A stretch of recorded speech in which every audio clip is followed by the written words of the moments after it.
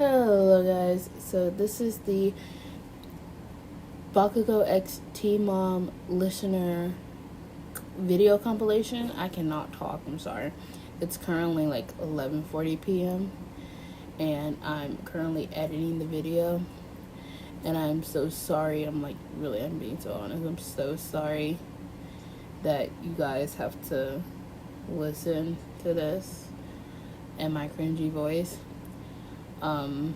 I was actually earlier when I was editing this video, I was thinking, you know what? I could possibly do this all over again. Not deleting these videos. No way I'm deleting these. This is actually kind of not what got my channel started, but what made my channel as popular as it is today. And I don't think I could, just delete these videos. They have too much history behind them. They have too much. It also has me being stupid and not thinking those stupid bots are in the comments at the beginning. Yeah, but if you go to the playlist, you'll see that the videos have bots in them, I think, like in the comments. But it was a whole bunch of mess. It was a whole bunch of mess. I had tried everything to get them away, and the only way I could get them away was just by making my channel popular. Popular. Oh my god. But yeah, I thank you guys so much for watching this video. You can put this on to go to sleep. You can put this on to go study, or just to actually listen to all the videos at once and not have to go through every single video, every single intro. And yeah, I had actually thought about not doing an intro for this video, but I didn't think it would be proper since it's just because I've always wanted a YouTube channel where I did intros, but these type of videos were not usually an intro based type of video. But at this point, I think I'm just going to do intros with all my videos because it helps me explain what the frick is going on. It helps me get through these videos. So, how about we get on into the video? 14 at the time, and you had a loving boyfriend named Kai. Kai, he was so sweet.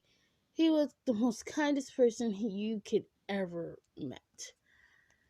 But you didn't know his backstory.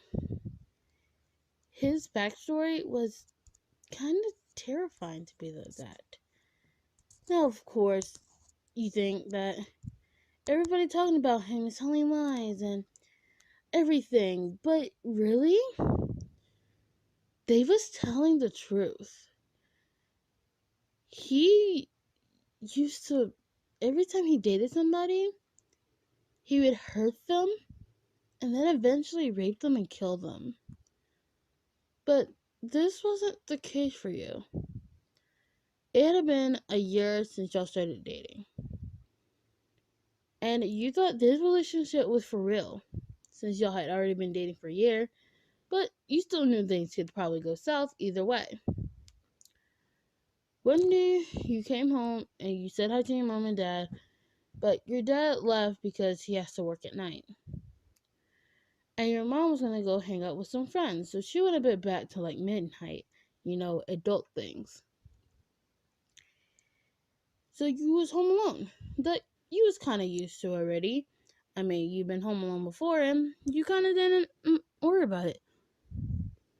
So, you was home on your phone. It was around 11 o'clock, and you usually had to go to bed at 10, but since your parents wasn't there, you kind of just stood up for that night. While you was on your phone, all of a sudden, you hear your door open. Now, your mom said she was probably going to be back till midnight, and your dad doesn't get off of work until 2 in the morning. So you knew this wasn't your mom or dad. You asked who was there. There was no answer.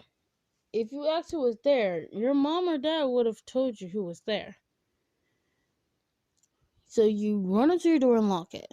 You was too scared to do anything else. You didn't want to go there and see who it was. You was too scared. All of a sudden, there was pounding on your door. Oh, Lord, you said. You lived on the third story of your house. You had a pretty big house for the amount of money you had. And, it was kind of...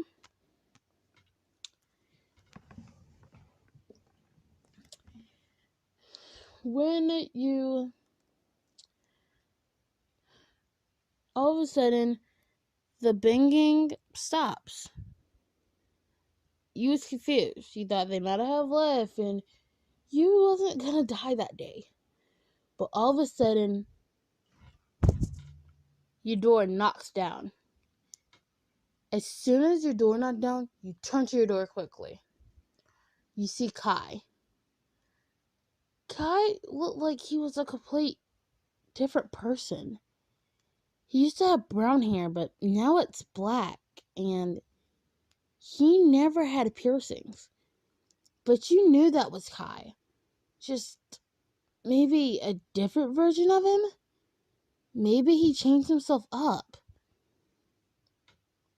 All of a sudden, he starts coming walking over to you. I'm sorry, but I'm going to have to make this laugh because I do not want to get, kicked off for this. So, he starts coming over to you, and next thing you know, you're not unconscious. You wake up the next morning or afternoon, and you're pretty much naked, besides your bra and your panties were slightly off of you. You wake up to your room completely trashed. Not a single thing was pretty anymore. Your covers were off your bed, papers were everywhere, there was a broken cup, and everything.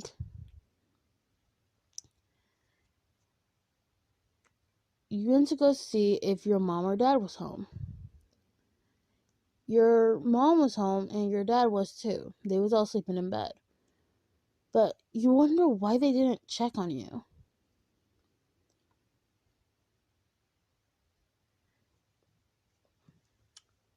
You fixed your clothes and put on clothes so that you could walk to your parents' room.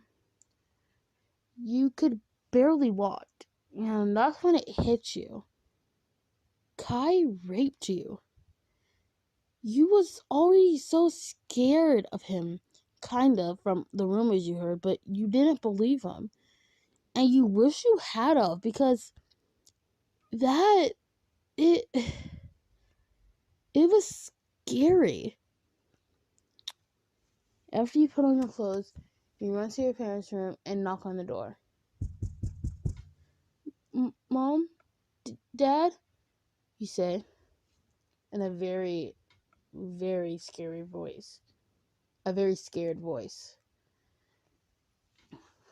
All of a sudden, the door opens and your dad is right in front of you. You was trembling, so he knew something was wrong. What's wrong, sweetheart? He asks.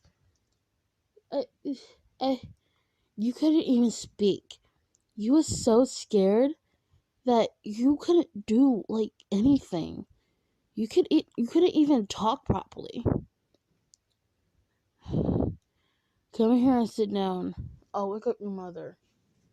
You go in their room and sit down on their bed. And he wakes up your mom. When he had told your mom that something was wrong, she shot up from the bed and came over to you, making sure that you was okay. Sweetie, did something happen last night? You started nodding your head vigorously up and down. She knew that you were scared because you was trembling more than you was trembling at the door. Do you want to talk about it? She says. I don't really remember. All I remember was Kai came into my room and he then came over to me and knocked me out. Then I waked up, but barely any of my clothes were on, and my door was open a little bit, and my room was a complete mess. I said, stuttering a lot. You had already gotten a little crazy because it's scary. So you was kind of crazy, I guess you could say that. You was crazy because anything that came around you, you jumped very high. And anybody who tried to talk to you, you stumbled over your words. When you described what happened to your mom instantly knew. And then it took your father a good hot minute to realize what was happening. Sweetie, oh my god. I should have known that boy was trouble. After that, you went to go report to the police. You was going to see Kai that day, but you don't know if Kai was gonna show up or not. So you told the police to come and hide so they could arrest him. You wait for Kai at the mall, and surprisingly, he shows up.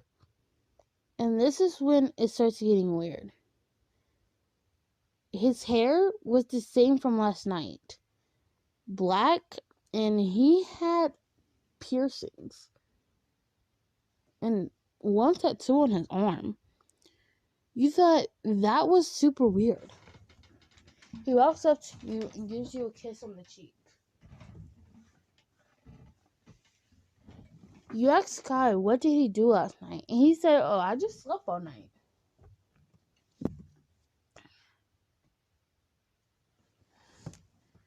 Your conversation lasts for a little bit. Kind of, just talking.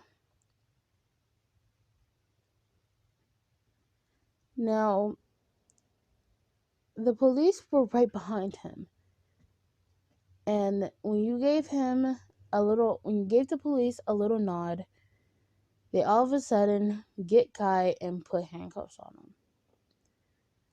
He keeps moving and he eventually says this. Hey, what the heck, man? What did I do? He says. You're gonna go in juvie for raping listener. One of the officers said. You had been so relieved that you were away from Kai now. You knew that this was going to be hard since you now, well, it wasn't going to be as hard anymore because Kai was locked up. But now you was going to be super jumpy and protective over yourself. 6 weeks later, you had been throwing up every morning for the past week. You didn't know why you had been throwing up. You had just been throwing up. And you had missed your period. So it was kind of weird. It hit mom, but she then thought maybe it was just a sickness. One day, your mom had finally had enough of you throwing up. She came home with a box. You ask your mom, what's this? You say. She hands you the box and pushes you into the bathroom. She'll say, you'll see, in a very concerned and worried voice. Your mom was known for being a sweetheart, so you know that whatever would happen, she would be there for you. Or you thought, but that's not the point right now. You looked in the bag and you looked at the box. It was pregnancy test, you said confusingly. And then inside the bag too was a cup. It essentially says to pee in the cup and put the stick in. And then wait 5 seconds and then take it out and wait for 3 minutes. You did exactly that. Well, leaning over the counter vigorously with the box covered so you didn't see it, so you wouldn't worry so much at first, you was vigorously just thinking, what if you were? What if this? What if that? And you was just scared. You was kind of a non-talker. So you was a sweetheart to your parents, but when it came to other people, you was pretty quiet. You didn't really like talking. The 3-minute timer ran. You cut it off and then take the stick back out of the box. It is 2 lines. You freaked out. This means there was a little human growing inside of you. And now you're going to have to deal with that.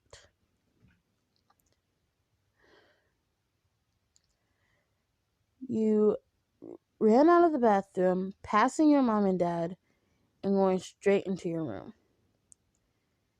Your mom doesn't work, and your dad was a hero. He was the number, I think, 13 pro hero. Your mom kept asking you to get out of your room and come here and let's see the test. She knew what the answer was probably because you ran past them without saying anything. You opened the door of your very messed up room still and showed them the test. Your dad grew infuriated. Not at you, but at Kai. But your mom, on the other hand, wasn't so chill about it. She was like, "You're putting the baby up for adoption or abortion, right?" She said. You looked at her. You was like, "Should I?"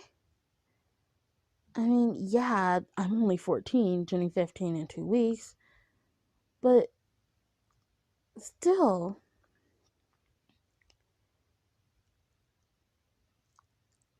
After a while thinking, you made up your decision. No, I'm not. Huh? I'm not putting my baby up for adoption. I mean, yeah, I'm a little too young. And yeah, this baby was forced inside of me. But still, either way, this is a child that shouldn't go through that. This is my child, and I need to take responsibility for her. Your dad was infuriated, but he quickly understand. And he was going to be by your side the whole time. But your mom, on the other hand, wasn't so chill about it. What do you mean you're not giving the baby up for adoption? You're only 14, pretty much 15 now. Either way, you're too young to take care of a child. Mom, I know, but no, listen. If you're going to take care of that child, you're going to have to leave this house. Wait, what? Sweetie, what are you saying? Get your hands off of me. I am not going to have my daughter having a child in this house. So if you're going to have that child and you're going to keep that child, you better leave this house. This is where you had to think. This is your child. You can leave this house and forget about your parents, or you could give the child away and still be with your parents. And this was your child, so you had to make the decision. Fine then. You turn in your room and you close the door. Oh yeah. Yeah, you can close the door. The lock was broken since it was kicked open. You look around your messy room, picking stuff out of it so you could take it with you. All you could hear was your mom and dad all. Very soon, you walk past your hands, and then all of a sudden, you'd feel eyes glaring in your back. You turn around to see your mom looking away from you, but your dad staring at you with disappointed eyes. Like, he was happy for you at the same time that you was going to take care of your child and that you was going to do anything for it, but still, he was sad that you was going to be leaving them. he loved you. He was always by your side. You walked out of the house and now you had nowhere to go. You got some money from your dad because he loved you and it was soon your birthday, but he was gonna have to go overseas for about 3 weeks tops. And he wasn't gonna be able to get nothing for your birthday. They was pretty rich, so he gave you a lot of money. $200 to be exact. You went to the cheapest hotel, but it was so nice. It was really just it was $20 a night. So you was gonna be able to pretty much stay there for 2 whole weeks with the money you had. But you think only staying with a week would be good, so you could try your best to do something. Now, you would have to be 15 to illegally still illegally work. So you didn't know what to do. Eventually, you was gonna be able to, but that means you was gonna have to spend a week in a hotel and the rest homeless until you had enough money. You soonly walked to the hotel, paid for the night, and went to your hotel room. Put all your stuff down and just relax. Try to think of the decisions you made. You quickly thought of something. You could work at a cafe or something. Tell them when your birthday was and that you just needed money right now because you was in a very bad state. You think that would have worked, right? You quickly ran to the nearest cafe.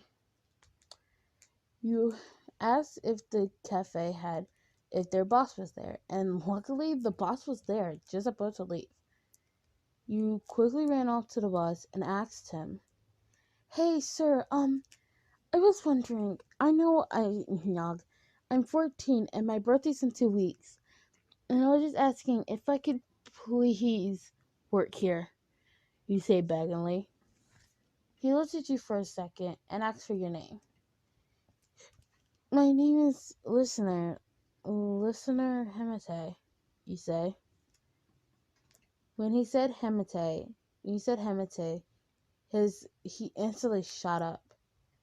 The number 13 Pro Hero's daughter? He asks. "Yes. I don't want you to tell anybody that I'm here. One, because I don't want paparazzi coming in everywhere. Two, I've been pretty much kicked out of my house by my mother," you say. When you said that, he instantly became sad. He was like, "Okay, well, I'll see what I can do." They was currently hiring, so you knew that you may had a chance. But still, this may go off hill so much. Your mom now despised you. And your dad missed you. But you knew either way, you was gonna have to go through this. Time skipped to 2 weeks. You now had enough money to be in that hotel for another week. Gladly, you paid for another week and you continued working. You made $10 an hour, 6 days a week. Since you were so young, you kind of had an extra day off. You still go to school and everything. You went to school, was at the hotel for an hour, and then went to work. Went to work till about 1 and then came back. You was only really much 1 week or 3-4 weeks in, so it was not that big, but you could see there was a little bit of a bump. You was working and you wanted to buy an apartment. It wasn't going to be big.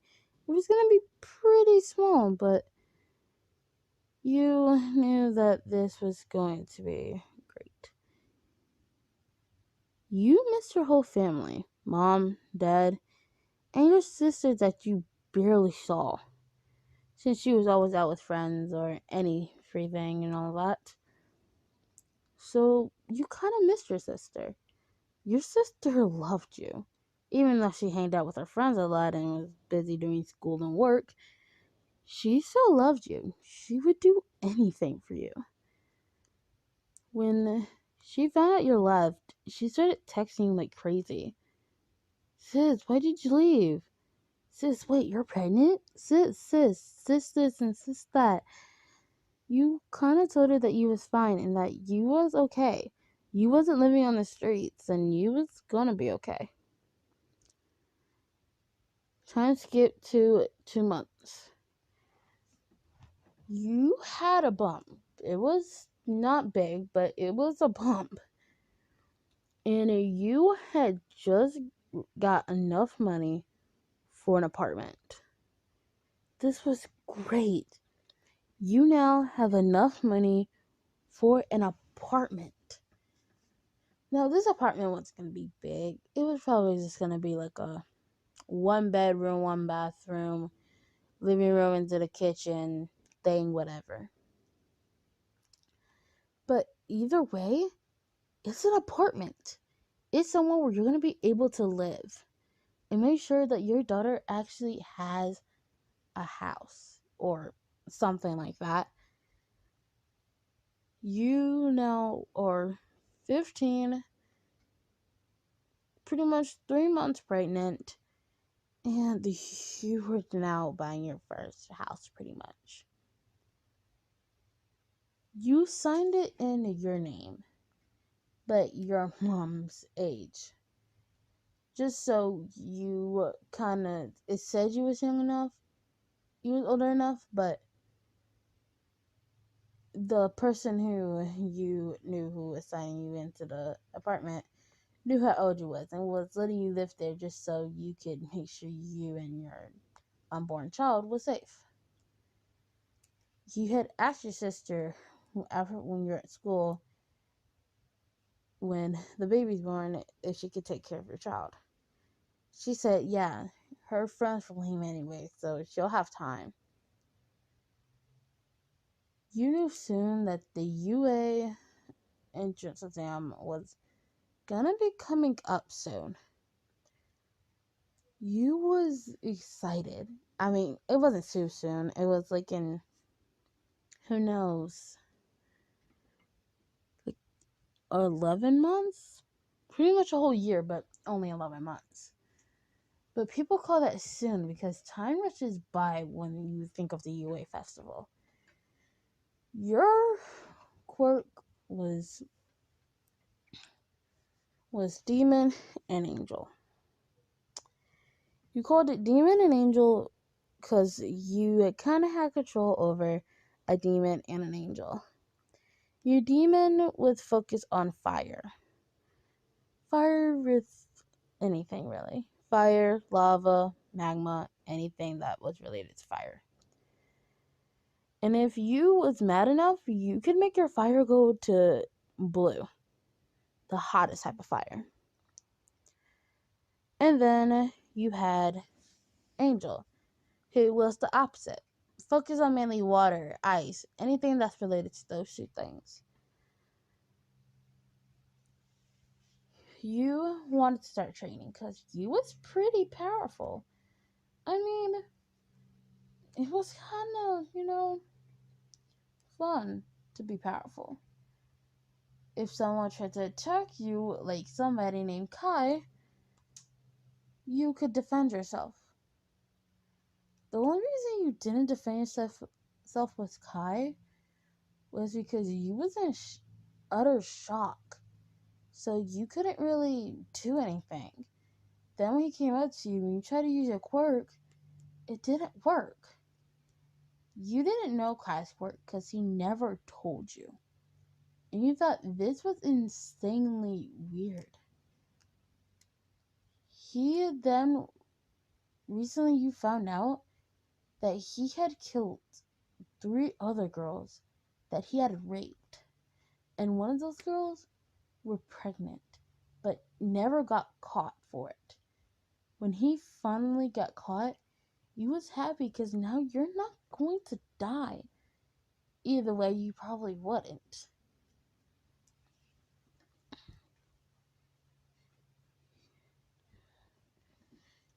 You were sitting on your bed watching something on your phone.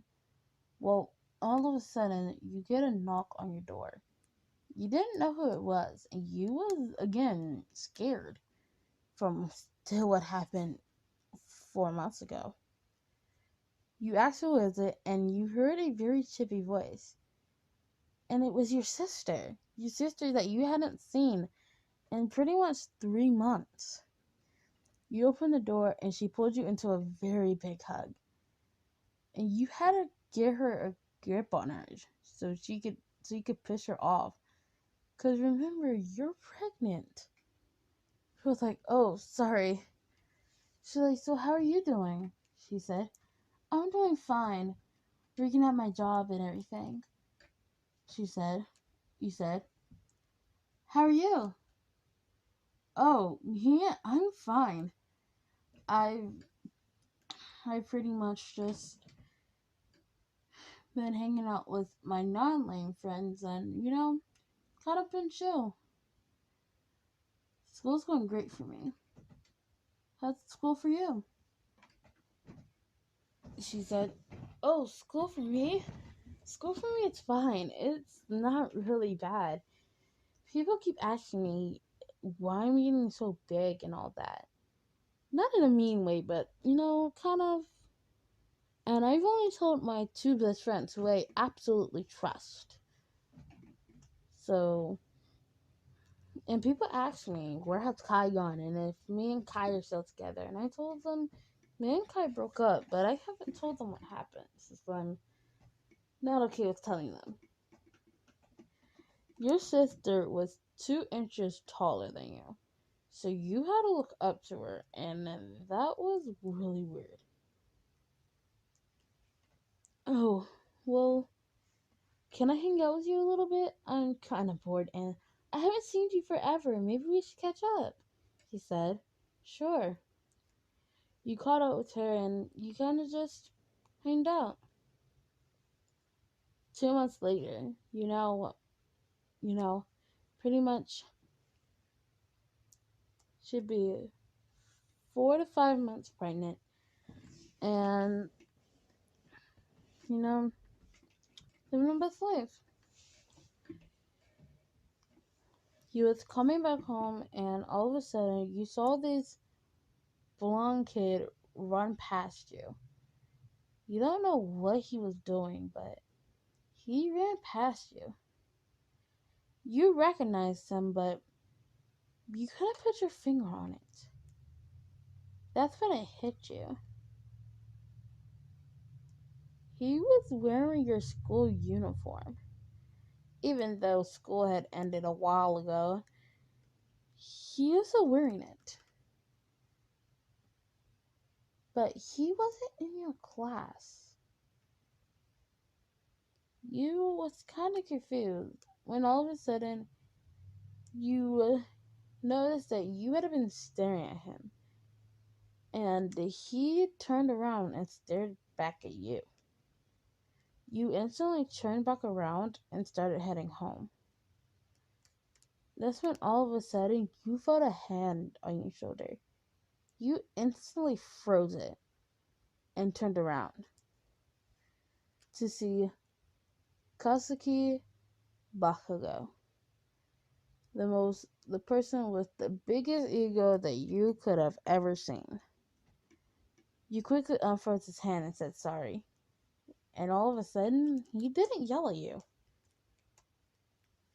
He just asked you if he was okay and why was you staring at him. You told him that it was nothing, that you just ran by him and you just ran by her. No, he ran by you and that you was kind of confused. He said, okay, and walked off. That was the first time you ever talked to another class person. Since he was in one class and you was in a different class, you didn't really know him or anybody in his class. 2 months later. You were now officially 7 months. Your bump was pretty big. You kept seeing Katsuki Bakugo over and over again frequently. Sometimes through your window, sometimes while you're walking home from school or work. You just noticed that you kind of saw him a lot then. But one time when he was walking past you, that's when he finally realized you had a humongous bump and that you was pregnant.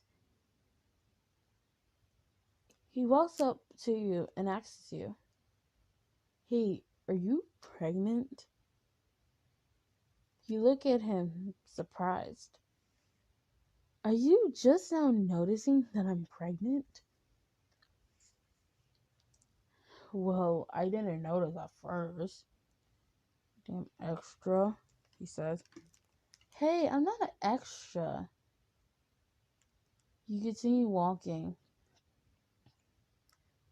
"Well, what are you going?" he says. "I'm going home." "You got a problem with that?" you say. "No." "Damn it, you're so cute." You hear him say something, but you couldn't really get it very right.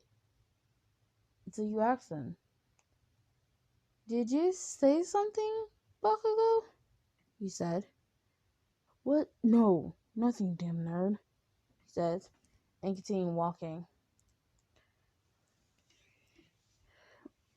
All of a sudden, he came into the front of your apartment. He asks you this. "Hey, do you want me to walk you to your apartment?" Whatever, he says. You were surprised. Katsuki Bakugo, who you had now just realized didn't know your name, but you knew his, was asking if you wanted him to walk you to your apartment. And that was kind of surprising. Sure. I mean, it wouldn't hurt for you. It wouldn't mind you, right? He said. "I asked you, nerd, so no." He started walking up the stairs. "Hey, I really never got your name. What is it? So I can stop calling you nerd or extra," he said. "Oh, my name's Listener. What's yours?" He says. You say. "My name is Katsuki Bakugo, the next number one hero," he said with his big ego. You whisper, "Ego." "What was that, you damn extra? I mean, listener," he says. "Oh, I said nothing," he said in a very teasing tone. You finally get to your apartment. You ask him why all of a sudden you wanted to walk. He wanted to walk you to your apartment. "I only wanted to walk you to your apartment because there's been a rumor going around that the only reason you're pregnant is because you got raped by a kid named Kai," he said. You stopped dead in your tracks. You had only told your mother, your father, and the police, and your sister, and that was it. Your sister is not a person who would tell, and your mother despised you, and your father, you didn't know what happened to him, but you just know that something bad happened to him, and you couldn't go see him. You all of a sudden turn around to Bakugo. "Who told you that?" you said. It's just been going around on the news and stuff," he said. You have to promise me you tell nobody about this. You say, whoa, chill, I won't. But why won't you tell anybody about it? You say. He says, well, I've told a person of people about it, and Kai's been locked up ever since. So it was kind of hard to talk about. You then tell, you then look him dead in the eyes. And that's when you started feeling your face get hot red. You're pregnant, goddammit. You can't date anybody. And that would make you kind of sound like a hoe or something. That, kind of. That's when you realize you was staring at him, and you turned away.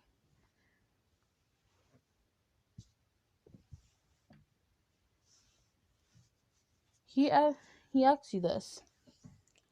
Hey, can I stay over your place tonight? Just for tonight, please. There's some things going on with my mom, and I can't really explain it, he says. You knew how things would go with moms now that your mom despises you. So you generously let him sleep over that night. He was gonna have to sleep on the couch, though. He was sitting on the couch watching TV when all of a sudden he asked you this question. Hey, are you going to try out for UA? He says. Um, yeah, because I really want to become a hero, like my dad, but again, I had to think about my child and, you know, you say, oh, okay. Uh, do, do you know what happened to, um, the number 13 hero? He says. Somehow he knew that your father was the number 13 hero, but you kind of just didn't worry about it. No, what happened to him? He says. You say, um, well, a few months ago, he was found dead from a hero mission. He says in a very low voice, but you was able to hear him, and that's what made you upset. You now just found out that your father had died, most likely missed his funeral, and he was really the person who loved you the most out of your whole family. That's when tears started going down your eyes fastly. And now you was crying in front of Kasuki Bakugo, who you didn't know had a small crush on you.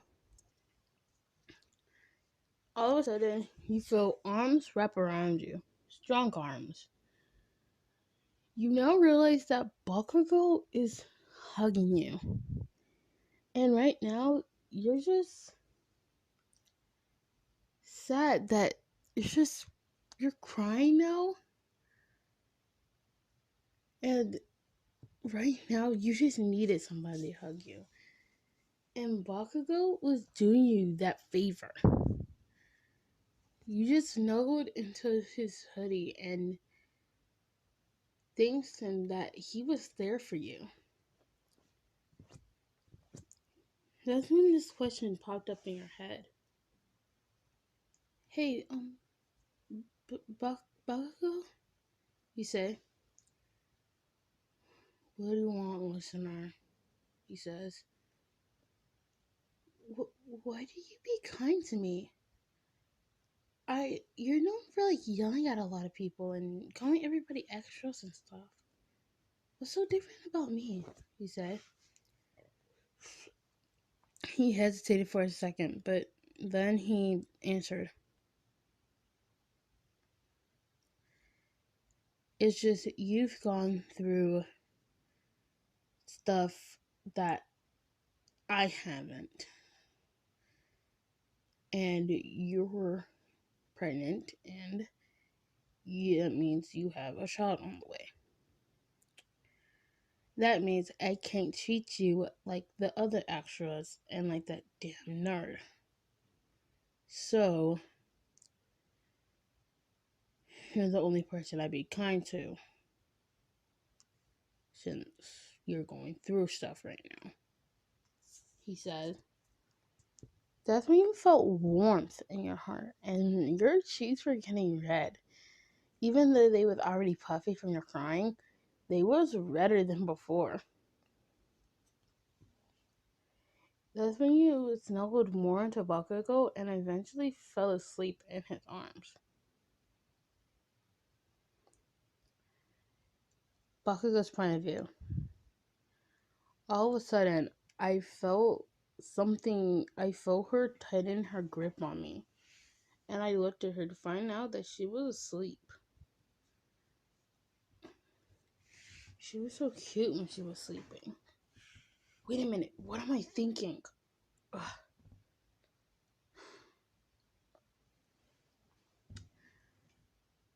I picked her up and took her to her room.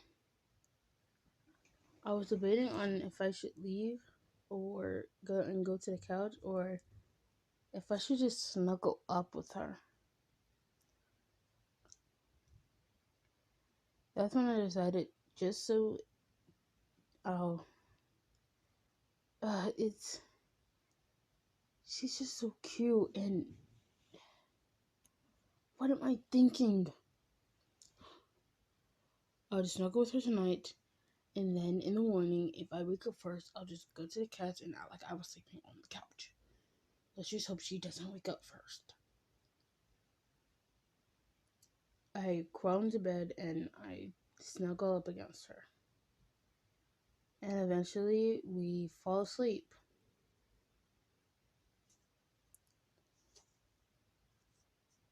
I wake up in the morning to find listener not there. But all I hear was various amounts of puking. I got up from the bed and looked in the bathroom to find listener throwing up.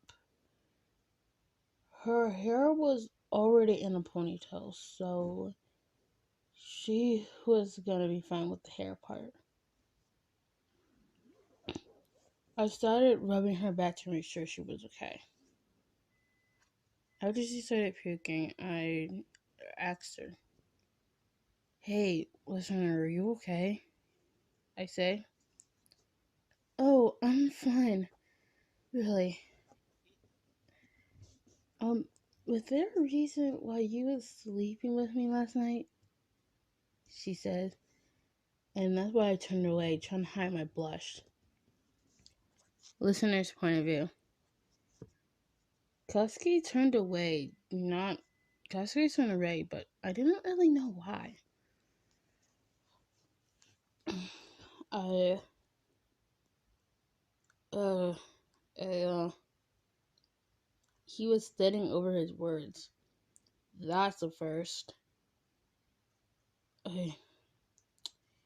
You was crying, so I felt sorry for you. So you was still crying in your sleep. So I just snuggled up with you to make sure you would stop crying. He said while looking away more. But he didn't know that he was looking in the direction of the mirror. And you could see if he turned around in the mirror, he was blushing. And you was surprised. The Katsuki Bakugo who has anger issues. The Katsuki Bakugo who has a big ego. The Katsuki Bakugo who bullies everyone for being the extra they are. And the Katsuki Bakugo who's nice to no one, but was being nice to you and was blushing.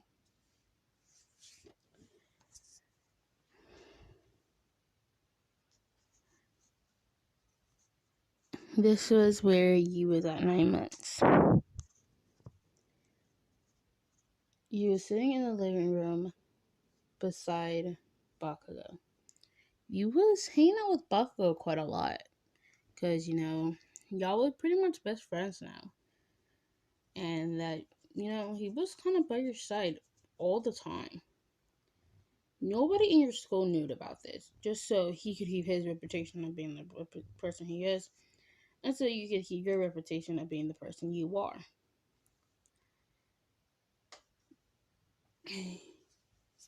Then all of a sudden, you felt water. You was confused. And this is when it hit you. You was 9 months pregnant, so you could go in labor at any time. And you was due in a week. You was in labor. That's when you vigorously start waking Bakugo, who was asleep. Bakugo, Bakugo, Bakugo, you say. And you started yelling his name to where the neighbors could hear you, but they didn't pay much attention to it. It's like, what do you want, listener? He says. I think I might be in labor, you say. You already had your stuff packed because you knew that the baby could come at any moment. So you packed your stuff when you was like 8 months. This what shocked him. He didn't know he was going to be with you when you went in labor. Skip to when you was at the hospital. Y'all was at the hospital in the room. Essentially, since Bakugo wasn't with you, not dating or nor the father of the child, he couldn't be in the room. This would made you even more scared. One, your pretty much best friend was not with you. Two, you were only with daughters and that was it. And three, this is your first child. So this is going to be a hectic ride. And then after this, just 3 months later after you have the baby, you're going to be taking the entrance exam for UA. Just so you can support for your daughter and, just save people like your father.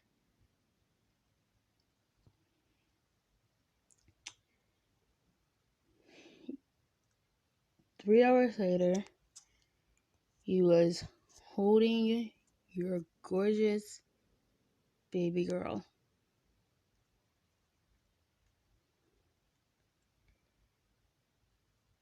Your baby girl name was Amethyst. You named her Amethyst because one, that's like a crystal and she was pretty. And two, you wanted Amethyst to be your hero name. So that was kind of why. Amethyst was based off of your angel quirk, but you didn't really focus on your demon quirk that much. After a while, you was able to have visitors, and surprisingly, the first person to come into the room was your mother. You was confused when you saw her because you thought she despised you. She came into the room with the straightest face she ever had. Kind of mad, actually. She comes up to you and was looking at you straight in the eye. Look, I still hate you for keeping that dang on child. But since I am a grandmother, and since your father has died, I'm only coming to see her so I can meet my grandchild. You could hear that she was probably crying before or something, but that was it. She then all of a sudden hugs you and then let go. She then walks over to the cradle, the hospital cradle, to see where your child was.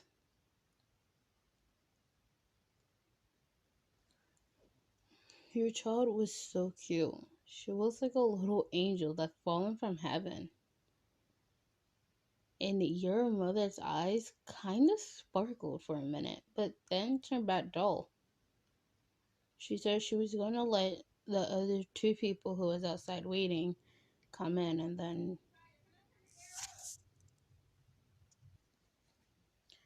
your mother walks out of the room, and here comes in your sister. Your sister's eyes were puffy as can be, crying that she was worried for you.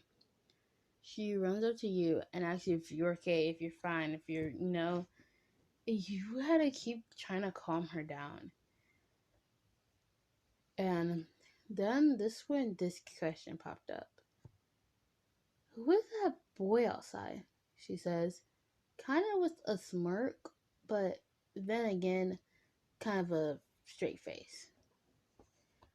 Oh, him. He's my best friend.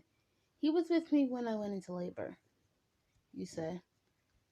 She looks at you with a very teasing face. So, just best friends, right? She smirks, and this is where you know where she was going. Yes, sis, just friends. Best friends. Even though you had a crush on him, you didn't want that to get in the way, but you knew that you were just gonna have to deal with it. That's when all of a sudden you saw that she was gone. She wasn't there. Then you looked over to your child to see that she was staring and her eyes were watery and had sparkles in her eyes. That's when you realized she wanted to go see the child so bad. Because you could see she was kind of shaking when she was talking to you. And she wasn't shaking when she saw the child. It was because she was having the urge to just run to the child. This is what your sister said. Oh my gosh, she's so cute, she said in a whisper tone. All of a sudden, the baby started waking up, but didn't cry. Just woke up and started, moving around. That's when she said, hey sis, I'm gonna have to go because I'm gonna go let your best friend come in here now. She walks out, and you got a free 2 minutes of a break from talking to people, especially your sister, who was rambling about how cute your daughter was.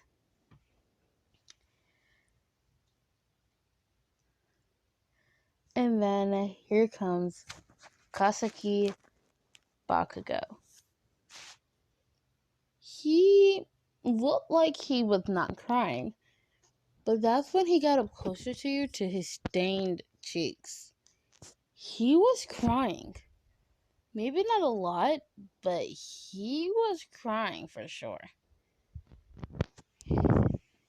He was like, oh, so somebody was worried about me, huh? He said, kind of in a teasing tone. Oh, shut up.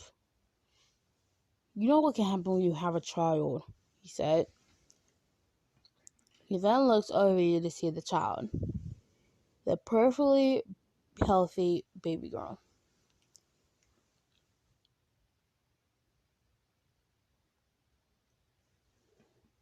Now, this is where things got a little confusing.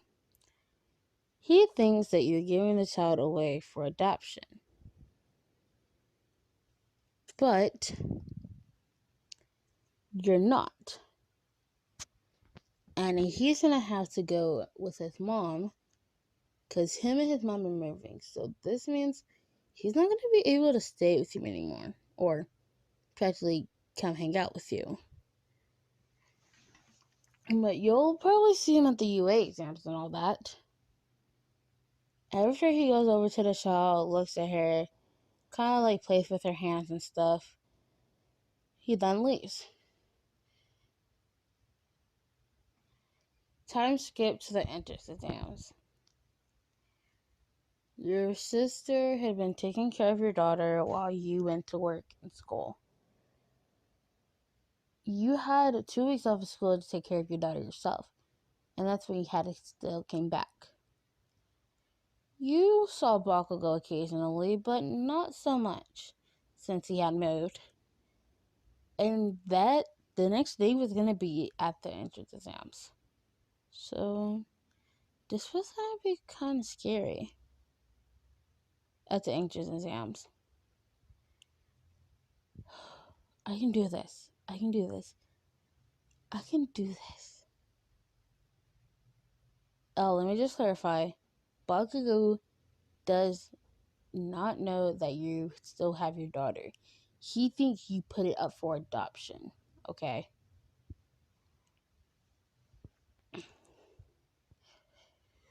You walk into the room where they're gonna be announcing where you're battling out to see that you were right in front of Izuku Midoriya, or how Bakugo calls him, Deku, and Katsuki Bakugo.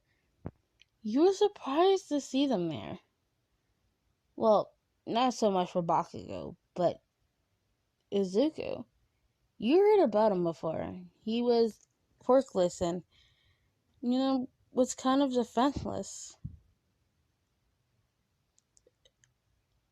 You got a pretty good score. You was right under Bakugo, so you most likely had a chance of joining.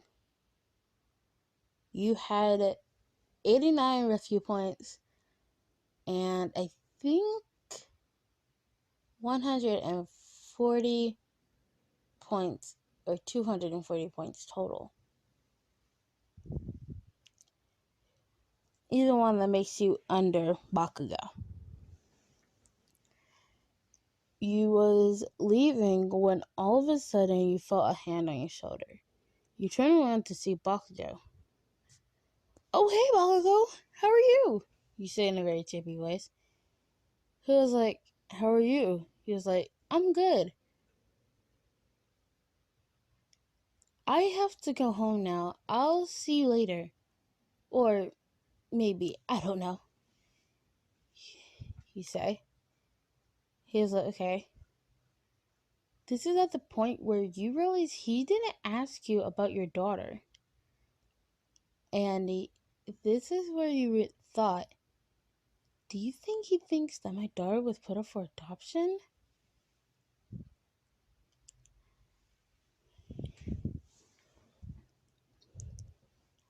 A few days later, all of a sudden, you look in your mailbox to see a very fancy envelope.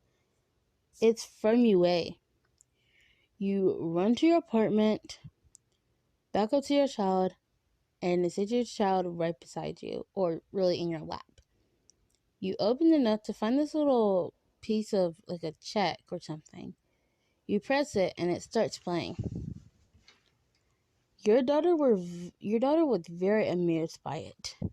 Even though she was just like a few months old, even though she was 3 months old, she still was loving it, playing with it and stuff. "I am here. Listener Himate, you have made it into UA. I hope that we get to see you, and your class is 1A. Mr. Aizawa is your teacher. You'll get the rest of the schedule for other sources when you get here. Bye, and remember to be plus ultra. Bye," and it cancels. Is this when you realize you got into UA? This means you get to provide for your daughter when you become a hero. And you get to get revenge on those villains that they're still alive by the point you become a hero for killing your father. You text Bakugo. Bakugo, guess what? You text. He texts you back. Wow, it's been a long time since you text me, but what? He says. I made it into UA. You say. He texts you back. Oh, really? I got UA too, because of course, I'm the best, so why wouldn't I? Ego. You say. You text him back. Well, what class are you in? You say. He texts you back. I'm in class 1A. How about you? You say. I'm in class 1A. I can't wait to see you in class. You say. Okay then. He, kind of doesn't text us a lot, so it's kind of short messages. Bye. Bye. You was having your first day of your second year in UA. You had a lot of best friends, but there was a specific best friend that you felt like was family to you, and that was Bakugo Koski. Why him specifically? I don't know. Some people ask, how are you two friends? With his extremely big ego and his passion for being number one and everything, you would think he would put friends aside because he wants to be number one, and friends would possibly get in the way of that. But that wasn't really the case. He wanted to have friends, so he wasn't lonely. Especially after the kidnapping. He wanted to have friends just to make sure he had somebody with him. When you first started UA, there was a little problem. Now, this problem wasn't a bad problem, and this problem also wasn't a good problem. This problem was you had a daughter who was one. And your daughter was the most cutest thing ever. Now, let's just say Katsuki Bakugo didn't know you had a daughter at first. You never told him because you was scared that you was going to lose your best friend. And a lot of people knowing that you had a crush on him since the middle of your first year, you didn't want to lose your friendship between him. There was only one person in the entire school who knew you had a child, and that was Mina. Mina came over to your house one day and saw your little girl. She asked if that was your little sister or something, but you knew that you wouldn't be able to keep the secret for long, so you went ahead and told her that she was your daughter. And you had to make sure Mina didn't tell anyone about this. You knew that this year you were going to tell your whole class that you had a daughter. You didn't live in dorms, but you begged Principal Nezir to make sure you could still be in UA and also stay at home with your daughter. He eventually agreed, and you got to still see your daughter while still become a hero. You didn't only want to become a hero just because, you wanted to save people. You wanted to become a hero for your daughter. You wanted to become a role model for your daughter. Now, you had a pretty bad past. To the past where your mother pretty much despised you. And, well, your father, on the other hand, he left when you was only at the age of 10. Now, you did have an older sister, and to be exact, she was a police officer. So she wouldn't have time on her hands either. But if she had the chance to take care of your daughter, she took care of her.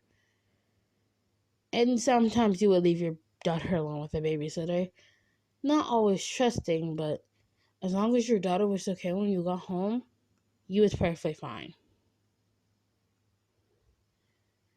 On the first day of UA's second year. Hey, Bakugo! You yell. Bakugo snaps his head to see you running up to him. Oh, hey, listener, he said. Well, what are you doing? You asked. What does it look like I'm doing?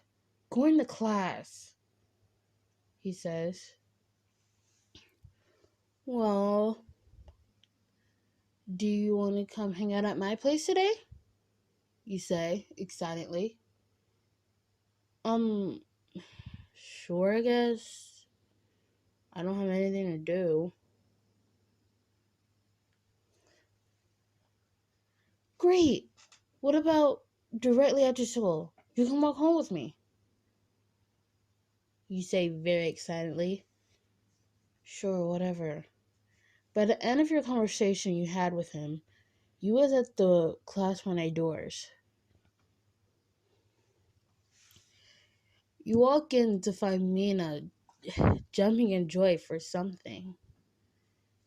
You run over to Mina and ask her what's going on. Why are you so excited, Mina? You say confusedly. Did you not hear today? In a few weeks, there will be a ball. And this is going to be like pretty much a dance, but very formal. I guess I want to show my moves. Whatever. I was thinking of asking Kirishima to go with me. I'm kind of embarrassed if I do. Well, then why don't you just go ahead and ask him? You say very happily. Well, I can, but the thing is, I'm just shy. She says, very nervous. Well, why don't I help you ask him? Wait, you help me ask him? But that. She starts stuttering very badly to the point where you can't understand her. Ooh, so you must have a very bad crush on him. A crush on Kirishima? No. Maybe I do. Ugh.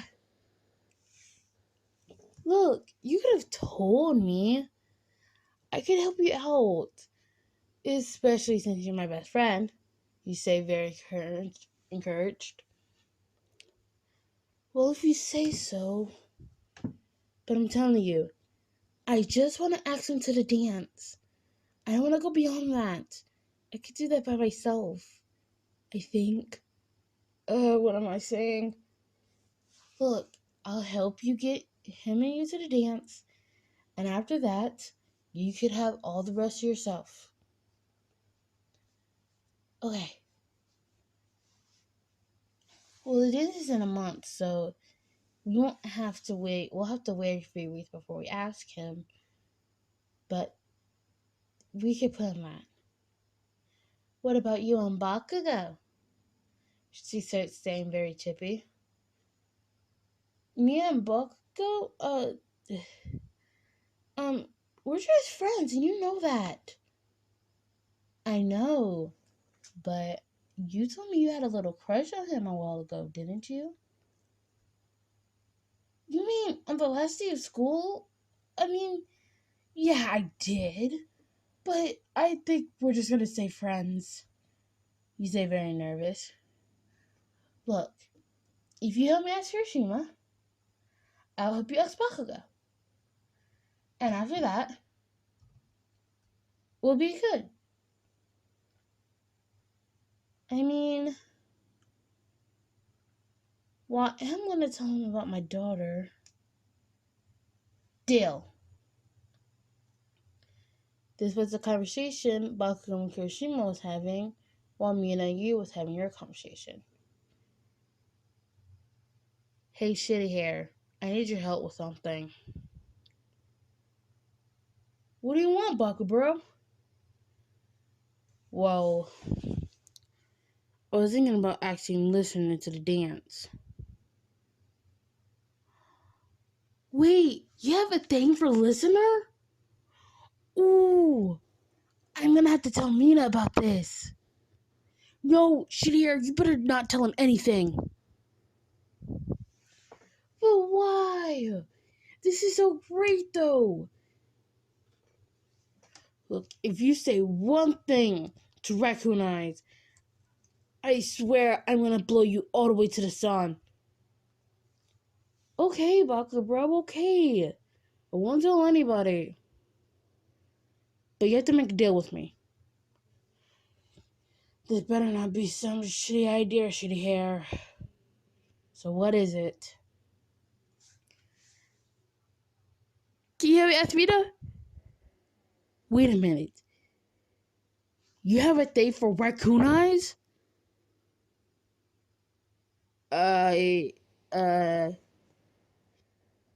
Yeah.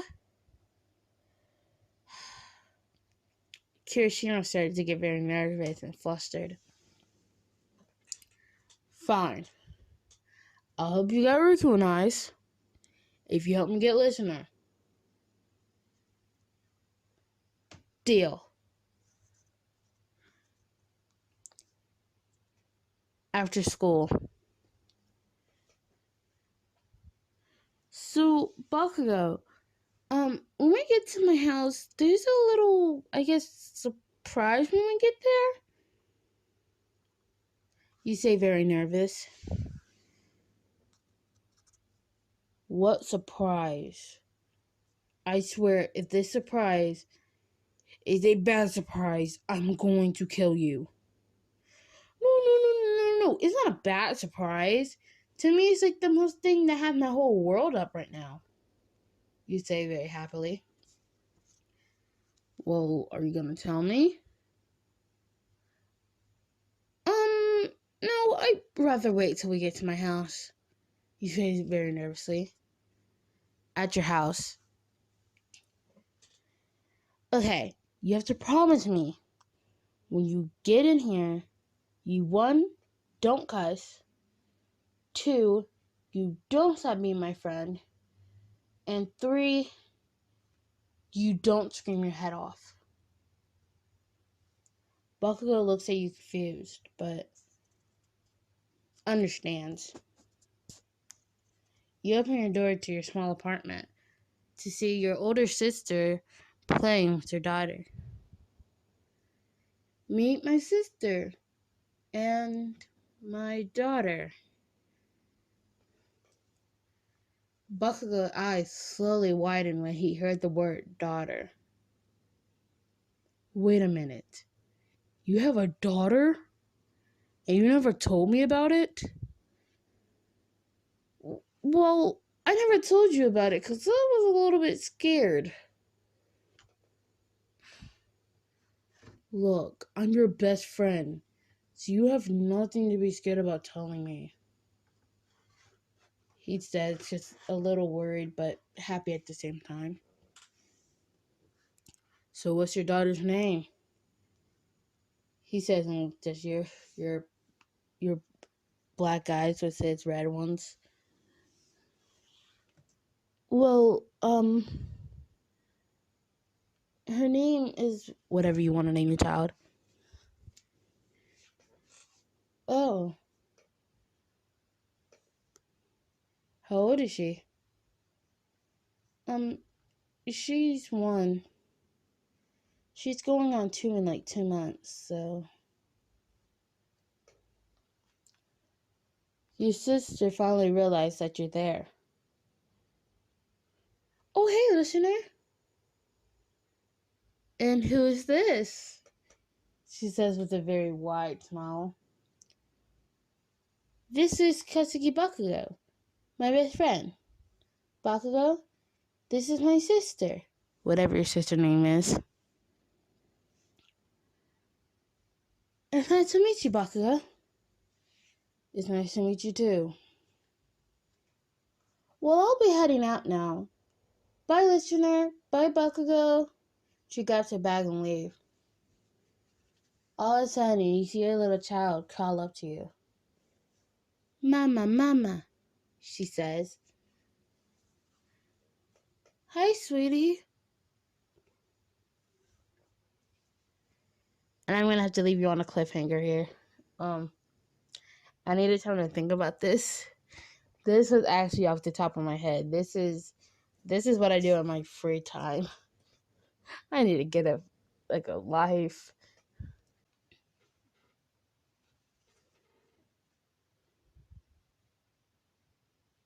Hold on. Bakugo starts. So you're telling me you have a daughter who in 2 months is turning 2. He continued. That's correct, you say. And you didn't tell me about your daughter because you thought we would stop being friends. Am I correct? He says. Yep, you say with a nervous giggle.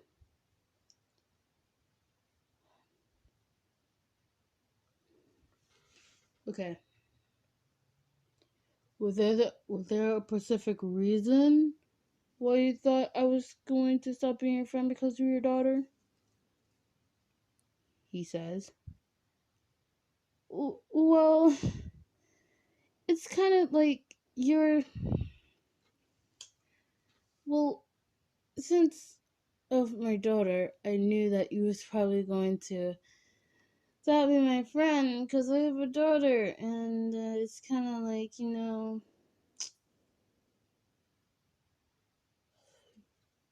real idiot to think I'll stop being your friend over a stupid child. He says. Hey, my child's not stupid, you say. I know, but still. Look. I never told anyone this.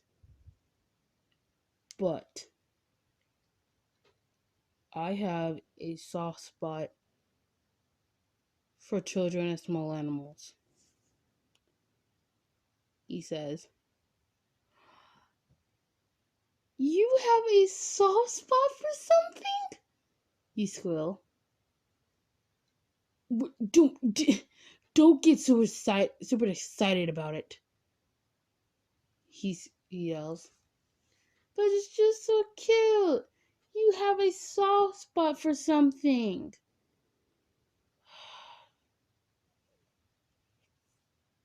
You squeal. Oh, somebody kill me now. Look, it's not that big of a deal. Just gonna make sure I protect you and the little brat. He mumbles under his breath. What was that, Bakugo? Nothing, he says. Skip to like an hour later. You and Bakugo were now watching a movie. It was a pretty scary movie, and your daughter had went down for a nap. You didn't really like scary movies. Halfway through the movie, you didn't realize that you was clenched onto Bakugo. What? He says. I'm sorry, Aunt. I just got a little scared. You start saying nervously. Come here, idiot. If you were scared of the movie, you should have just told me, he said, bringing you closer to him. You started to blush a lot, knowing that this was the closest you ever got to Bakugo. Bakugo, his hot-headed self, wouldn't be the type of person who would just let somebody cuddle him. Now tell me, why did you want to watch a scary movie if you knew you was gonna get scared? He scowls. Well, I know you like scary movies and spicy stuff, and I don't like scary movies, and I don't like spicy stuff. And so I was kind of like, why don't we watch a movie you like, and then we could have a food that I like? You say. You gave him a good smile, and he turned away, blushing a lot. Fucking cute, he mumbled under his breath. What's up, Bakugo? Nothing. You both obviously had a crush on each other, but none of you had the courage to say it to each other. This means Mina and Kiri had to get involved. Either way they was, since y'all both wanted to go to the dance.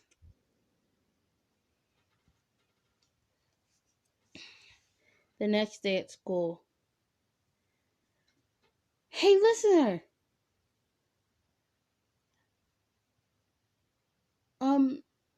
Oh, hey, Mina, you say. I gotta, come here, she says. You rush over to her. She whispers in your ear. I have an idea for you to get Bakugo to go to the dance with you, she says. How? You say. Well, if you didn't notice, he kind of has a soft spot for you. So, if you ask him and he says no, then you just have to beg. And eventually, he'll give in and go to the dance with you, she says. Okay, and I have something to get you and Kiri to go together, she says. All you have to do is say it would be manly to take me to the dance. And you know how he does anything that's manly. After you tell him that, he'll take you to the dance, she says. That's a good idea. Thanks, listener, she says. You're welcome. All of a sudden, Mina was out of sight, already over to Kiri. You was lonely, so you was like, might as well go ahead and ask Bakugo if he wants to go to the dance. Then all of a sudden, you felt this hand on your shoulder. Oi, I need to talk to you real quick. All of a sudden, you turn around to see Bakugo and his crimson red eyes. You then start blushing a lot.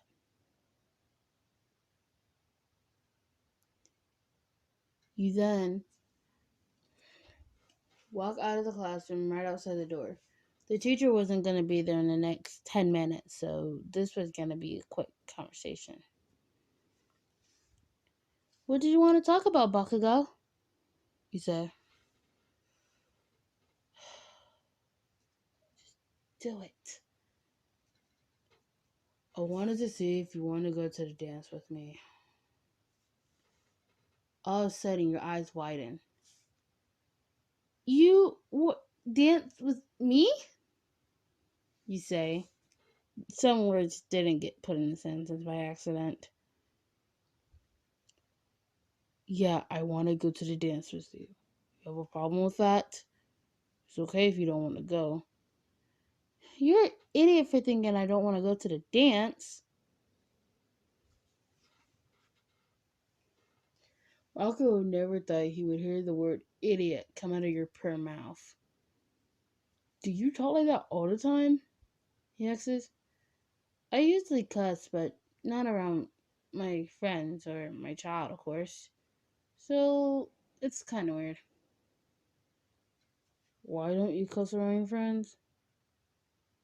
You asked a lot of questions for being number one of the class. Hey, take that back, he says. No. All of a sudden, you run past him into the classroom and close the door. Let me in, listener. You start giggling. Everybody turned to you and started cooing in awe.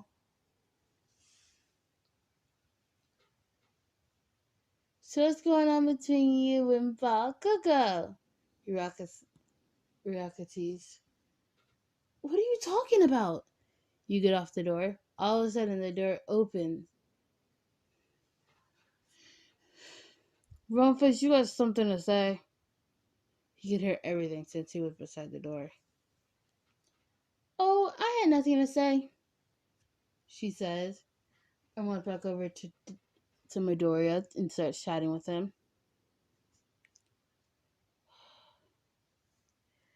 You go to your desk and start writing notes down that really wasn't notes. It was just you sketching. All of a sudden, Mr. Aizawa comes in a sleeping bag. I'm guessing all you guys know that in 2 weeks the dance will start. Sorry, I forgot to say this was a 2-week jump. That in 2 weeks the dance will start. We're hoping that this will be the one event to go on with no villain attacks, he says in a bland voice. Mina started getting excited. You sat right beside Mina.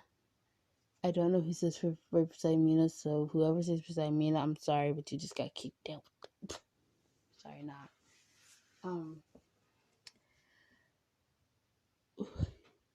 Hey, Mina, you whisper. Yeah, listener? Are you going to dance with Kiri? You ask. Oh, yeah, I am. Are you going to the dance with Bakugo? She kid. Yeah. Both of your plans had worked.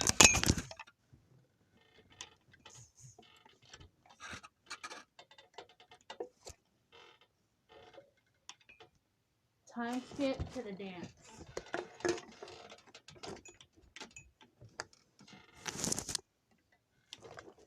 You knew Bakugo started because, well, who doesn't know Bakugo? You knew Bakugo was most likely going to wear a vest and a black vest with a red shirt. Then, you was going to wear your favorite colored dress. You didn't want to make it very show up, so you made it a little long that it was puffy. And it was very pretty. More pretty than you expected it to be when you bought it. And way more expensive. All of a sudden, you get a text from Bakugo. Hey, extra, I'll be picking you up at 7. Make sure you're ready. He texted you. Okay, I'll be ready. This is the day of the dance. You was excited. I mean, yeah, usually you trained all the time and the school usually wouldn't have dances. But they did it because, especially for Class 1A, people have been going through trauma of villain attacks and all this stuff. And this is finally our time to celebrate for all the hard work that we've done. Especially Midoriya. All of a sudden, it was 6:59. You had just finished up your makeup. You were now putting on your shoes until you heard a knock on the door. You looked at the time and it was 7. Wow, he is really on sharp time. You get up and open the door. You see Bakugo in what you expected, a black button-up vest with a red shirt and some black pants with some black shoes. But this time, he had black cross earrings. You never thought he would be the type of dude to wear earrings. Well, it was kind of expected, kind of not. But either way, you liked his style. You're wearing the dress you bought with some shoes that were kind of up on the hill. And then you had some black shiny earrings. Your hair was in a half bun, half down. Bakugo looked in your black eyes and admired them for a second until you snapped him out of his trance. Bakugo, are you there? You asked. Oh, yeah. He was like, you ready to go? Yeah. You start walking to the dance. Hey, listener, can I ask you a question? He said. Sure. What is it? I was wondering, do you have a crush? He asks. You stop in your track. He stops to a step later. Well, yeah. You start. You continue walking. Your face a blushing mess. Damn it! Now I know it's not me. Well, who is it? He asks. I can tell him right here and right now. We're going to the dance room, so it's perfect. Well, it's you, you say. All of a sudden, Bakugo starts becoming a blushing mess and covers his face. Wait, really? He says. Well, yeah. I liked you ever since the middle of first year, and I never told you because I was kind of, I guess you could say, scared to ask you, you say. Bakugo then pulled you back a step and grabbed your chin. What made you think something like that? I mean, I like you back, of course, because just saying, he says with a smirk on his face. Bakugo, stop, you say. All of a sudden, you don't even know how this happened, but you and him was both a blushing mess as he crashed his lips onto yours. After you pulled away, you were shocked and surprised. I, that, Bakugo smirked. So, we're dating now, right? He says. I guess you could say that. You start holding hands the rest of the way.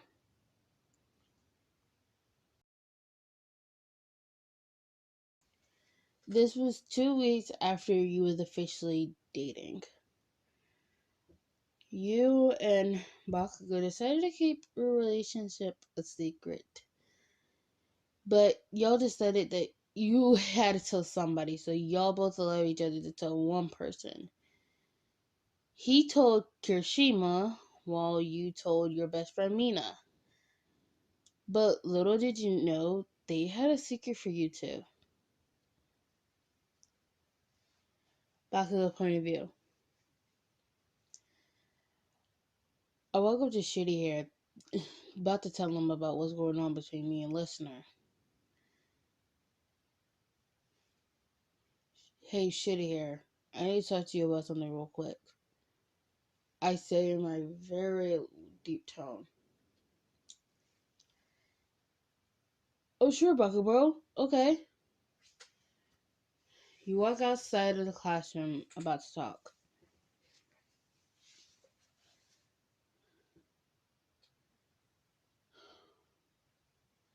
Look, shitty hair, you can't tell anybody about this. The only people you can talk about it to is me, Mina, and the listener. Okay? Sure, Bucka bro, but why? Just me and listener are dating.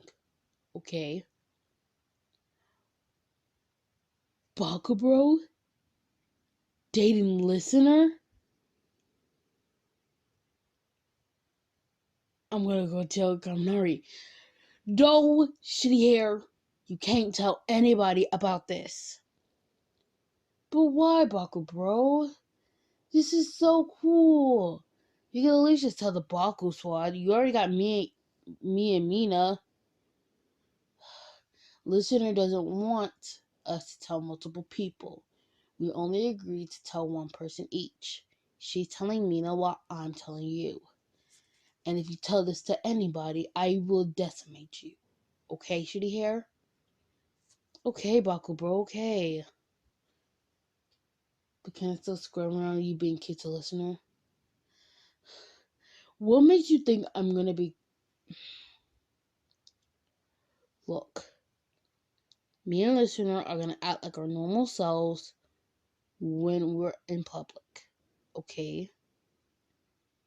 Okay, Baku bro. Oh yeah, I'm sorry if you don't like the Karamina ship. I just have to do it for this. It's just because the ship is mostly Bakugo and Kirishima, and I have to ship him with Mina. So please don't mind that. But if any other story situations, I'll ship him with Bakugo, okay? Oh yeah, and Baku bro, what do you want, shitty hair? Since since I know that you're a dating listener, guess you should know this. Me and Mina, we're dating. Kirishima walks into the classroom without another word. What? Raccoon Eyes is dating shitty hair?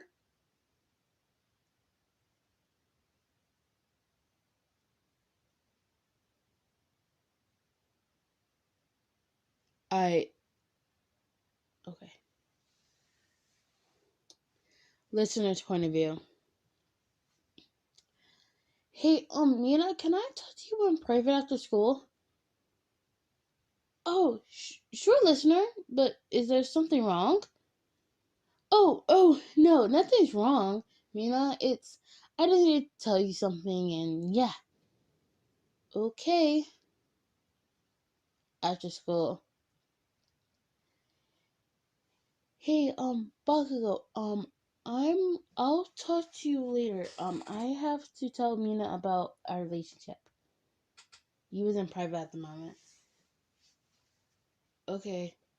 See you later, babe. You hang up. Why does he have to be so goddamn handsome? You express yourself. Hey, listener! Oh, hey, Mina. Why do you look so flustered? Do you have a question, Minnie? Do you need me to help you tell them? What do you need? No, Mina, no, Mina, no, Mina. I wanted to tell you that me and Bakugo are dating. You and Bakugo are dating? Oh my god, who can I tell? Please tell me I can tell someone. Please, please, please. Well, Mina, you can't tell anybody. Kirishima already knows, and that's the only person you could talk to it about. Or, well, besides Bakugo too, since I'm dating him, and you could talk to it about me, but that's not the point. We wanted to keep our relationship a secret because Bakugo didn't want to think people he was weak, and he had a soft spot for me, which he clearly does because he gives me everything. But that's not the point. I just want you to not tell anybody about the relationship, and then we can, be friends still, right? Of course. I know you shouldn't trust me with secrets, but I won't tell anybody. I promise. I'll try my best to. Kirishima might have to get me. Mina, no, please keep the secret. I don't want Bakugo getting mad at me. Or especially you. Oh, I won't. I'm the only one that will make him agree to do stuff, so you need me around a lot. But since you're his girlfriend, you might get away with it easily. Yeah, I will. Well, can I tell you a secret? What's your secret? Me and Kirishima are dating too. Wait a minute. You mean Kirishima and you are dating? And you didn't tell me?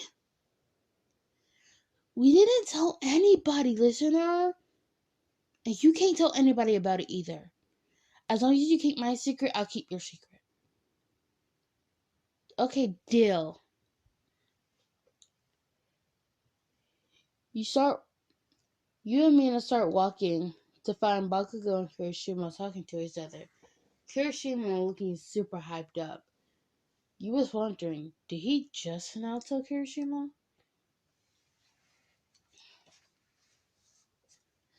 Oh, hey listener. Hey Kirishima. Hey Mina. Hey Kirishima. So, do we all know about... Hold on. You didn't say hey to me. What? You didn't say hey to me. Bakugou?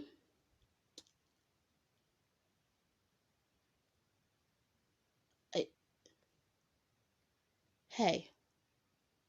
Now can I please continue my sentence before I decimate you?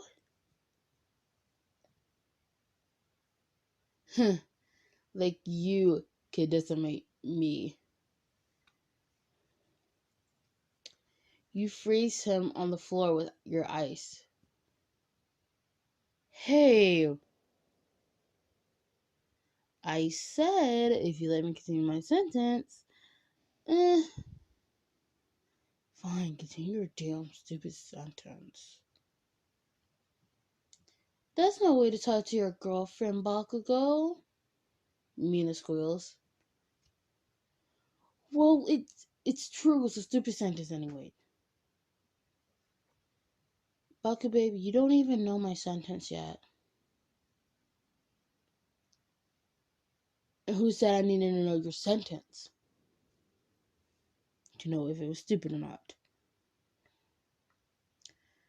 Anyways, so we all know each other's secrets, right?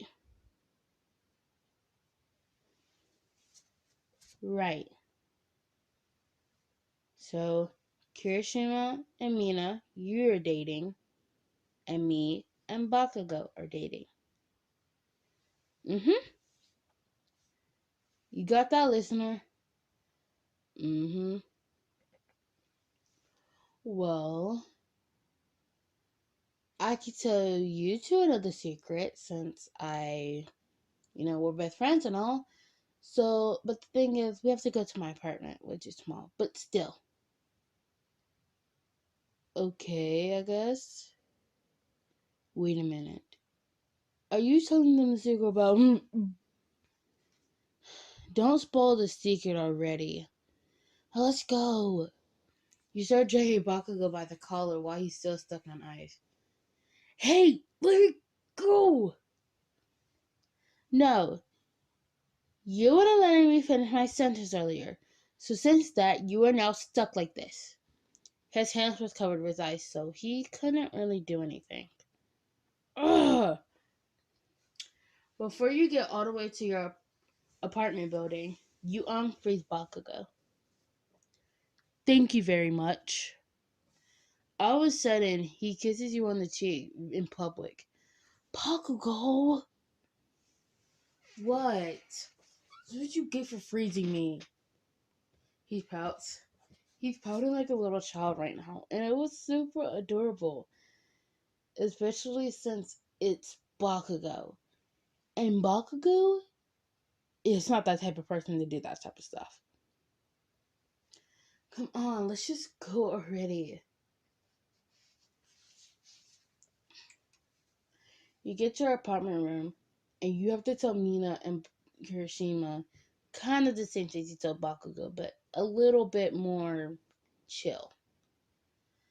Okay, first of all, you can't scream, because I'm trying not to get kicked out.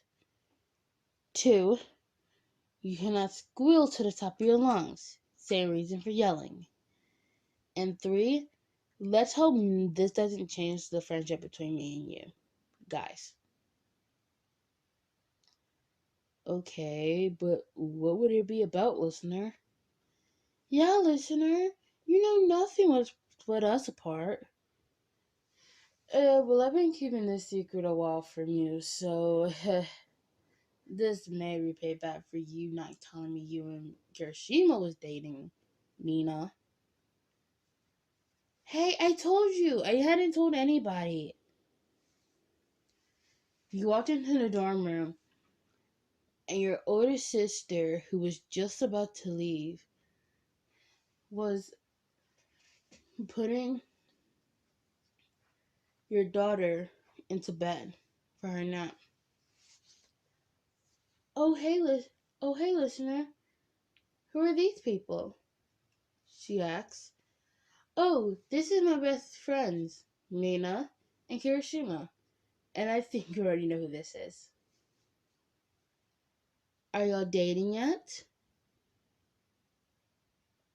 You stare at Bakugo and try to communicate through eyes, but then you eventually have to speak up since it wasn't working. Should we tell my sister? Well, I mean, y'all are related, so most likely. Fine. Yes, we are. Oh my god, this is the cutest thing ever. Can I please get a vacation? Can I tell people, please?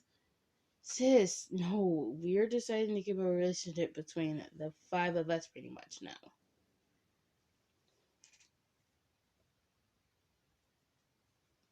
And another thing, sis, I know I probably shouldn't be asking about this, but have you talked to Mom recently? Mom? Why would you want to know about her? She kicked you out of your own house.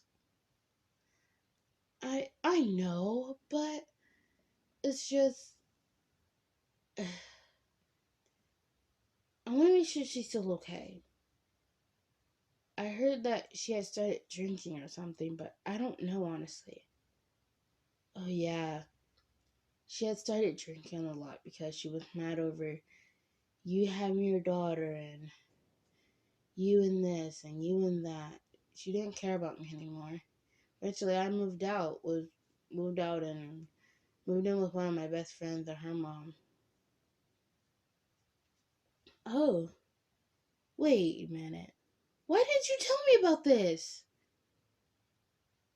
Because I didn't want you to worry about it. You're ever to deal with your daughter. Yeah, but that doesn't mean I'm still your sister. That is correct. And that doesn't mean I don't care about you. That's correct. And that also doesn't mean that I want to put you after my daughter. That is correct. After? She's my daughter. She came out of me. You're correct on that. Look, why don't you go be you while I hang out with my best friends? Okay. Well, bye, Kirishima. Bye, Mina. Bye, Bakugo. Or really, Bakugo.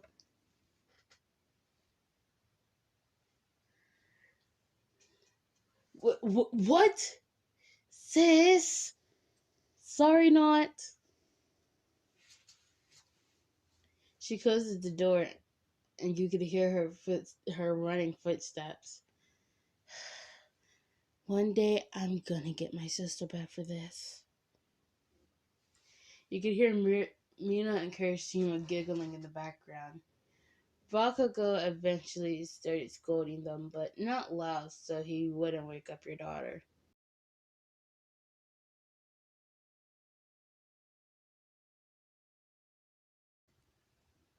After Bakugo scolded them, that's when it hit Mina and Kirishima what you was talking about.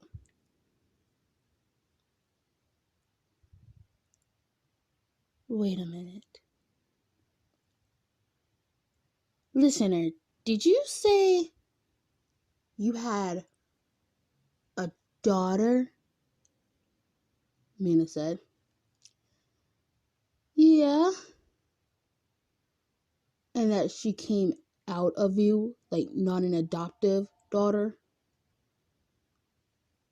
Kirishima continued. Yeah.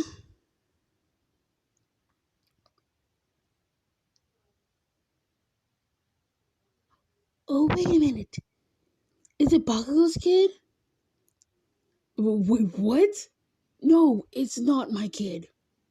It's some guy named Kai. Wait a minute. Kai? Kirishima said.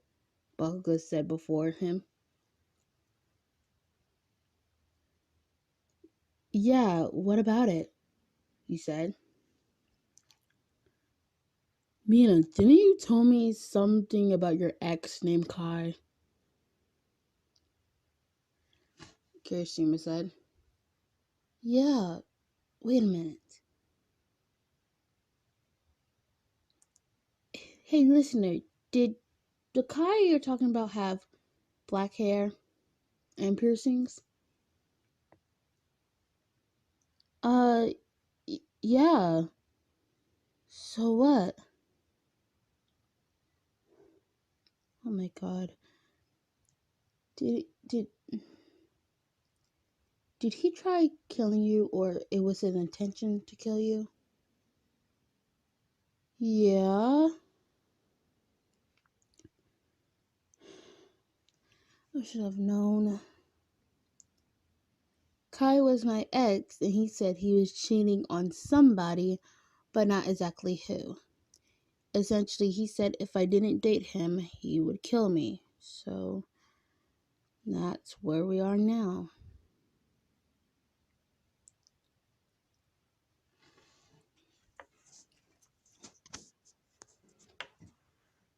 And also another question, is Kai in prison?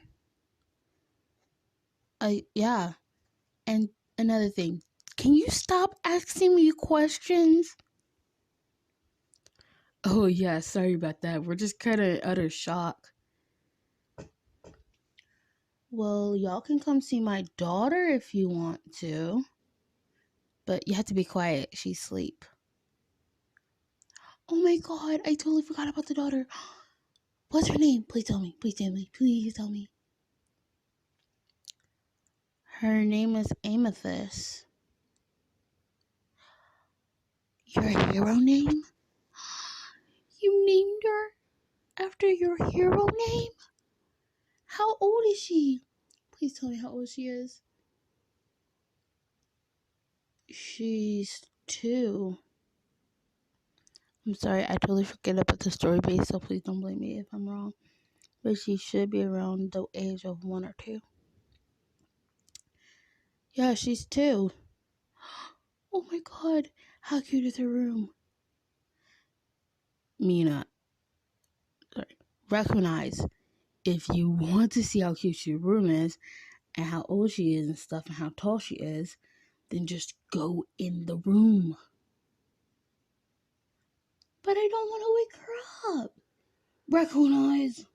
Just go in there, look, be quiet, and then come out. It's that simple. Okay. Minasun grabs Kirishima and dragged him to the room. But you had to direct them because they didn't know. You and your child lived in the same room since you had a small apartment. And that right now you was at UA, then you stayed an hour at home, and then you went straight to work. After that, you kind of just was you and your daughter.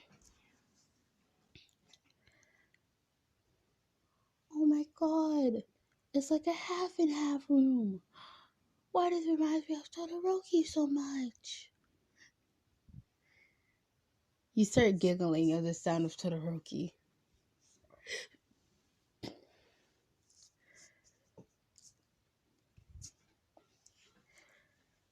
This is nothing like half and half. One side of the room is pink, and then the other side of the room is black. Blending colors that is pretty cool to me. Mina then stopped talking or whispering, and Kirishima looked at Bakugo surprised. You actually like something besides listener? What is that supposed to mean? Oh, nothing. Just that you have a soft spot for a listener's kid. You start blushing very, very hard.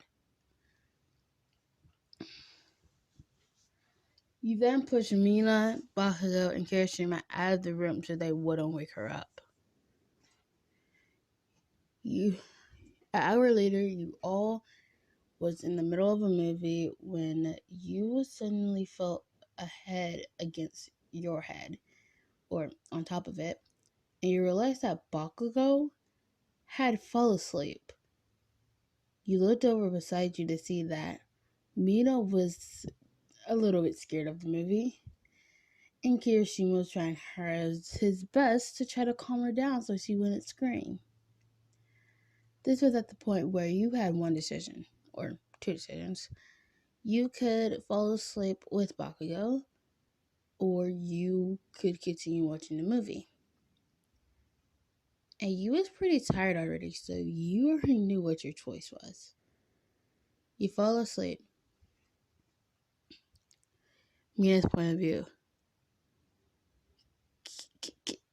Kiri, why are we watching this? Babe, this is nothing to be scared about. It's literally a scary movie that is not even that scary, to be honest.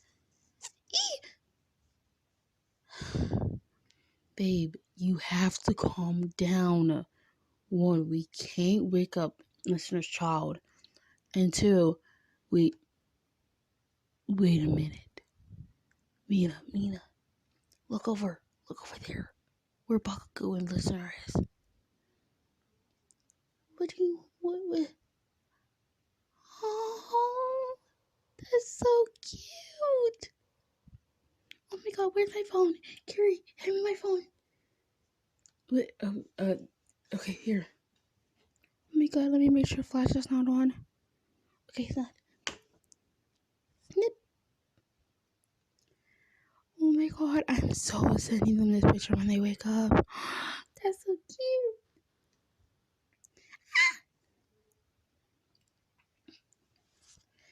Kirsten would quickly put his hand over Mina's mouth so she wouldn't continue the screaming session she was having. An hour after the movie, you had finally woke up to find that Bakugo wasn't there. You look over to see that Bakugo was playing with your daughter.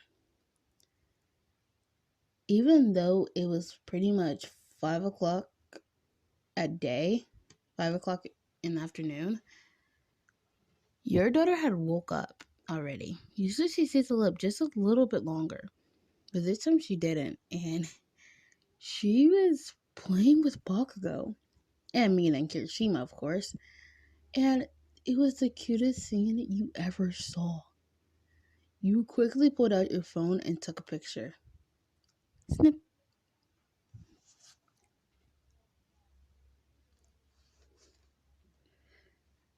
As you took the picture, you got up and walked over to your friends, your boyfriend, and your daughter.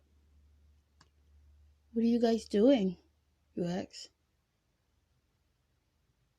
We're playing princesses. And I'm telling you, I do not like being a princess. Bakugo groans. Oh, it's not that bad, Bakugo. Yeah, Bakugo, I'm sure you'll make a beautiful princess. It's not fair. Mina gets to be a princess also that suits her for being a girl. And you, shitty hair, have to be a prince. I don't understand. Stupid raccoon eyes and shitty hair. Bakugo, be careful. You ain't cuss in front of the child. Has she even said her first word yet, listener? Yeah. It was... Oh, God. I was about to start crying because I can't remember my daughter's first word.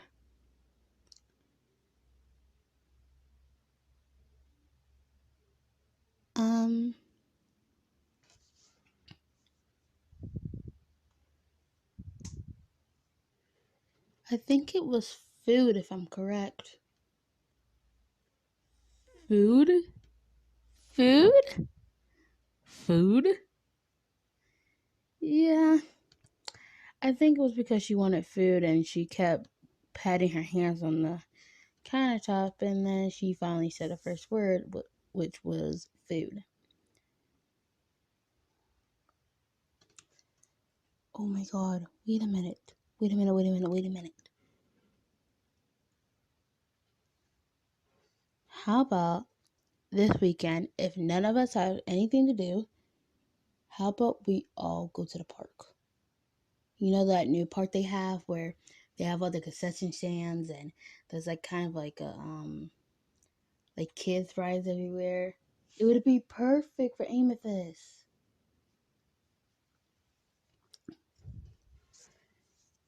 Yeah, you're right. I was just thinking.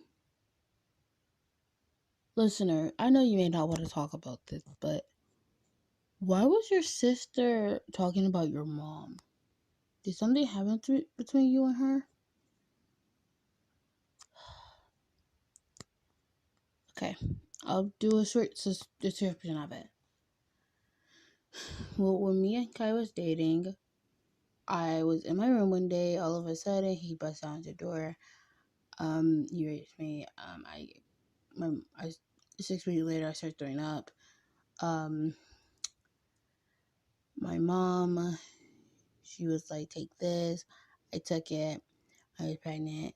She was like, "You're gonna put it up for abortion, right?" And I was like, "No." She got mad. She kicked me out. And she just bites me now. But for some reason, she actually came and, you know, she actually came to see my daughter after she was born. Hey, wait, listener. Dude, wait, so your mother despises you? Like, not just hates, despises? Yeah, we're pretty sure of it because when she only came to see her granddaughter and she was only there for 5 minutes. My sister was there for like an hour and Bakugo was there for pretty much the rest of the time. Wait a minute. You're telling me you and Bakugo knew each other when y'all was little? Well, not exactly. We went to the same junior high. Oh my God. Y'all was probably so cute when y'all was little. We looked exactly the same, Mina. Well, anyways, what do y'all want to do now? I honestly want to go to sleep. Bakugo grounds. I want to keep playing with your daughter. And Bakugo should keep being a princess.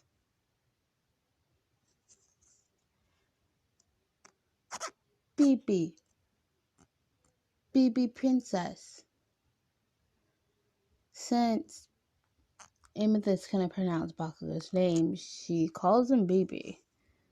For some reason, it's only one B in his name, but he is upset that she calls her BB.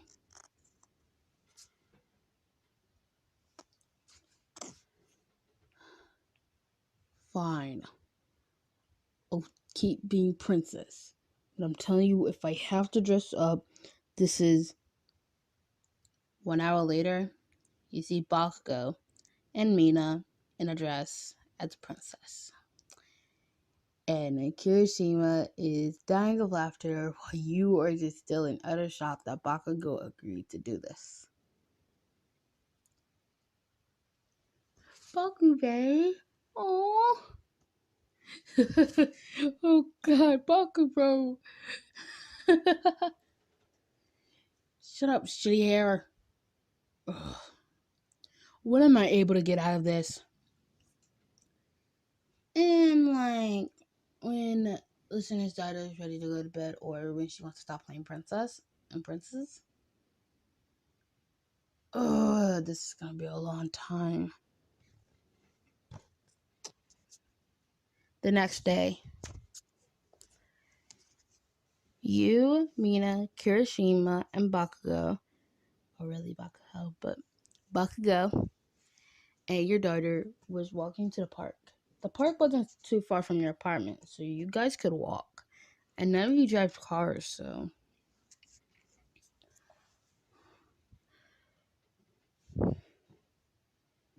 So again, ask me or tell me, how did I agree to go to this stupid park? Bakugo says. Well, it's because you love listener's daughter. And since you love listener's daughter, you agreed to go just for listener's daughter's sake. Or you could be just coming because you love listener so much and you want to make sure she's safe and also her daughter.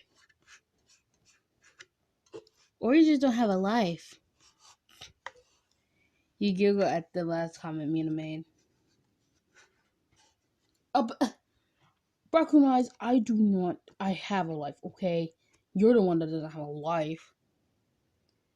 For your information, I do have a life. I have a boyfriend. Well, I have a girlfriend. You and Kirishima was looking at each other while then looking at Mina and Bakugo arguing about who's better and who actually has a life. Guys, you both have a life. Well, fine. We're almost at the park anyway, so let's just go. Mina said she wanted to teach you some dances, some TikTok dances, but you wasn't so sure about it. Mina, do I have to do this? Yes. Now come on, let's just do it real quick and then, so I have to make sure you know the dance first before we actually, make the TikTok, because I don't want to make the TikTok and then you don't know the dance or you don't know what to do. Let's just see here. Let me find it. You know this dance, right?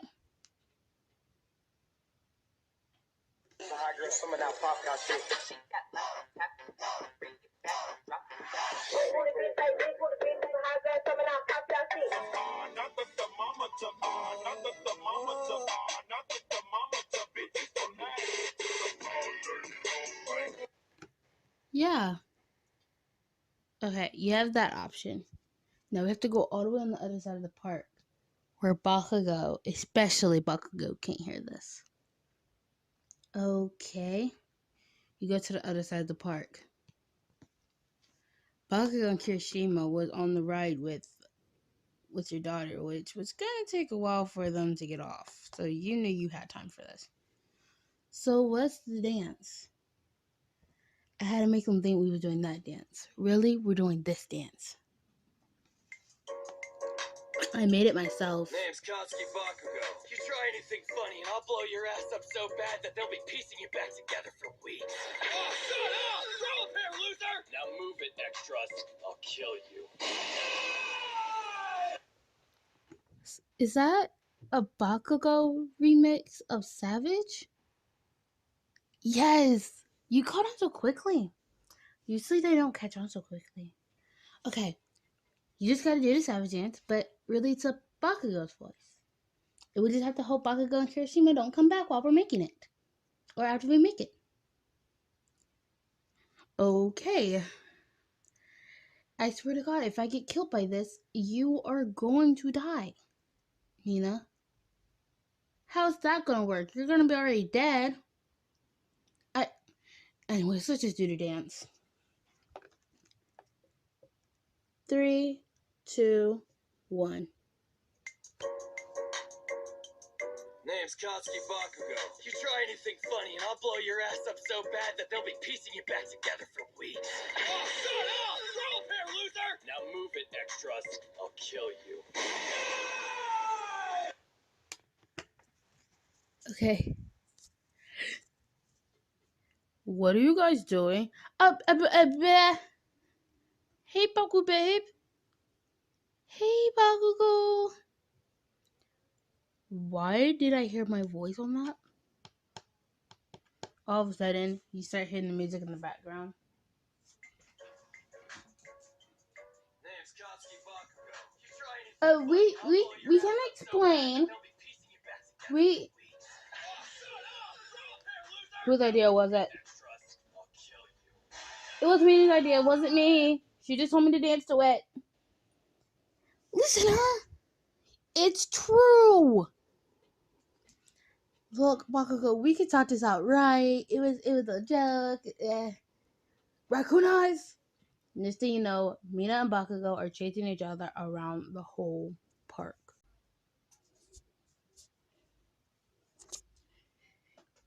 You're sitting at home playing with your daughter when you all of a sudden get a knock on your door.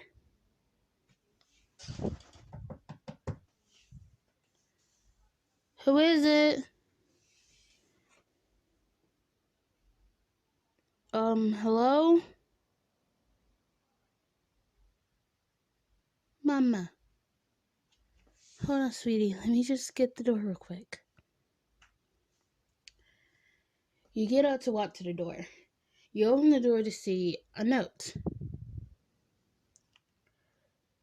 Hello there, listener. This is Tomoro Shigaraki.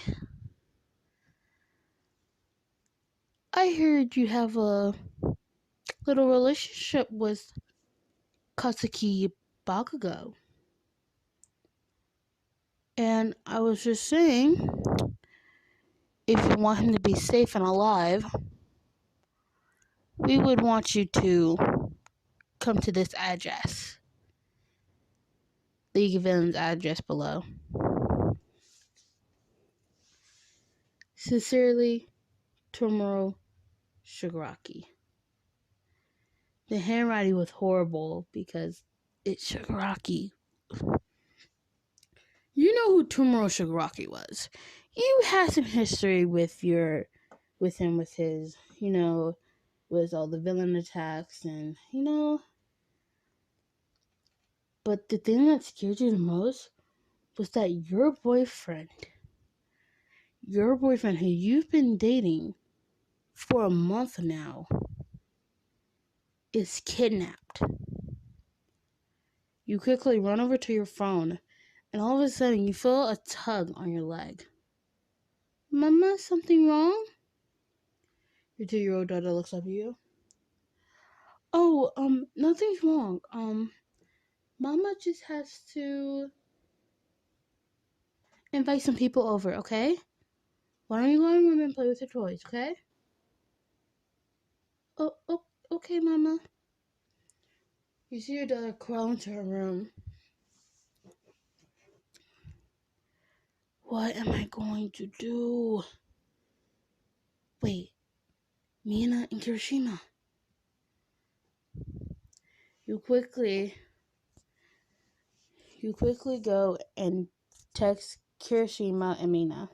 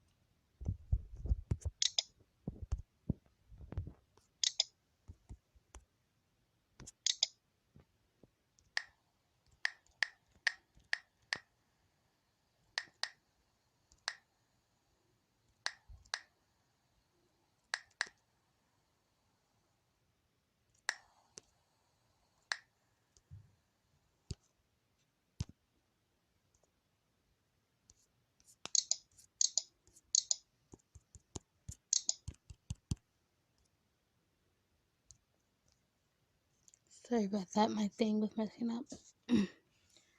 You decided to call Kirishima and Mina. Hey, Kirishima and Mina? Yeah, listener? Hey, listener, what's up? Wait a minute. Have you been crying? Did Bakugo do something to you? Do I need to murder him? Do I need to murder someone? No. Well, maybe. I don't know. But I got a letter on my door today. Somehow, Tomo Shigaraki, the villain that has the decay quirk, I think, has kidnapped Bakugo. Again. They kidnapped Bakugo again? Not Bakugo. Mina, right now is not the time to be calling him Bakugo. Well, you're not calling him Bakugo, babe. Because that's not the point. Right now, they said if I don't go there, they're going to kill him. And they're telling me that the sooner I get there, the less worse he will be. And I'm guessing they're hurting him. Oh my god. We have to inform the pro heroes in Class 1A about this. Yeah. I mean, all of us have our hero licenses, so we can hurt him. But all of us together, there's probably multiple people in the League of Villains. So it's going to be hard. Look, tomorrow's class, we can go to Mr. Aizawa and tell him. Or we can just go ahead and run to school now, see if Mr. Aizawa is still there, and do something about it right now so he's not hurt, Mina. Yeah, Mina, I think that's the best idea. Well, okay. Wait a minute. Mina, don't tell me you're scared. Me? Scared? No.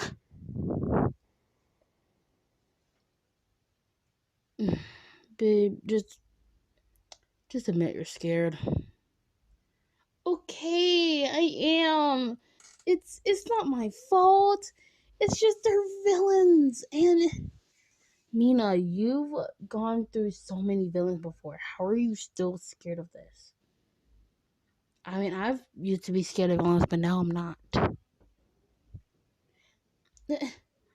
Look, babe, why don't we just all meet in front of UA? And then we'll go find Mr. Aizawa and we'll try to convince him. Try to convince him to do what? Probably try to wake him up. Listener, I'm being honest. He's always sleeping. Yesterday we didn't have a class because he was asleep all day. Well, you got that right. Come on, let's just meet in front of UA. Bye. Bye. At UA. Mina and Kirishima were already there since they was hanging out with each other. Okay. We have to make sure Mr. Aizawa is still here. Class or school ended just 1 hour ago, and I'm sure he's still here. Yeah, and Bakugo is gone, so... And they said that the sooner we get there, the less worse he's gonna be, so... We have to hurry up. It's like there's like a timer or something. Yeah. Look, let's just go find Mr. Aizawa and get this over with. You, Kirishima, and Mina run into the school and look for the teacher's lounge. Hey guys, look, over there, the teacher's lounge. And Mr. Aizawa's walking out of it. Mr. Aizawa! Kirishima? Mina? Listener? What are you guys doing here? This is important. Listener got a note on her door, and it said that Bakugo has been kidnapped by the League of Villains. Yeah, and they gave me this address to go to it. They said if I don't come, then they're gonna hurt him. And the sooner I get there, the less worse he's gonna be hurt.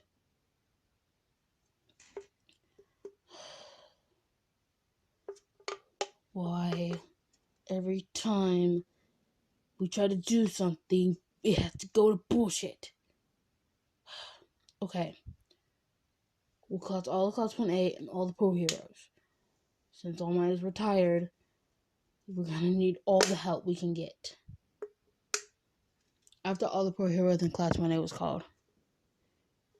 It's my duty to make sure everyone is critically safe on this trip. Oh, shut up, Beta! Almost the whole class says. Whoa, I get to see all the hot girls in their uniforms. Look at listeners. Her hero costume is so high. You can hear Mineta drooling over you. Mineta, go away, you perv. I have a boyfriend. What? A boyfriend? Who is it? Look, I'll tell you.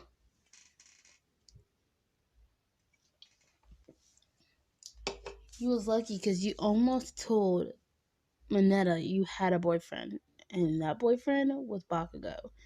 You just had to make sure you didn't tell him who he was.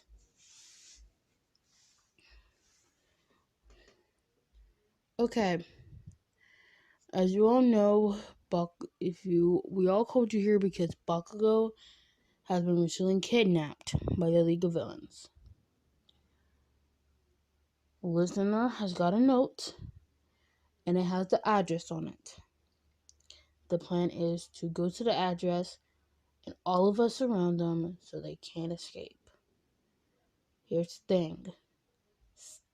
Two pro heroes will have to go in with Listener to go get Bakugo. Is that clear, everyone? Yes, Mr. Aizawa? Yeah, raise your head. Mr. Aizawa, do you think this is safe? Mike worries. Mike, this is not the time to be scared. I have to go save one of my students, and I'm not wanting to go to a funeral. Especially if it's Bakugo's. So you actually care about your students, huh? Midnight pips in. Midnight? No, I don't. Let's just go. You all go to the League of Villains. Their base was kind of weird. It was not so big, but run down. That's most obviously for a villain. All of you surround him. You, a race ahead. and the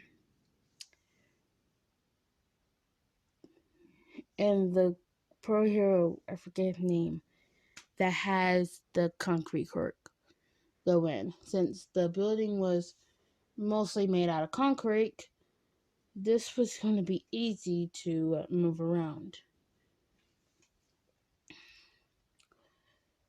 Mr. Aizawa had made a second decision and let 2 students go in with you 2 for backup. So Mina and Kirishima was going in there with you 2. You had the choice of the 2 students.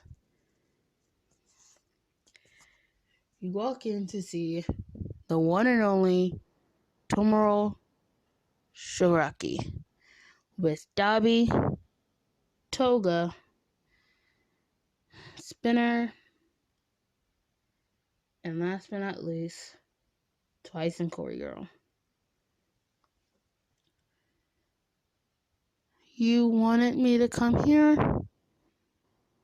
Oh yes, you showed up finally. If you could see, your little boyfriend is pretty banged up, he says in a very disgusting tone. You look over to find Bakugo, who's been beat up pretty badly. You wouldn't be surprised if he was already unconscious. But surprisingly, he wasn't. Listener. Bakugo? You could already feel the tears running down your face. Bakugo! Bakugo!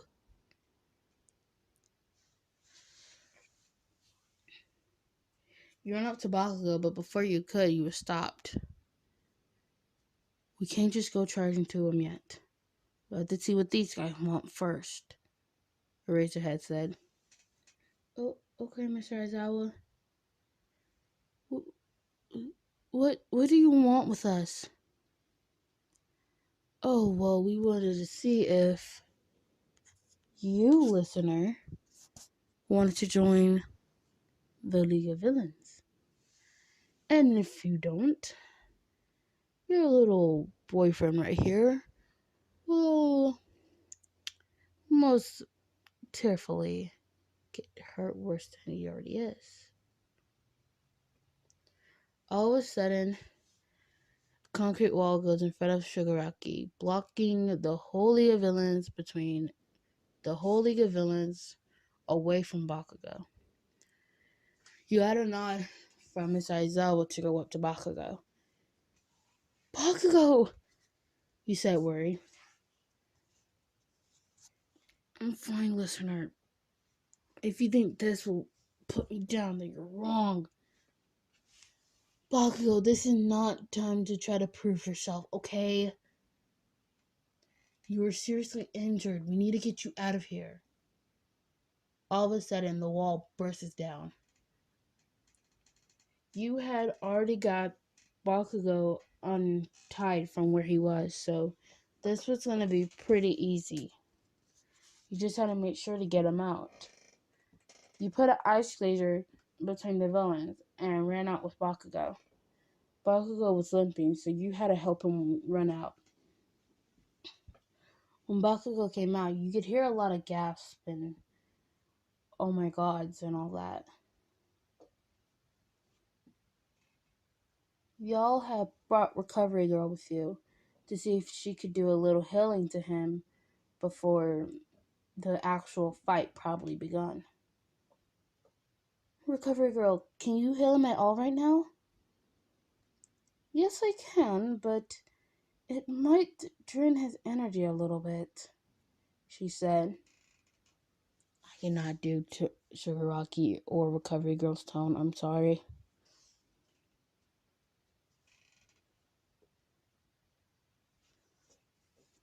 All of a sudden, you see Recovery Girl kiss him on the forehead. A lot of the scars were gone, but there were some bruises left. Bakugo, how do you feel? You asked. I feel better. I think I'll be able to use my quirk a little bit before I fully run out of energy. The plan was to get Bakugo out of there, and then after that, you would just leave and put him in the hospital where he could rest and get his stamina back up. But this is where the villains truly came out. Oh, don't think we're gonna let you get away that easily, Shigaraki said. He turned around to see Shigaraki with the hand on his face off of him. His face was so crusty, like he needed chapstick all over his dang on face. I'm sorry, I can't take myself seriously.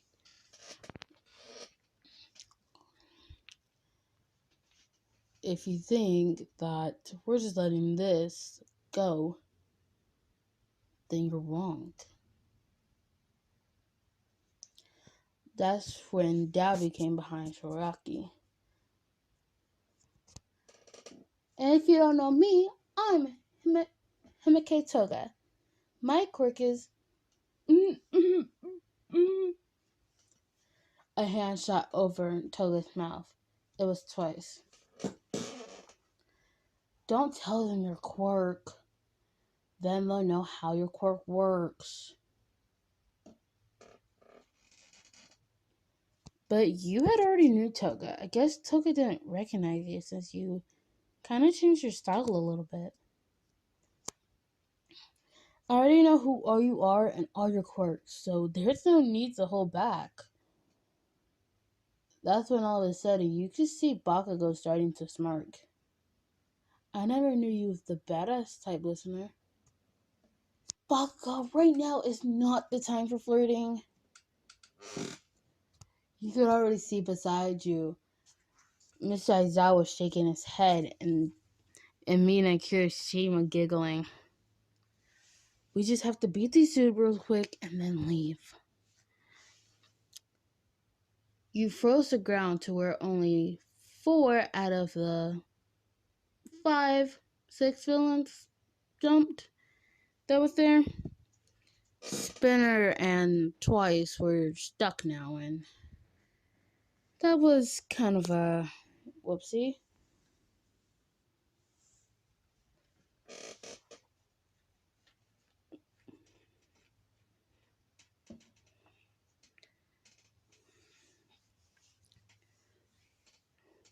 Whoa, I didn't know this girl had 2 quirks. You kind of remind me of a half and half kid. What was his name again, Dobby? Shigaraki said. His name was Todoroki. Shoto Todoroki. Now let's get this over with so we can get 2 kids. Then all of a sudden, he felt his whole body froze. What? Shigaraki? Oh, that's my bad. I can't take myself seriously. I didn't know y'all could be so dumb. Now Dobby was covered in ice. That means 3 or 2 out of the 5 villains were now stuck. I'm gonna blow their ass into smithereens, Bakugo said. Okay, Bakugo, we can't kill them. We still have to question them and stuff. You don't know how much I want to kill these people too.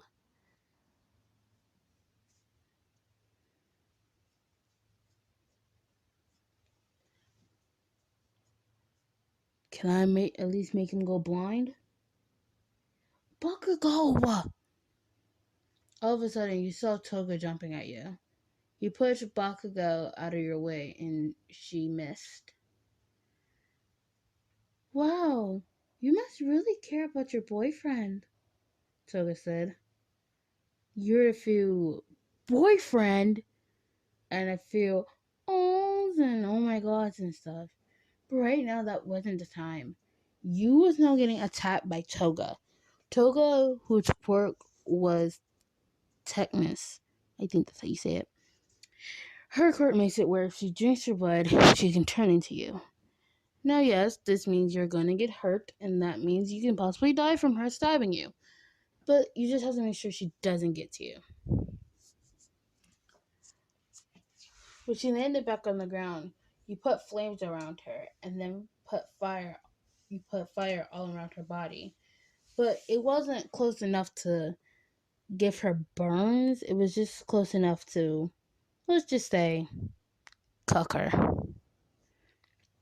Help, make it stop, make it stop, make it stop.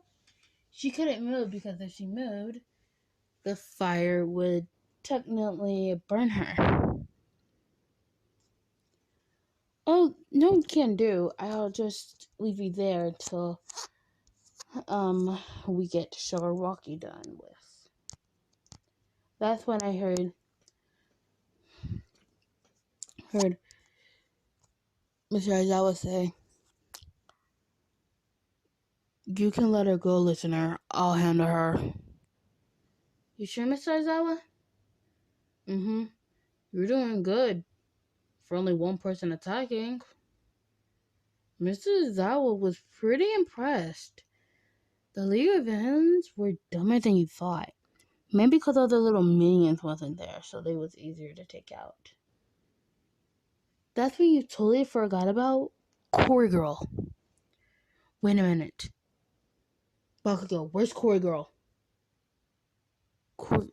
You mean that purple mist guy? Yes, I mean that purple mist guy. Where is he? I don't know. Shitty hair, do you know where he is? Not a clue, man. Mina, you know where he is? Not a sense. All of a sudden, you see purple mist behind you. That's when a big explosion came at the neck of him and put him down. Well, that was unexpected. That's when you totally forgot about Shigaraki. Shigaraki was coming straight at you until you kicked him in the face.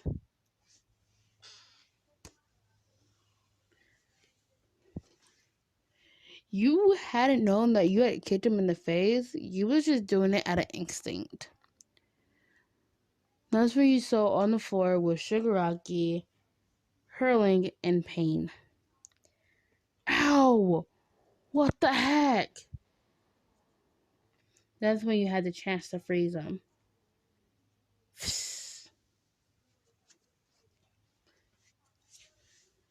All of the villains were detained and the cops had just arrived. And an ambulance had showed up for Bakugo and any injured students. That only one student was injured, and that was because Core Girl had put him where a bunch of other little villains was that none of you knew about. And to be the exact, that was... Y'all are gonna thank me for this. Mineta. Hey, guys, have you seen where Mineta went? Kaminari says. What does he care? It's Mineta after all. Raka said. I know, but still, he's still one of our classmates. Kaminari continued. All of a sudden, you saw Mineta dragging a bunch of villains who were stuck together screaming to be let go of. Oh, I'm right here. Blood was dripping down his face. Mineta, are you okay? You said. Oh, I'm fine. It's just part of my quirk. But can I get a touch of your boobs? That's when all of a sudden you saw a big explosion coming from Mineta. Can you just please stop trying to hit on my girlfriend? And that's when it had officially been confirmed that you and Bakugo was actually dating. And that's when you heard every single pro hero and Class 1A student say, "Girlfriend." Yeah, so just let you know, she's mine and only mine. You had mentally facepalmed yourself. Because now you know that Bakugo's ego was way bigger than it was before. Bakugo, let's just get this over with. You was dragging Mineta, and you then told Toru this. Hey, Toru? Oh, y'all listener? The invisible girl said. Can you take Mineta? I think Bakugo's getting annoyed of me dragging him. Oh, yeah, sure.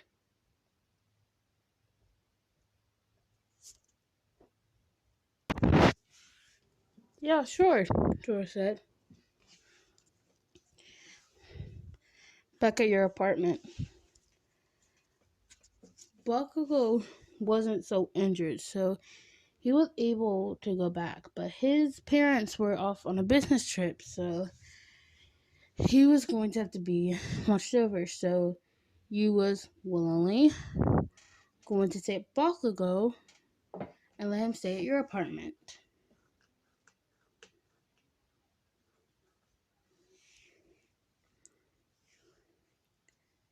Hey, um, listener? Yeah, Bakugo?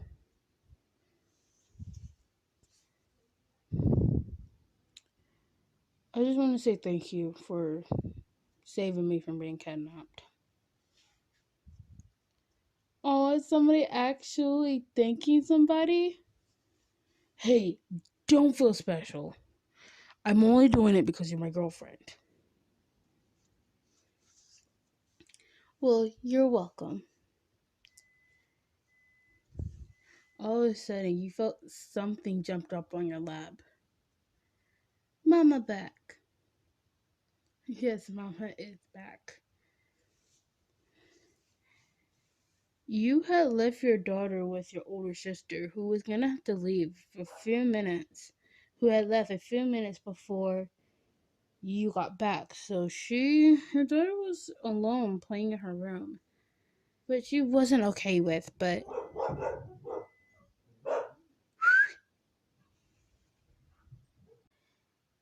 it was Friday night, 8 p.m. You and Bakugo in was watching a TV show that you used to watch when you were little before the whole incident happened. Since both you and Bakugo both used to watch the show, you both wanted to watch it again. Your daughter was watching it with you, and the next thing you knew, Bakugo and your daughter were both asleep. And the thing was, your daughter was in Bakugo's lap. It was the most cutest thing. You knew if you wanted this moment to last forever, you was gonna have to take a photo. So you quickly took the photo of him and your daughter, and then got your daughter to put her to bed. While putting your daughter to bed, you felt an arm on your shoulder. He looked pretty drowsy, so you knew that what had happened just pretty much a day ago or a few hours ago, he was pretty tired. Hey, listener, do you have any clothes that I can change in? You still have some of your ex-boyfriend clothes. You never got rid of them because you totally forgot about them. You always had them just for, you don't know. You just had them. And when you moved, you took everything with you that you had. You literally took every single piece of clothing you had. And you had some of your boyfriend's clothes at your house. In case he slept over or anything. Or, ex-boyfriend. And now You didn't know what Bakugo's size was, so you had to say no. No, sorry. No, it's fine. You then see him walk towards your bedroom, probably to go sleep. After you finish tucking your daughter in, you take a shower, get in your pajamas, and go to sleep. The next thing you knew, you felt two big arms wrap around your torso. You was pretty strong, and you knew if you tried to squirm out of it, it wasn't going to work. You didn't want to squirm out of it. You didn't want to get out of that hole because it was kind of comfortable. But you knew if Bakugo stayed around you, you was gonna start burning up. Bakugo, you know if you cuddle me like this, I'm gonna burn up. Then just turn around. But won't that end the... Next thing you know, you got turned around and placed into a long kiss. It was kind of surprising because he looked like he would fall asleep in the blink of an eye. Now I said just turn around and go to sleep. So now just go to sleep. He looked pretty cranky, so you wasn't going to try to protest. In the morning, you didn't see Bakugo in your bed. You saw Bakugo or heard Bakugo throwing up in the bathroom, while your daughter was bouncing up and down on your stomach trying to wake you up. Oh, sweetie, can you please stop? Her jumping on you so much, it was kind of getting painful. Sorry, Mama. She looked sad. You put her into a quick hug while going to the bathroom. Bakugo, are you okay? I'm fine, don't worry about me. He knew that if you asked him if he was okay, after he clearly wasn't, you was gonna start worrying about him. I'm going to take a shower. I'm gonna take a shower. I'll be out in like an hour or two. Okay. You then suddenly go fix breakfast since it was 7 in the morning and you didn't have school that day. So it's going to be a pretty good day, pretty much, besides just staying in your house. Next thing you know, it's been 2 hours and you had finally finished making breakfast. You had fixed bacon and eggs, the classic. You was giving your daughter some when Bakugo came out in the clothes he was wearing last night. I'm going to go to my house real quick and get some clothes and be back, he says. Okay. He then goes out and leaves. A few hours later. It had been a few hours, and you was starting to get worried for Bakugo. After him being kidnapped and stuff, you didn't want anything bad to happen to him. You grabbed your daughter and headed out the door. You was now in front of his house. You took a deep breath in and opened the door. It was unlocked, and if Bakugo left, he would have locked his door. Bakugo? You say, very nervous and scared. You walk in to find Bakugo on the floor, not breathing. Oh yeah, I forgot to say, this is gonna get very sad for the next 2 parts. And another thing, he is not going to die, okay? I promise you. Just for this disclaimer, he's not going to die.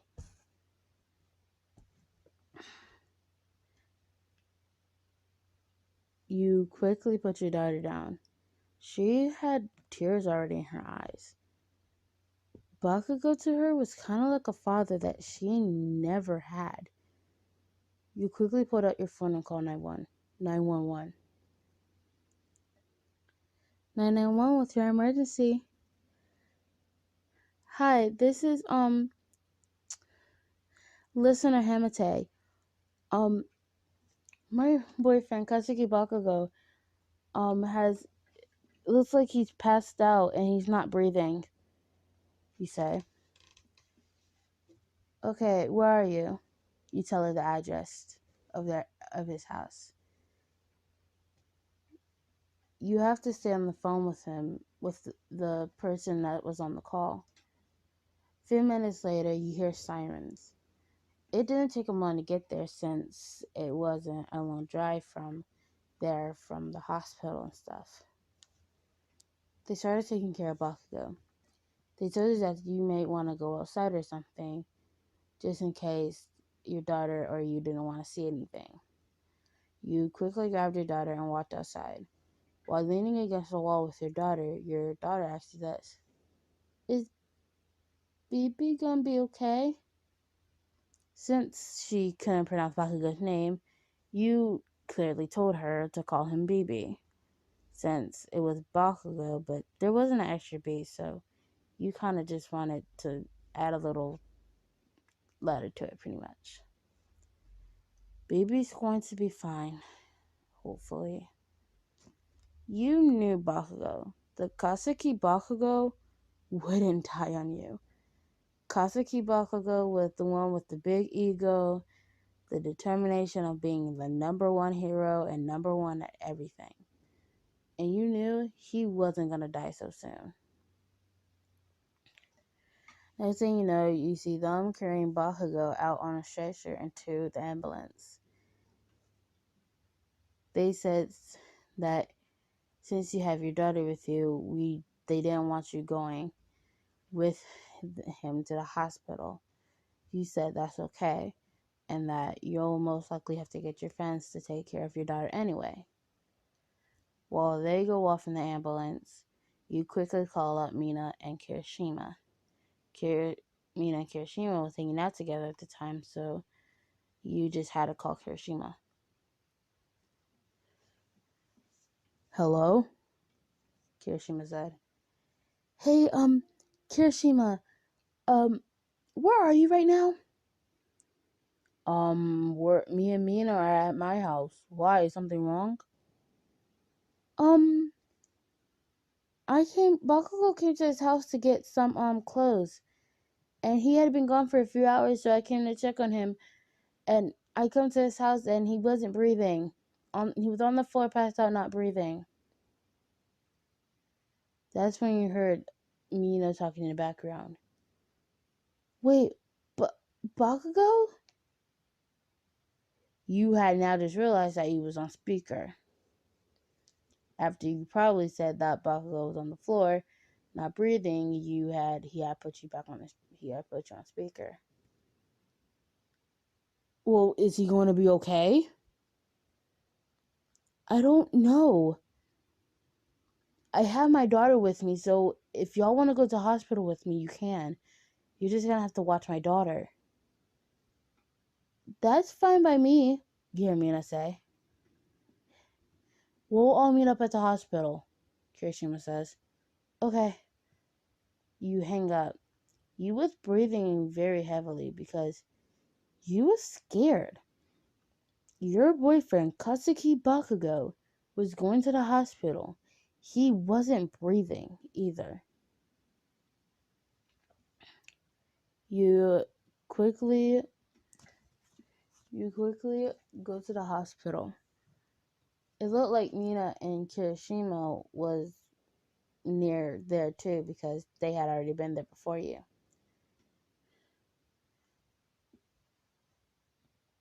Kirishima, Mina, you say. They turn around in their seats to find you. Have they said anything about Bakugo? No, they haven't. He said, they had gave you a sticker to his room when they was going to let you in there. they already had their stickers on, so you knew when they was ready, they would go in there. 3 hours later. Bakugo had been stable for 2 hours, but with all the tests they was taking and stuff, you knew they wasn't going to let you in there soon, so you had to wait for a few hours. It had now almost started getting dark soon, so you knew that you only had about a good 4 to 5 hours to stay there long and make sure that Bakugo was okay. You could see Mina and Kirishima sleeping. Mina was leaning over on Kirishima. All your mind was right now was worried on Bakugo. Bakugo was your everything pretty much right now. He made sure you was okay at times. He made sure that, you was alright. He even accepted that you had a daughter.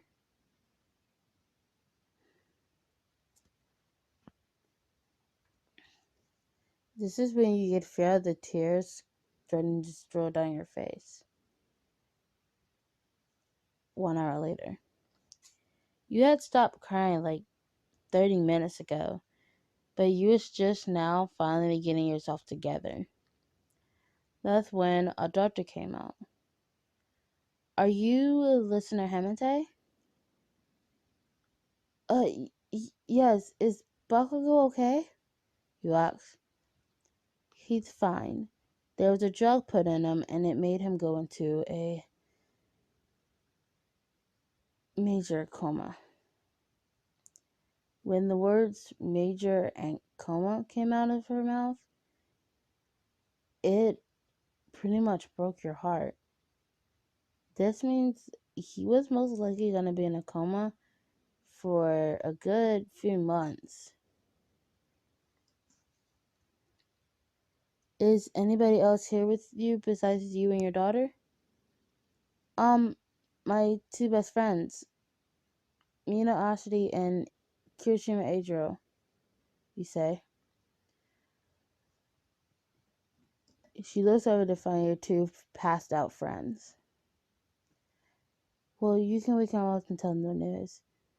We're gonna not let him see visitors until tomorrow, so you can go head home, she said. You nodded and went to go wake up your friends. Mina Kirishima,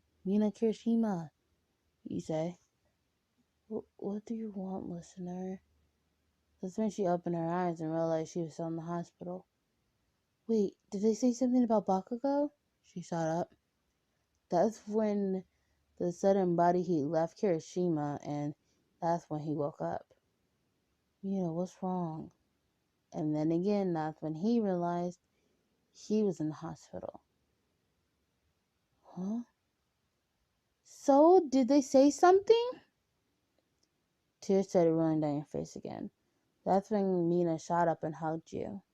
Your daughter was in the chair, and she was snapping. They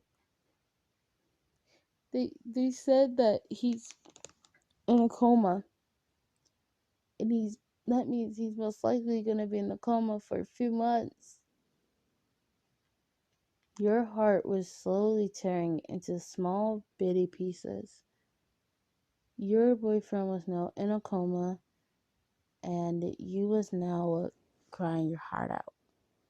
They took your daughter, out of the hospital while walking home. I can stay with you for a few days. I can sleep on the couch. It's fine by me. Kirishima knew this means if you said yes, that he wasn't going to see his girlfriend for a few days. If that's fine with Kirishima, it's fine by me, you say. Mina looks over to Kirishima with a very dead-on straight face, telling him that if you say no, she's going to literally rip every limb off of your body. He said yes very quickly after that stare. Yeah, sure, whatever, he says. You're in front of your apartment door. Hey, listen, can you give me the keys? I'll open the door for you. You reach into your pockets and give Mina the keys. She opens the door to walk into your apartment. Can you put my daughter to sleep? I just want to go lay in bed right now, you say. Okay. I'll go to my house and get some stuff, and I'll be back. Well, after she puts her daughter to bed, she goes and gets her stuff with Kirishima, and then comes back alone. You was now in your bed wearing one of Bakugo's hoodie that he had left, that you had picked up before you left his house. Mina came into your room. Hey, listener, how you doing? She asks. I'm fine. It clearly sounded like he was crying, and you didn't want Mina to know. But Mina had already seen crying earlier, so it was obvious he was crying. Listen, girl, I know you're crying. And you know Bakugo, he's going to be fine. He's Bakugo after all. I know, it's just, I'm so scared. Even though it's Bakugo, he can still possibly die, he said. I know, it'll be fine. Then, after that, Mina had realized he was wearing one of Bakugo's hoodies. Because on the back of it, it was a custom-made hoodie that said Lord Expulsion Murder, and on the front it said Katsuki Bakugo.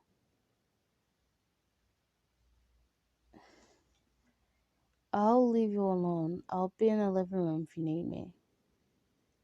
She goes into the living room and turns on the TV. She shuts her door just to make sure you didn't hear the TV in case you didn't want to hear it. She had turned the TV and the TV was on the news because that's what the TV does when it restarts.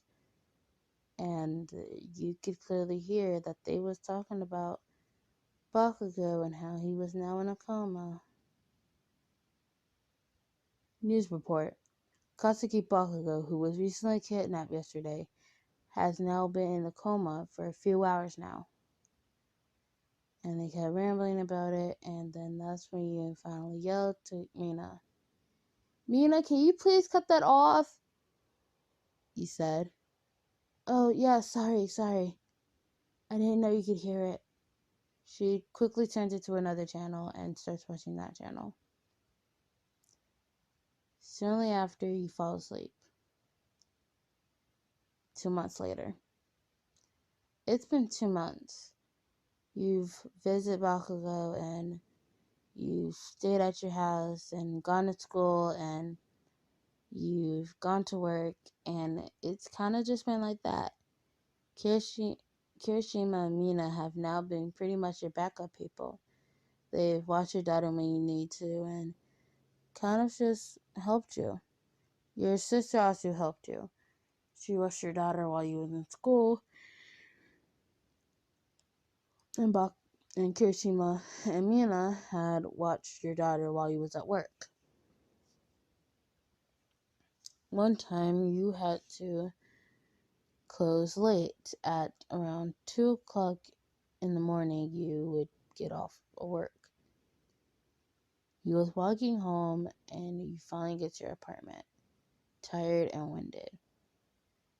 You walk in to find your daughter, who was playing, and Kirishima and Mina, who were passed out on the floor. It looked like they was trying to run her around to get her to go to bed, because some stuff was knocked over, and it looked like the couch had recently been jumped on. You knew your daughter was sometimes a hassle, but not like this. You quickly picked up your daughter. Mama, she says. Hi, sweetie. you need to go to bed. It's like 2 in the morning.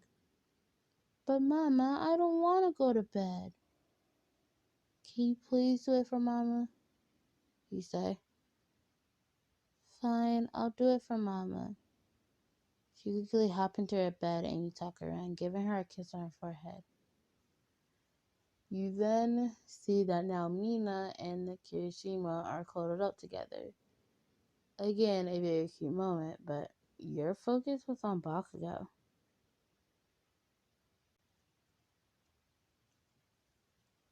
It had been officially 5 months since Bakugo had started being in the coma.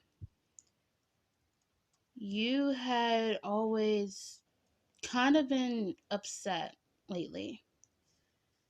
It was really putting on you since Bakugo had gotten in the coma. Kirishima,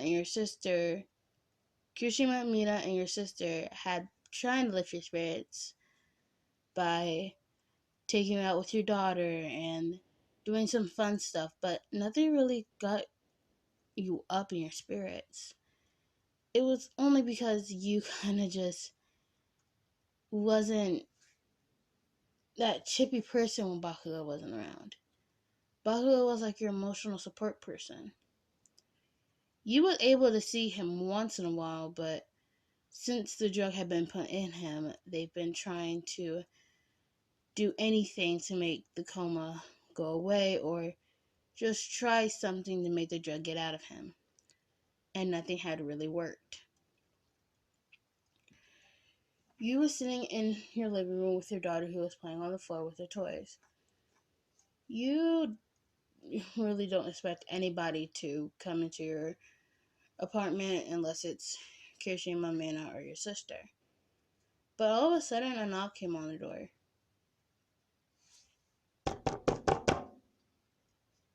Who is it? You say.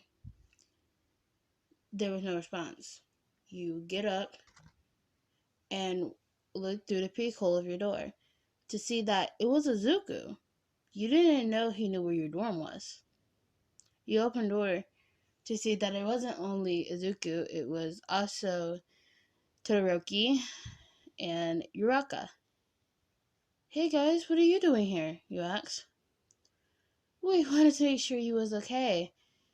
You had been really down at school, so we just wanted to make sure that, And also, we have to tell everyone that the dorms are done being renovated.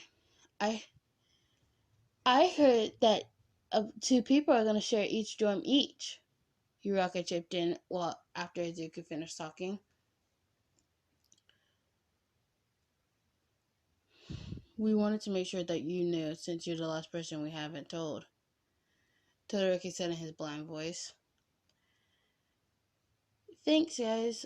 When are we moving back in? You asked. We should be moving back in, I think, a week from now, Uraka says. Okay. And they walked off. You closed your door and looked at your daughter. This is when you finally made your decision. I'm going to have to ask Mr. Principal Nezu if I could keep my daughter at the dorms. Let's just hope my roommate is not somebody who hates children. Time skipped a week later. You was walking to school while your sister, who was looking after your child while you was going to school. You went early so you could go talk to Principal Nezu. You were at the principal office right now. Principal Nezu? You asked. Oh, listener, what are you doing here so early? He asked. I was just gonna ask a question, you say. Go ahead and ask, he says. Well, you know how I have a daughter, right? You say. Of course I know you have a daughter. You said that when you first joined your way. He said. Sorry, I'm stuttering. Oh, well, I was just gonna ask, If it was okay if I could have my daughter with me in the dorms, you say. Oh yeah, that's totally okay. Since you'll be taking care of your daughter in full responsibility, right? He says. Of course, she's my daughter after all. Well, it's fine by me. You now had a patch to make it where you and your dorm mate, you and whoever your dorm mate would have to both agree to you having your daughter in the dorm. But Principal Nancy had told you something before you left. Oh, and listener, your dorm mate won't be here until something shows up, he says. What do you mean something shows up?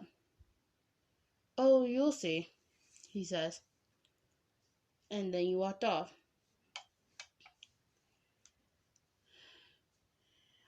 After the whole class was there, but of course besides Bakugo, Mr. Aizawa came in his sleeping bag, unzipping it and walking out. Class today, we're going to be just letting you settle back into your dorms. Any stuff that was in the dorms while it was renovating that you didn't take out has been taken out in the lost and found or destroyed. If you're looking for it, please go to lost and found, he says. And that's when everybody left and go to their dorms. Everyone had already had their list since when you first walked into the school, you had to get a paper. You looked and you saw that your name was by yourself. And under it was written with the daughter, with child. But there was no name beside it, and you had a dorm mate. I guess they wanted to keep a secret for now, you guessed? You went to your dorm. Essentially, when you had first had your dorms, you only had single ones, but now you would share your dorm with someone. When you left before the dorms were renovated, all the people got to choose the selected color paint wall. You, being the person you were, picked your favorite color. And after you picked your favorite color, you would have a split side with your favorite color, and the other person would have their side of favorite color, separating the in-betweens. Sometimes they would have designs on them, like triangles that the lines would kind of convert colors, or spirals, or maybe even a cool design. When you got to your dorm, you saw that they had put another small bed at the foot of your bed for your daughter. You was thankful that they did that. This means you didn't have to carry a small bed with you. You was allowed to leave school and come back whenever. You left and came back with your daughter and your stuff. Your daughter's and your daughter's stuff with your daughter. You and her had walked to the dorm room. Mommy, what's that? She pointed at a very chest beside her bed. Each person would have a chest. She had a beside their bed. Essentially, she had a small little chest while you had a little bit of a bigger chest. That's where all your stuff is going to go. Essentially, you would have a chest to put all your stuff that you didn't want a person to touch or have, pretty much. And then you had the dresser where you would put your clothes. The dorms were pretty big. It looked like they had just merged two dorms into one. And that's probably what they did, but made them bigger. After settling in, your daughter was pretty much playing with her All Might figure on her bed. While you was studying, all of a sudden there was a knock at your door. He got up and opened the door to find Todoroki. Hey, listener, I just wanted to make sure if you was alright. Todoroki asked in his blunt voice. I'm fine. Why you ask? Oh, nothing. He then leaves. It was kind of suspicious. They had been asking you if you was okay, and that was fine by you, of course, but you had already told them that you was okay, and there was a lot of things suspicious about it. Were they planning something? Soon after that, you close the door and plop down back on your bed to continue studying when your daughter asks you this. Who is that, Mommy? Your daughter asks. Oh, that was one of my friends. You'll get to meet all my friends very soon, you say. That's when all of a sudden you felt a figure go under your arm. Your daughter was under your arm with her eyes closed. You guessed she was pretty sleepy, so you didn't want to move your arm. And somehow you was able to continue studying while she slept in your arm. 2 months later. I'm sorry for the big time skips. It's just there's really nothing interesting I can put in. You and your daughter were in your room playing with toys when there was all of a sudden a knock on your door. Hold on, wait, right here, you told your daughter. You got up and went to the door to see the one and only Katsuki Bakugo. You ran up and hugged him and you almost fell over. Baku, babe, when did you get back? When did you wake up? You told him. I woke up a few weeks ago. That's when you had got up over the floor to pick him up, lending him a hand to help him up. That's when he had looked in to see that your daughter was in there. So they let your daughter stay here with you too, right? He says. Yeah, my doormate still hasn't came.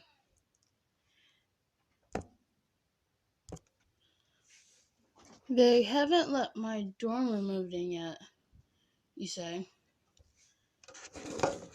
He then looked at you like if he was being serious.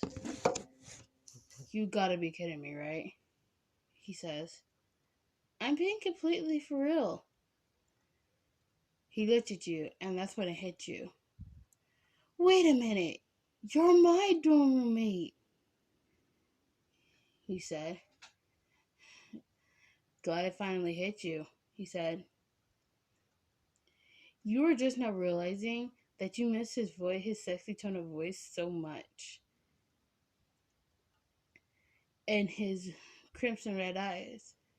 You kind of just missed everything about him. That's when you felt your daughter brush past your leg. Bibi! She jumped on top of his leg. That's when Bakugo picked her up and lifted her to the air. It looks like you've grown a little bit, he says. You moved out the way so they could walk into the dorm. That's when all of a sudden when he puts her down, she runs over to his bed and starts jumping on the bed. Hey, don't jump on my bed, he says. You start giggling. Maybe she just wants to play, he said.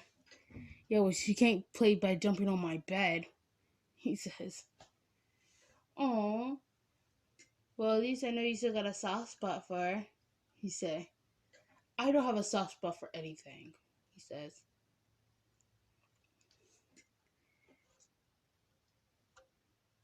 You and Bakugo, and your daughter had started playing with the toys y'all was playing with earlier. Bakugo kind of just wanted to spend time with you and your daughter since that's the only thing that he wanted to do right now. He had already got used to you again, how he's been up for a few weeks being in the hospital and making sure he was okay. And he had missed you a lot. because of the sicknesses and the tests that were going on, you couldn't visit him a lot.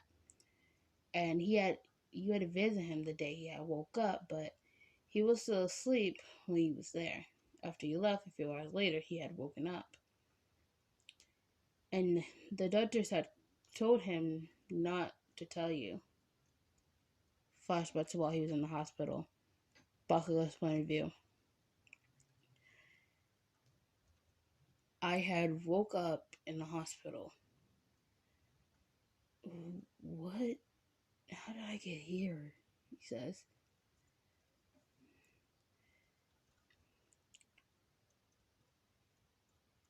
That's when I turned around to see my mom and her a little bit sobbing. Mom, why are you crying? He asks. She shot up. Katsuki, you woke up. She says. Of course I woke up. Wait a minute. What happened? Yeah, I ask. You've been asleep for a few months now. Approximately, I think, 7 or 8? 7 or 8 months? Wait a minute. Where's Listener? Oh, Listener and her daughter are at the dorms right now. At school.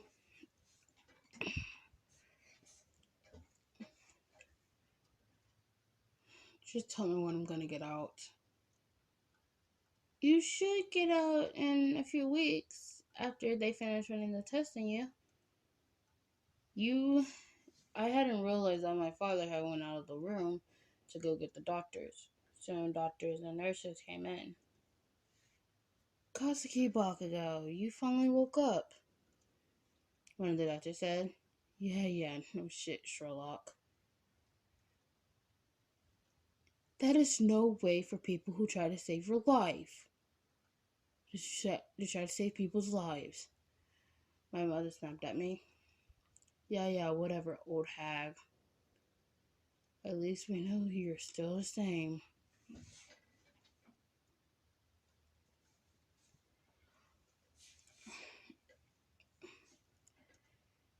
A few weeks later, I was finally discharged.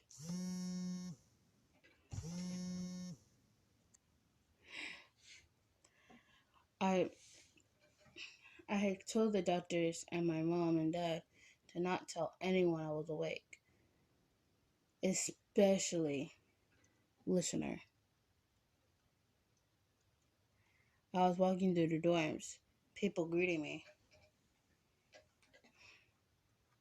After a while, I finally reached Listener's dorm. I knocked on the door. I could hear her talking to her daughter. Then footsteps, and then she opened the door. Then all of a sudden, she runs up to me and almost knocks me over, but luckily I kept my balance. When did you get back? When you woke up? She says. I woke up a few weeks ago. Flashback ends. Listener's point of view. A few weeks later. Everybody had gotten back into the dress of Bakugo's loud explosion self back in the classroom. Especially Mineta and Kaminari. Kaminari was always the stupid person in the Baku squad and almost all the time got blown up by Bakugo. And Mineta, on the other hand, being the perv he is, would always try to hit on you even if you was dating Bakugo. And Bakugo would, in conclusion, blow him up. While he was gone, you would usually just freeze Mineta or burn him up a little bit, if that's what you could call it.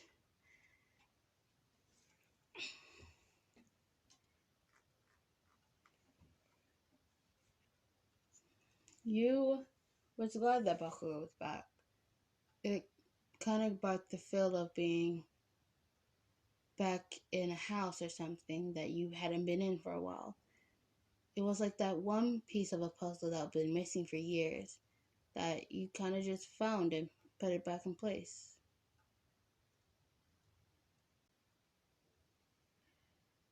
It had been 2 months since Bakugo had woke up from the coma, and you wanted your class to meet your daughter.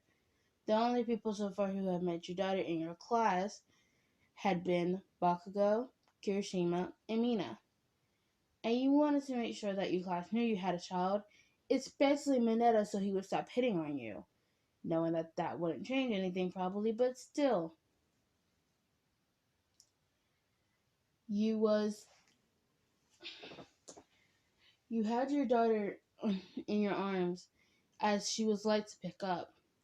She was 3 right now, and she could be the happiest little being she could ever be. You already had told Mr. Aizawa that you wanted to tell your class about your daughter, and that asked if you could have the day off that day. He gave you a pass somehow with his lazy self. He actually gave you a pass so you could spend time with your daughter that day. You was in front of the classroom. Now, sweetie, I want you to know, these are my friends. They won't hurt you. And also, please try to keep your best behavior. Okay, Mama. Your daughter cued. It was so cute how she always said Mama, and that was probably going to end when she turned around 5, so you knew you wanted to cherish this moment. You walked into where all the class looked at you, and they saw your daughter. Who kissed that? Toru asked. It's obviously her kid, you dumbasses, Bakugo said. That was expected from your boyfriend.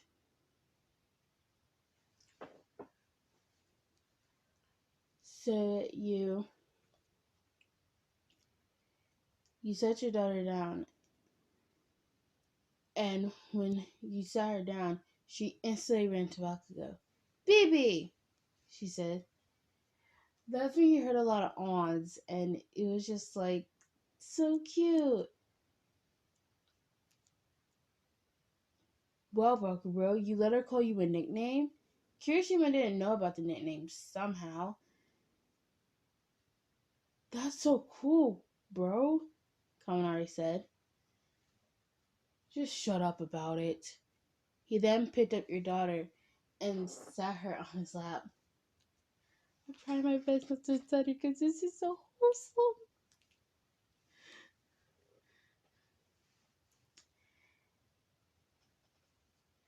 Mina ran up to you. So today was finally the day you decided to let us meet your daughter? Mina said. Mina, you already met my child. You usually babysit her when I go to my job, you said. Oh, well, still. Mina then ran to Bakugo and watched how your daughter kept playing with his hair. We never knew you could be kind-hearted, Bakugo, Uraka said. Oh, shut up, Pink Cheeks, he said.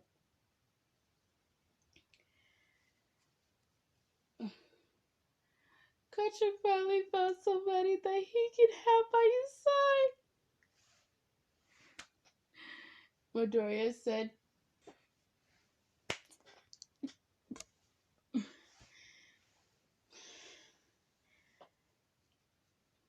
Oh, shut up, you damn nerd. At least we know Bakugo has a soft spot for children, Toru said. I don't have a soft spot for anything, he said. Then why are you letting her play with your hair? Mina said. Because it's...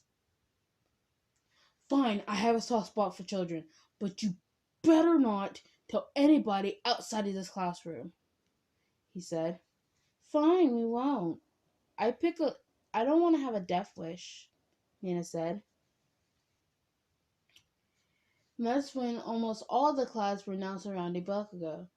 You was doing something. You had to go to the bathroom real quick. You looked in your bag and you saw that you didn't have a specific something.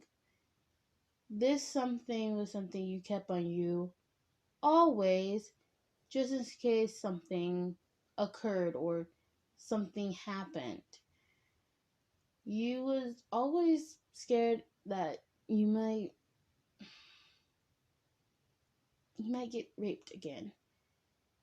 You had really became popular after joining UA and after all the stuff that happened in UA and how you placed third in UA Sports Festival. You only placed third because Bakugo actually didn't hold back on you. But that's for another time. You looked in your bag and you kept scrambling. Shit, shit, shit, you said. You only felt safe with the pills because that's the only way you were kind of safe. You had been kidnapped once with Bakugo before, but that was it. They didn't really do anything to you. They just kept taunting you about your daughter and how they knew, and it kind of just made you scared. But those pills were pretty much made you safe. And they wasn't. There was a knock on the door. Listener, are you okay? Mina said. Mina, is it only you? You asked.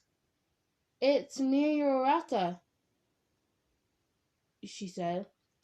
You can come in, she said. Both of the girls came in. You had a frantic look on your face.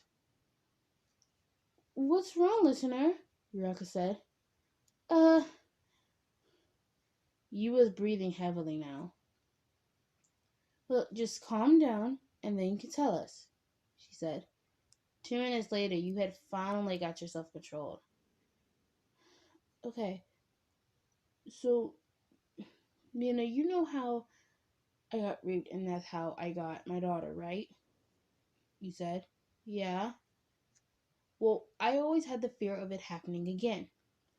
So I always kept the pills on me. But the problem is I don't have them on me, she said. Well, it's not like you and Bakugo are gonna do it tonight. Or are you? She said to Mina, this is not the time for teasing, okay? Look, I am scared for my dear life right now, and that's the only way I feel safe, okay? I have to go somewhere today with my daughter, and I always keep them on me in case something happens.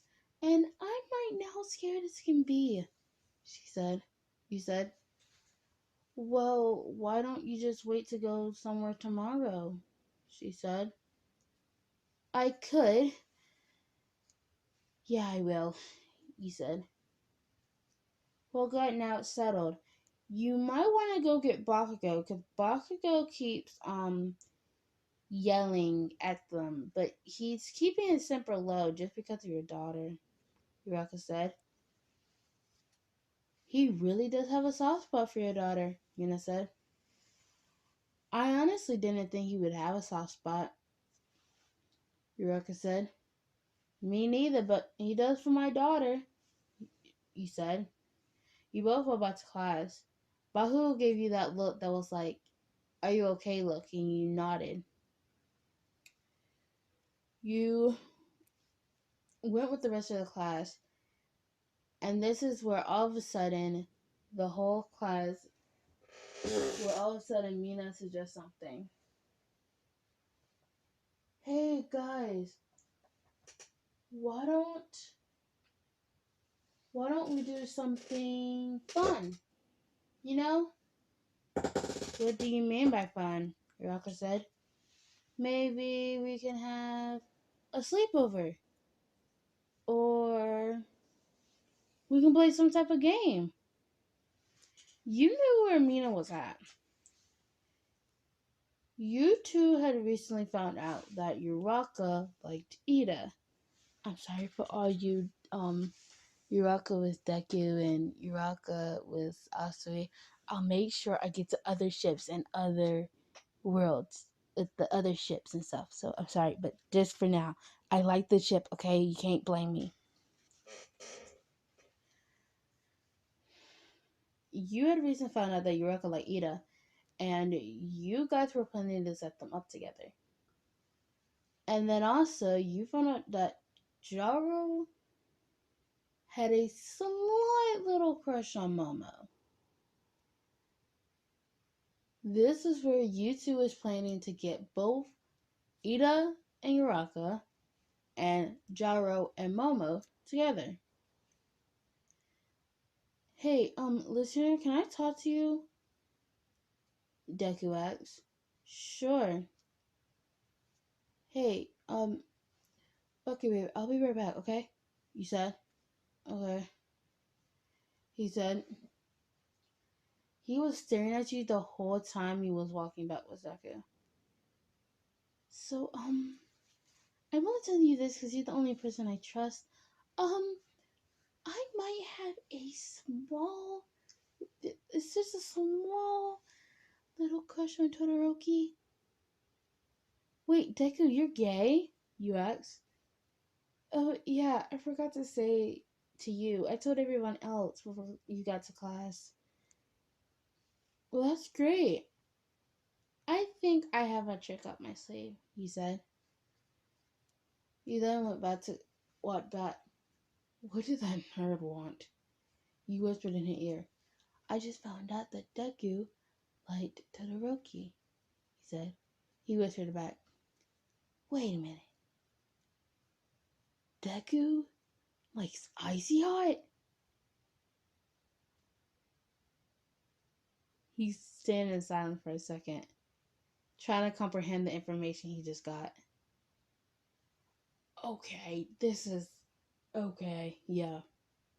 Fine, Deku likes Icy Hot. That's fine by me. He didn't know that his two rivals, who he thought himself who was rivals, liked each other. You then looked beside you to Mina. Mina, we're gonna have to set Deku and Todoroki together, he said. Wait a minute. Does Deku like Todoroki? Mina said. You got that correct. They're the first to set up. I've already shipped it, she said. You were surprised by the sudden urge she had. Okay. Okay, so here's the rule. We're gonna spin a bottle, and whoever it lands on, somebody's gonna spin the bottle, and whoever it lands on, they have to go in the closet with. We'll do about 2 to 3 rounds, and then we'll maybe just go to bed, she said. It was pretty late, and y'all was all planning to stay up past curfew besides Bakugo, but he stayed up just for you. Your daughter had already gone to sleep, and she was probably going to stay asleep the rest of the night. Deku had spun the bottle, and the bottle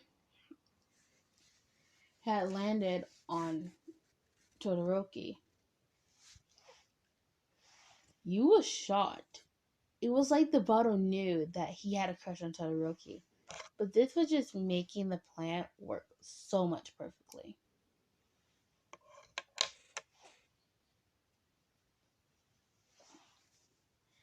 Deku started blushing a little bit.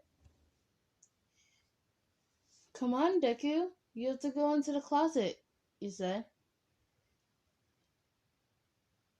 Yeah, are you scared, you damn nerd? Bakugo said. He punched Bakugo's shoulder. You're just gonna make him try to fight you, he said. It's not my fault he likes Icy Hot. Both Todoroki and Deku got up and went in the closet. You locked the door and took their phones, so they couldn't be on their phones.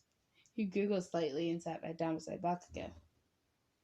So I'm guessing your plan is to get Deku and Icy Hot together, am I correct? He said. You are very correct. And I got 2 more relationships to make today, he said. Wait a minute, is this game just shipping people? He said.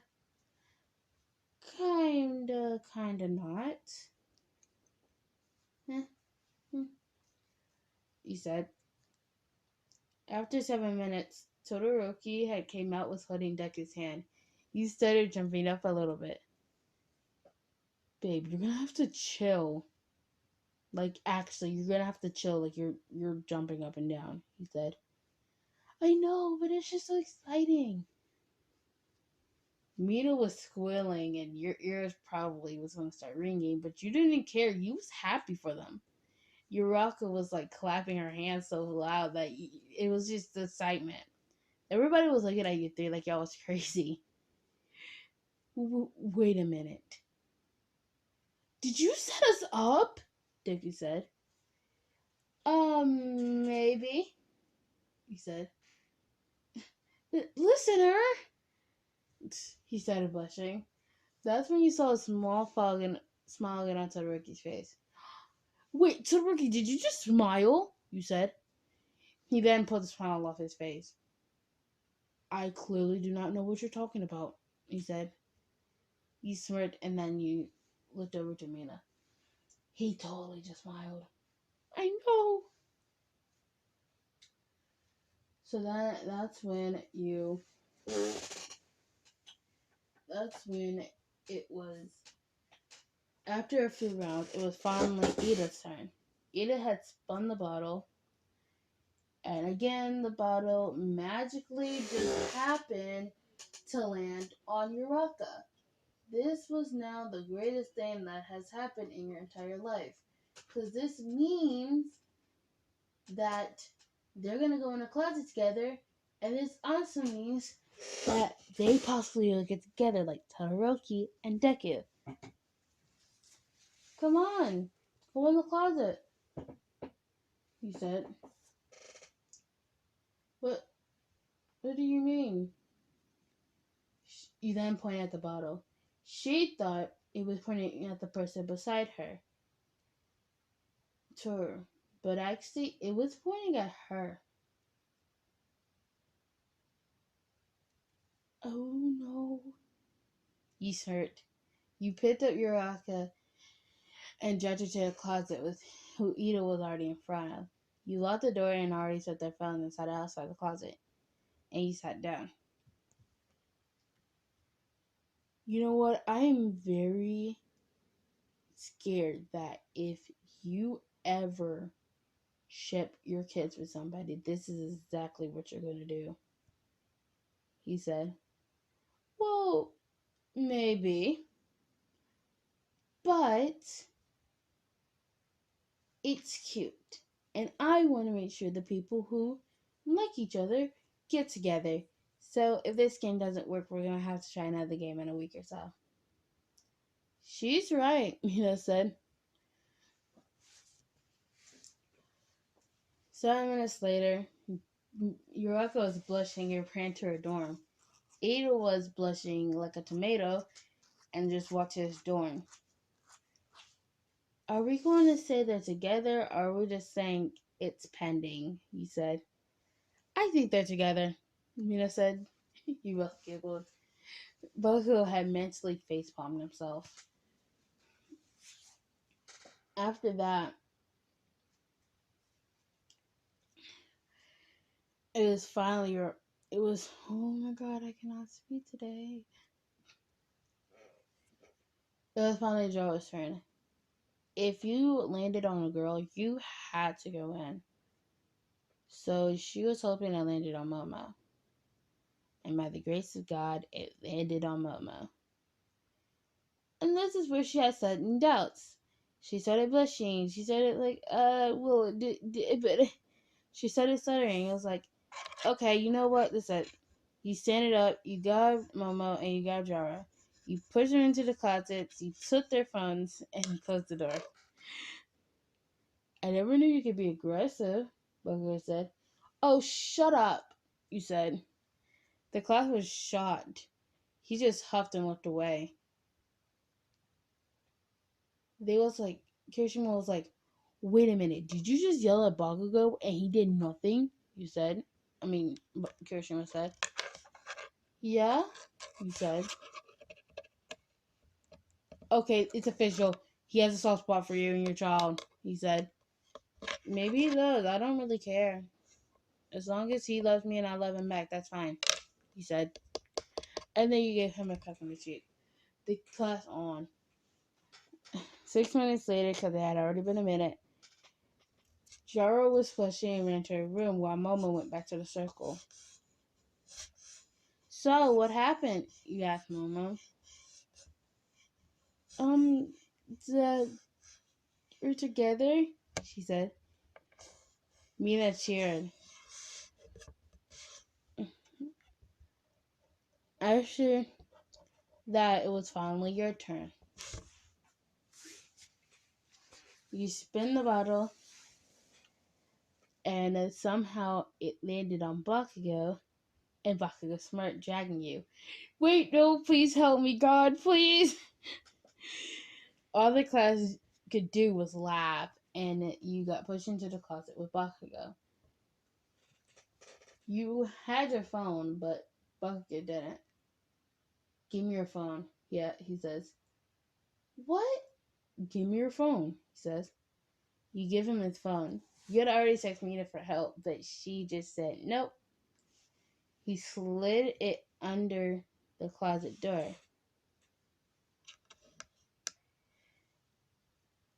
And then all of a sudden, you and Bakugo was kissing. You was surprised by his actions, but then suddenly kissed back. It had been 7 minutes, and that's when you heard the doorknob jiggle. You let go and acted like you were showing nothing.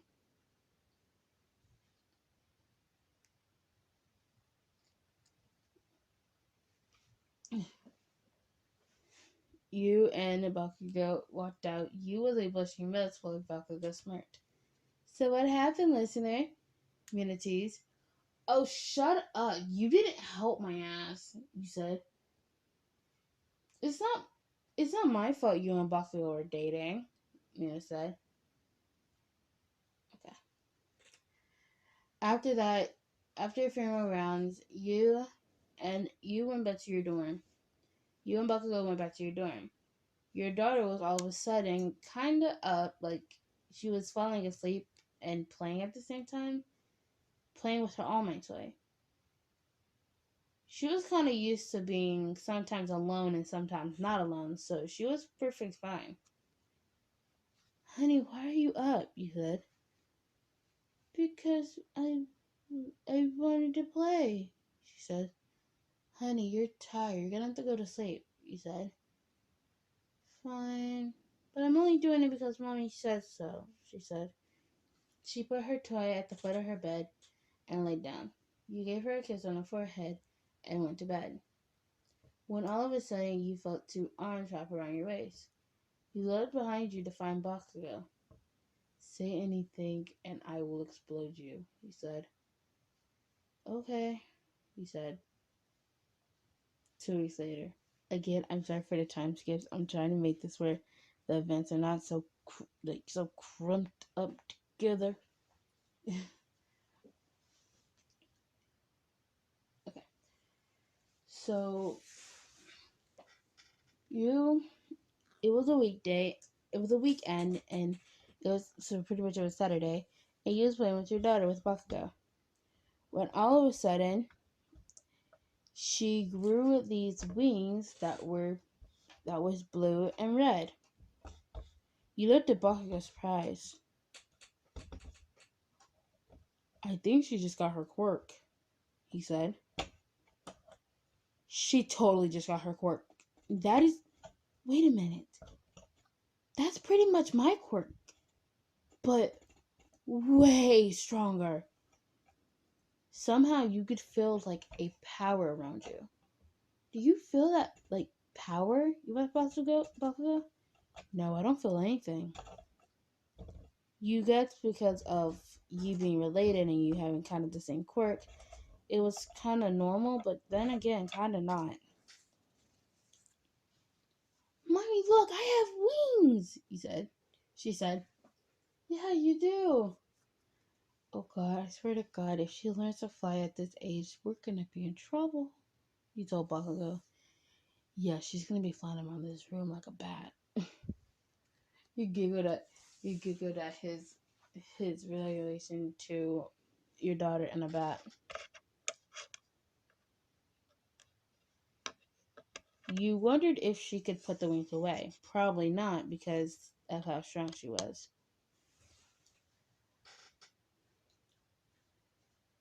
It was pretty much her being an angel and a demon. One wing was blue and the other wing was red. She had black double horns with a yellow hollow. All of a sudden, she stands up and starts jumping, and then all of a sudden, she flies. "Oh, Lord," he said. "Mommy, look, I'm flying! I'm flying!" she said. "Can you get back down, please?" he said. "Okay." She gets back down and starts playing with her arm finger again. "That was easy," you told Bakugo. "It's not going to be easy for long. I already know how brats are," he said. You nudged your shoulder. "Hey, my daughter's not a brat," you said. "I know she's not a brat. All children are brats. But just for the sake, she's not a brat," he said. You then got up and went to your bed and sat on it. You was kind of tired, so it was normal for you to kind of just sit in your bed. All of a sudden, you felt something beside you on both sides. Your daughter had brought her All Might toy and laid against you. While Bakugo had sat behind you, you put your daughter in front of you. You had fallen asleep in Bakugo's grip, and Bakugo fell with his head and looked at your neck. And then your daughter had eventually fell asleep.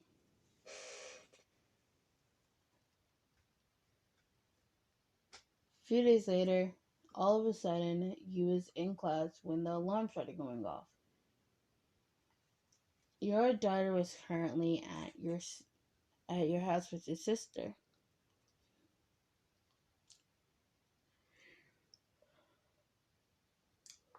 You was about to go exit when all of a sudden the announcement come on. Students, alert, alert. We just recently found out that the League are here for Listener and Listener's daughter. So please make sure that Listener and Listener's daughter is always on standby with somebody. Thank you. This is what shocked you. They want me? For what? And why my daughter? You said. You then was with Bakugo. Stay by my side at all times, right? Bakugo said. Right. You was now way nervous than before. This is scary. Now somebody's targeting you and your daughter. 2 minutes later, you were all outside. The League of Villains were currently attacking on one of the highest floors. Your classroom was in the middle of the floor, so you wasn't worried that your class was going to get destroyed or anything.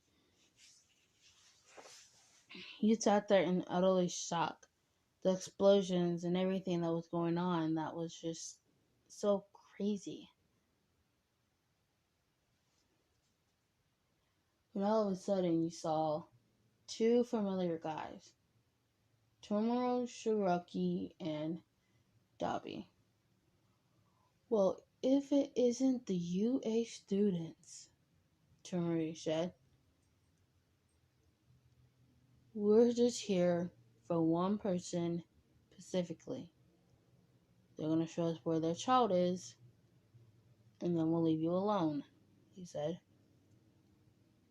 Is Listener Hemete here? He said, starting fire. Bakugo was about to charge when you touched his shoulder. Bakugo, no. He'll know I'm right here, 'cause he knows we're dating, you said. He then stopped agreeing.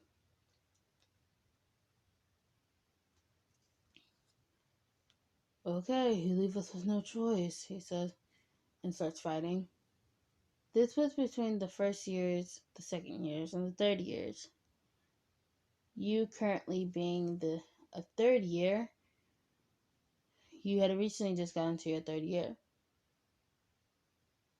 You was able to fight, but you didn't want to stand out or anything.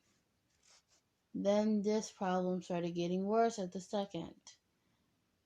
The leads started coming, and some pros were there, but not the strongest of pros. And then the new move. You had seen what they did at the USJ and all stuff, and this was hectic. This was bad. Not only was it bad, it was really bad. That's when all of a sudden you swooped up your feet and then dropped. Ow, you said, rubbing your back. You look up to find Dabi and Tomo Shigaraki and Toga. Ooh, she's so pretty.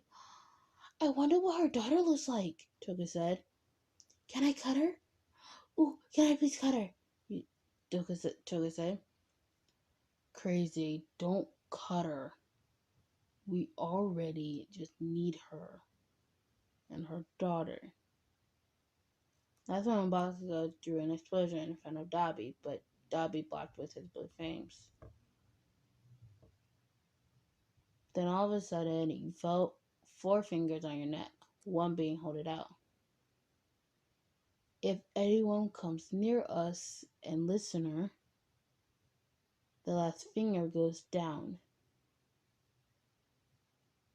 Shigaraki, but what about no Dabi? This will make sure they won't attack us until Corey Girl gets here.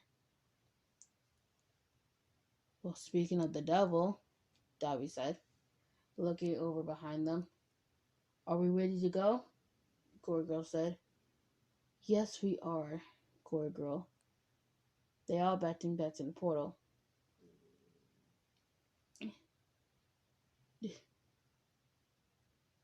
You couldn't breathe, and then all of a sudden, you was unconscious. 3 hours later, you had woken up. Dobby! Krusty! She's awake! Toga called.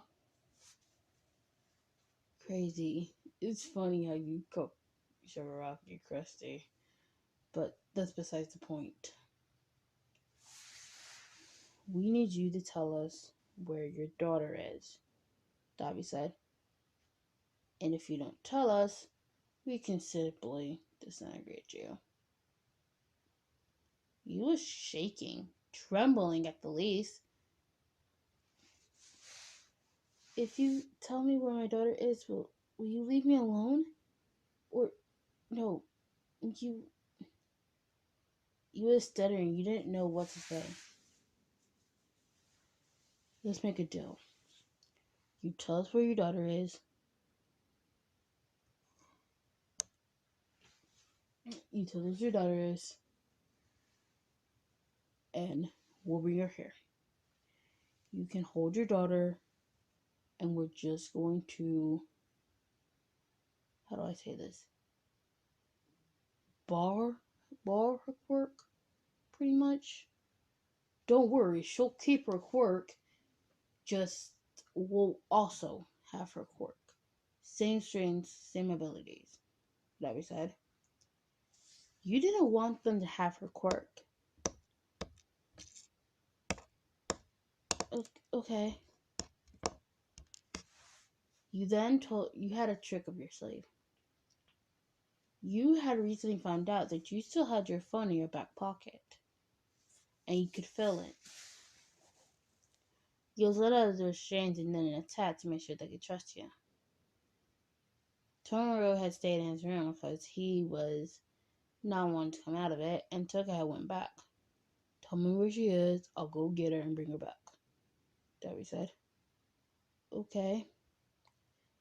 She's at the UA dorms, in me and Bakugo's dorm.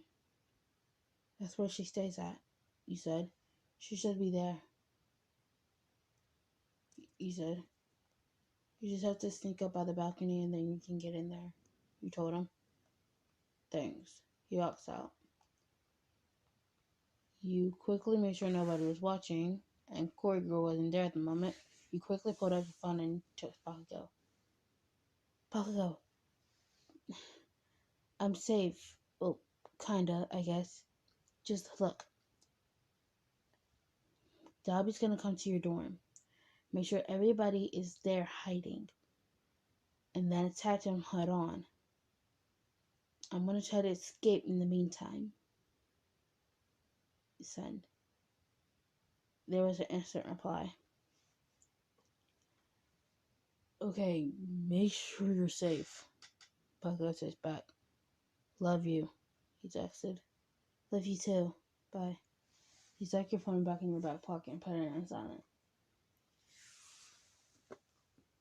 You could hear somebody sleeping, most likely Shigaraki, and Toko was playing with her knives. Dobby, being the stupid person he is, left his door open. Left the door open. You sneaked out and was out. You ran. You don't know how long you ran, but you just ran. And then you could all of a sudden hear a scream. Stupid Dobby! She got out! You kept running. You ran a good 5 miles.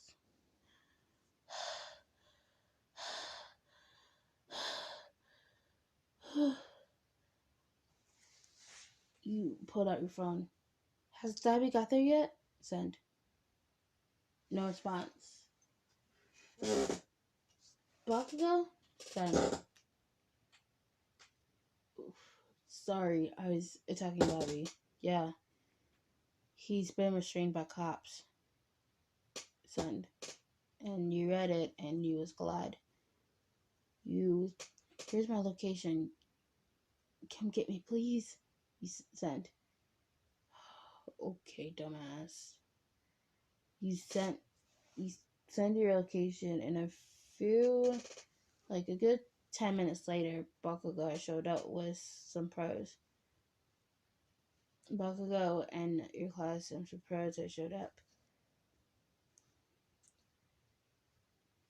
Babe, he ran up to you. Are you okay? Are you hurt? He said. No, well, kinda. I got a scar right here. You showed him the scar. This was from where they had restrained you in the way that you was restrained. Those bastards! I'll kill them. Bakugo, I just want to go back to the dorms. Where's my daughter? You asked him. She was still with your sister. We can go get her if you want, he said. Or I can.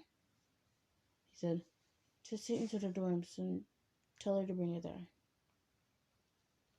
A day after, you had pretty much the rest of the week off. You kind of was just recapping on everything that just happened. It was like if your whole life was swirling or your whole life was complete, I guess. Your daughter had let you rest, and with her wings still out, she could sleep because she learned that she could curl up her wings. Bakugo pretty much admired your child. He kind of had the biggest soft spot for her. It made you happy. You was now a 3rd year, and you had just became one, so it's going to be a whole new experience. With your daughter now living with you pretty much, you kind of just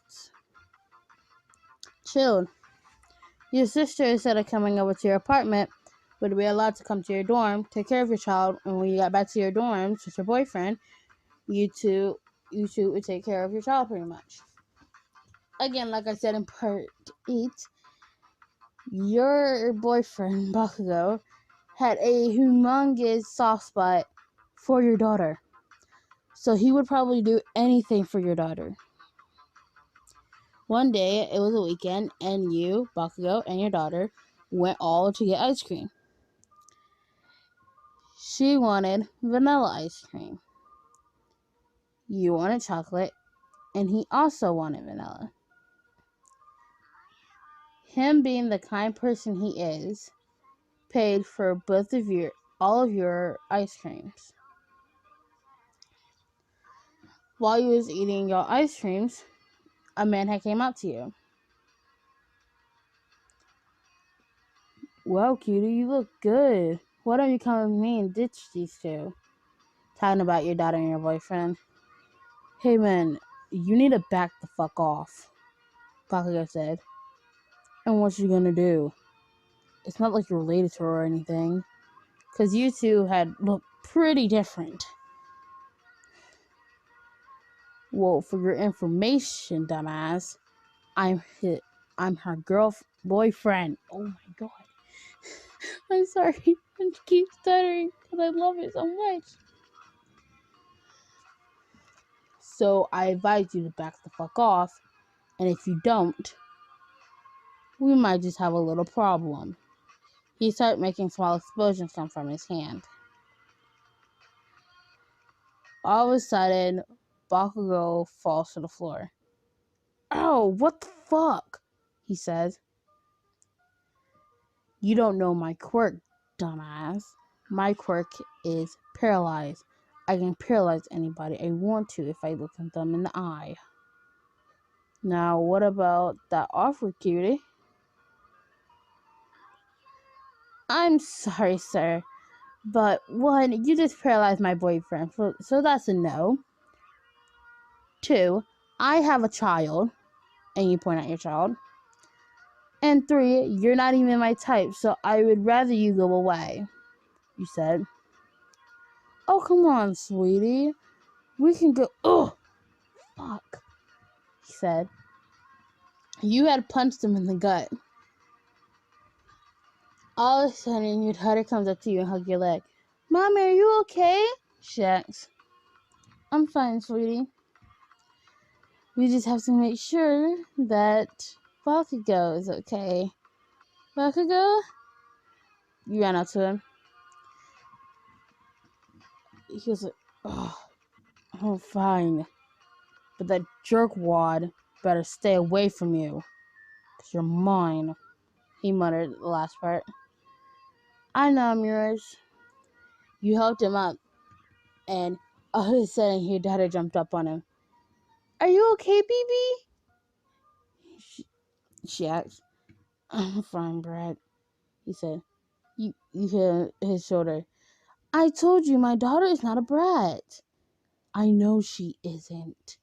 It's just what I call her. Whatever. You both got back to the dorms after eating your ice creams. And after that incident, you and Bakugo and your daughter were playing with all my figures. You didn't know that Bakugo was secretly loving playing with her because it's All Might. For God's sakes. You know how Bakugo is like a big fan of All Might, right? So of course he's gonna love it. All of a sudden, she got up to get another toy. Hey, where are you going? He asks. I'm gonna show you something. She quickly runs over to get the figure.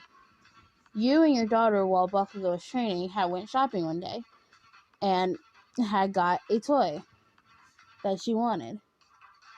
And surprisingly, they had toys of UA students.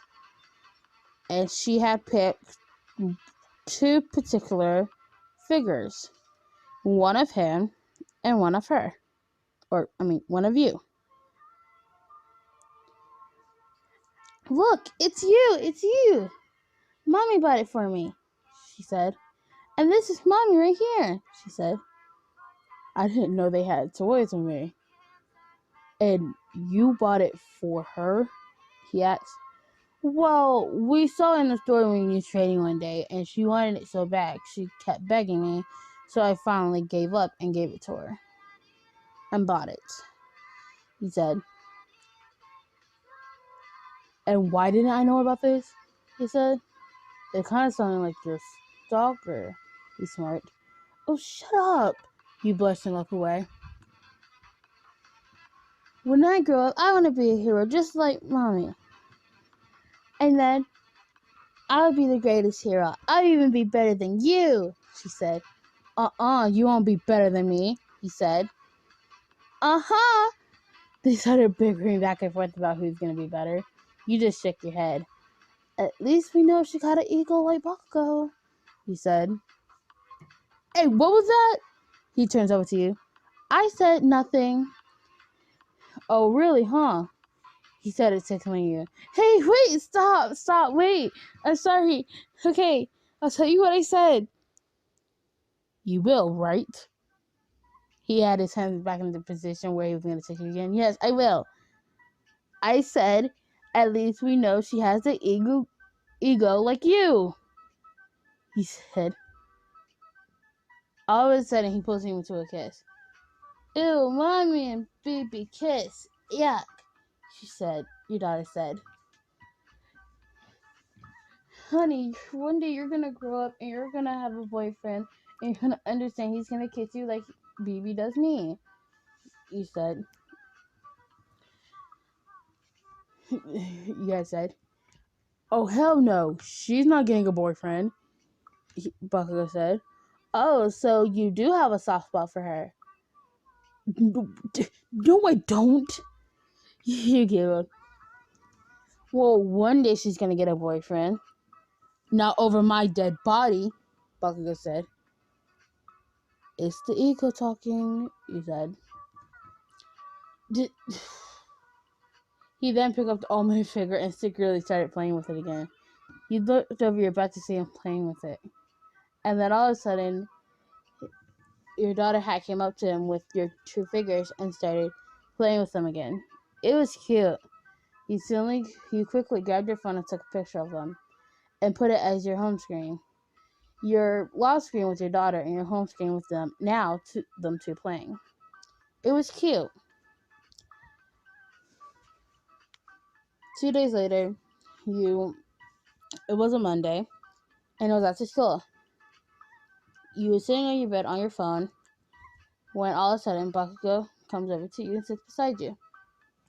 What are you doing? He asks. I'm playing a game on my phone. Why? He said. Can I see your lock screen in your home screen? He says. Why? You ask. I just want to see it. He said. If you show me yours, I'll show you mine. He said.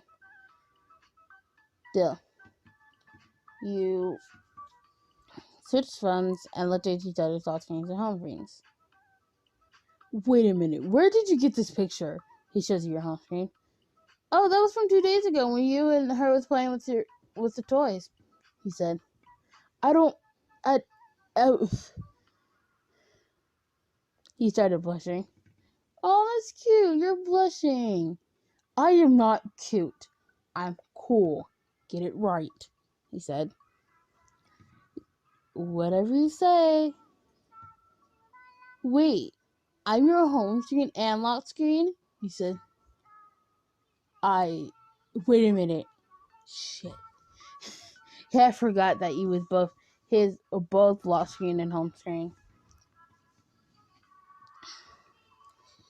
It was understandable. He understand why your daughter was your lock screen and both your home screen too, particularly with him in it.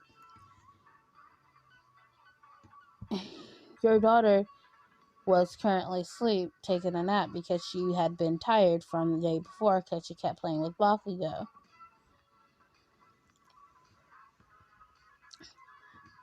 You and Bakugo kept chatting and talking, and eventually, y'all both went to bed. I feel like this song is perfect for this video.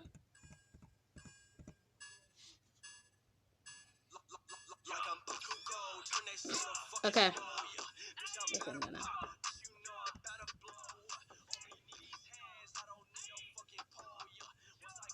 It is now Christmas. You and Bakugo has been officially dating for a year now, and after Christmas, a few months after, you'll be graduating to officially become a hero, or just a sidekick of a hero. You and Bakugo wanted to cherish this Christmas. You didn't know why, you just wanted to cherish it. You would probably have many more Christmases after this if y'all were still together, and if you was still gonna be together after. And you and Bakugo, it was Christmas Eve, and you and Bakugo had went Christmas shopping. Well, Bakugo didn't want to go, of course, but you had to bribe him about going.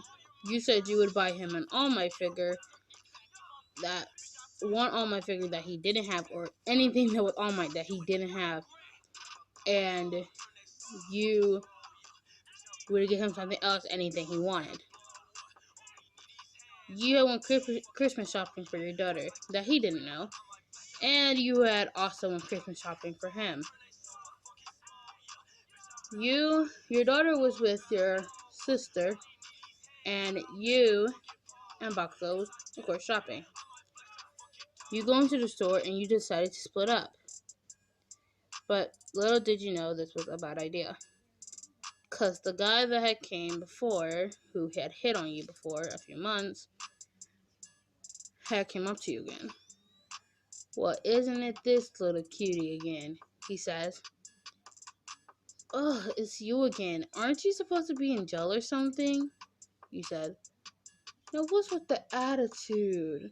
You know you want all of this, cutie. He said. Ugh, look, I told you already. I have a boyfriend and a kid. If you could please leave me alone, that would be surely appreciated. If stuff got too much out of hand, you would officially start using your quirk. He started to come up to you, and you instantly froze him at the feet. He didn't have time to paralyze you because you didn't stare into his eyes, so you knew it was quirk. Oh, come on, sweetie. Don't be like that, he said. Leave me alone. You got what you wanted and ran over to your boyfriend. Him being so frozen, you went over to your boyfriend and told him everything that happened. You led him to the guy, and he had recognized the guy as soon as he saw him. What are you, son of a bitch, doing here? He said. I was just trying to get this fine lady to come with me and not with a loser like you. And just for your information, this guy is like 25. You're freaking like turning 18 soon. So, you and Bakugo had got everything you wanted, unfroze the guy, and laughed. You had got your daughter a figure of Kirishima, Mina, and somebody else, whoever she wanted, and had got her a plushie. Specifically a grenade plushie, because we all know. But you didn't know that Bakugo had got her something too. You thought he was just going to get a small something for himself, or for you at least. He got something for you, your daughter, and himself. But you didn't know that until Christmas. You had a small, Christmas tree in your dorms. Everybody had one. The school had provided them, just to make the year feel more cheerful with all the villain attacks happening. You and Bakugo had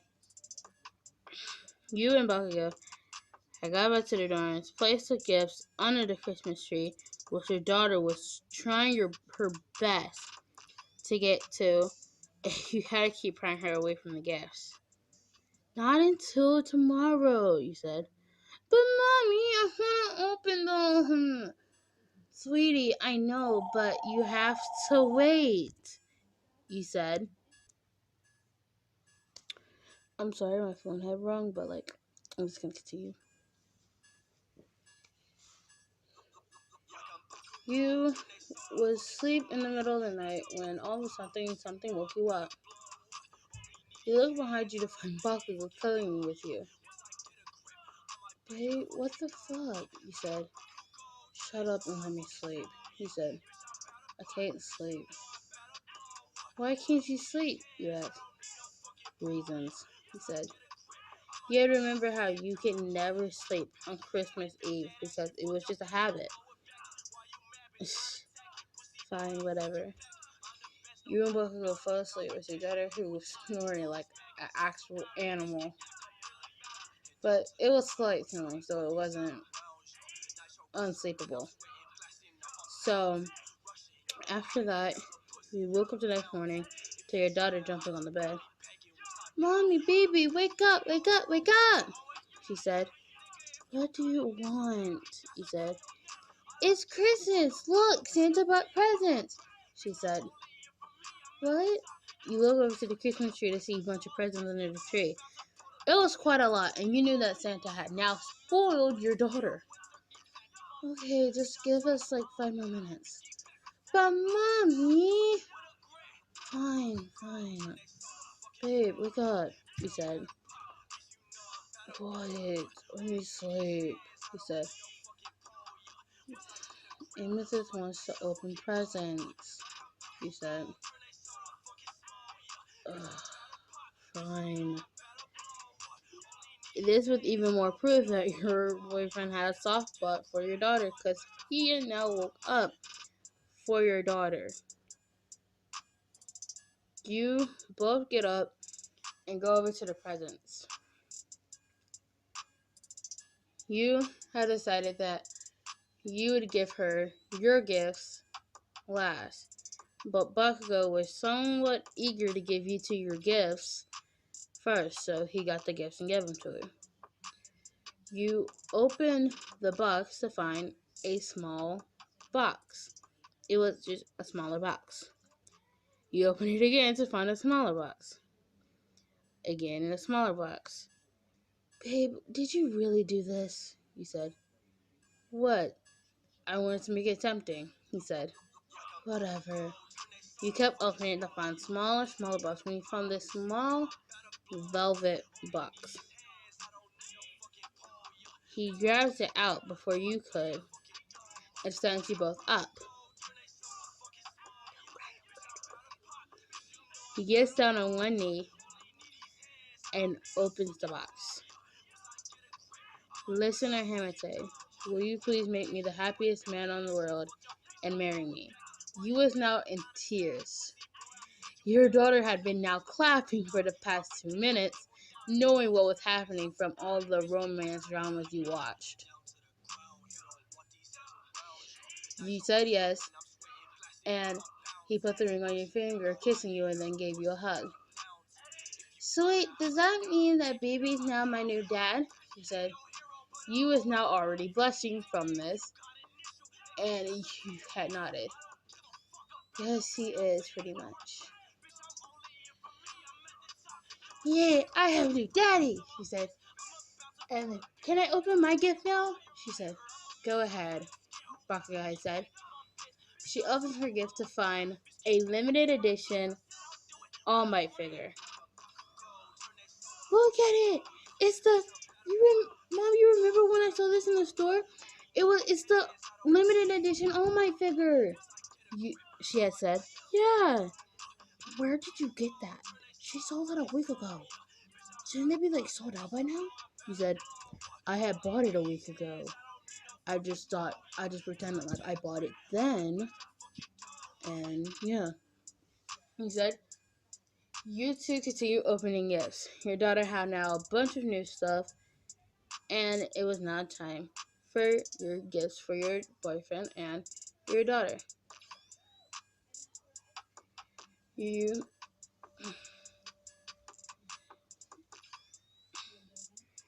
daughter opened it to find the figures and so she was super happy because now she could almost finish her collection of every student in Class 1A. She just needed 2 more students. Mineta, who she was not wanting to get, but would just to finish her collection. And Toru, who they hadn't finished yet. Still trying to figure out how they was going to make her hero suit that was just invisible. Sincerely, everything that has happened. You is now engaged to the man of your dreams, and your beautiful daughter had now typically, not biologically, but typically had a new father. You could be the happiest woman on the road right now, and you was. Bakugo and you have been living together for a year now. Your life has pretty much been the same. Well, you haven't been living for a year. You've been living for like 6 months. This was because here work kind of put you behind on moving together. But when you finally moved in, you was happy. You had your beautiful child, and you and your fiance, Bakugo, were happy living together. Essentially, you was gonna have to put time off of work to get your wedding together. Every chance you got, you kind of just started planning. Bakugo knew you was gonna be happy to plan your wedding, but he didn't know you was gonna be this happy. You're almost done with it. You just gotta find a date and the cake. That's gonna take a while. Today, you was gonna go on a mission. Essentially, in a few months or so, you're gonna become officially a pro hero. But right now, you're still a sidekick. You're a sidekick with the pro hero best genius. Bakugo is the sidekick with the pro hero Endeavor. Yes, Endeavor. He kind of, I guess you could say, the only option. The thing was that nobody wanted him because of his overreactive, explosive self. So the next thing he had to do was go with the first option that gave him, and that was Endeavor. Endeavor, he was the psychic of Endeavor, and essentially working with Todoroki, who he calls Icy Hot and Half a Half Bastard.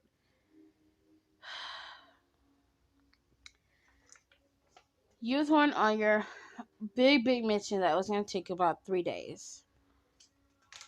You was about to go when Best Genius told you this. I know you're used to these big missions, but I just want to make sure. This might be super dangerous. I mean, yeah, you've been in dangerous ones. You've had a broken arm and a broken leg before, but this is going to be way worse than that. I hope you understand. You're putting pretty much your whole life on risk right now, he says. If it means to be a pro hero, then yes. I mean, yes, if I do get hurt, I'm going to probably miss my daughter more than ever because I'm going to be hurt and in the hospital. But as long as I stay alive during this mission, I'll be good. Okay, then. You go to the place where the mission was happening. Y'all had already planned out, and this was the final day, so you was going to have to be prepared. Bakugo, on the other hand, was scared. Yeah, the Katsuki Bakugo, who is explosive self, was scared. Why? Because of you. Kind of. He was worried, scared that you was going to get hurt or die because of him. Or because of the villain. Oh, God. Can't talk. You finally arrive and you see this big building that looks run down. Of course, a place where a villain would usually be at. It's pretty big, so it's going to take a long time to scout. Essentially, you was going to stay with Best Genius, and the other people were going to go somewhere else.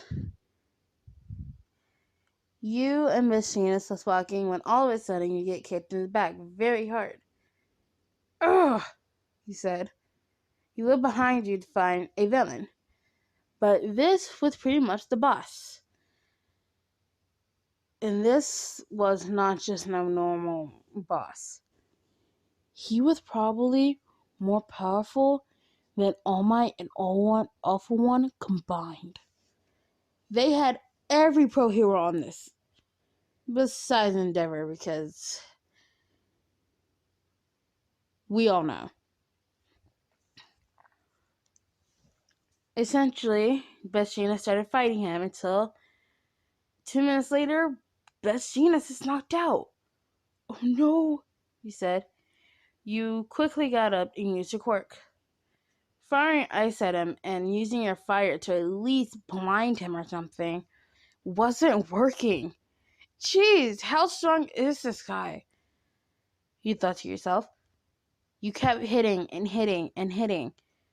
Approximately 1 hour later, you're pretty much a slump muddle of just like, you're weak right now.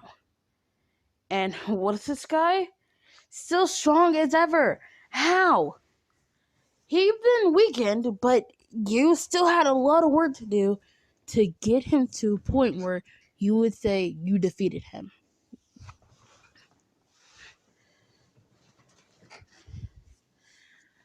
Essentially, he gave you one more good punch and you're knocked out. Next thing you know, you wake up to hearing sirens. You're in the ambulance.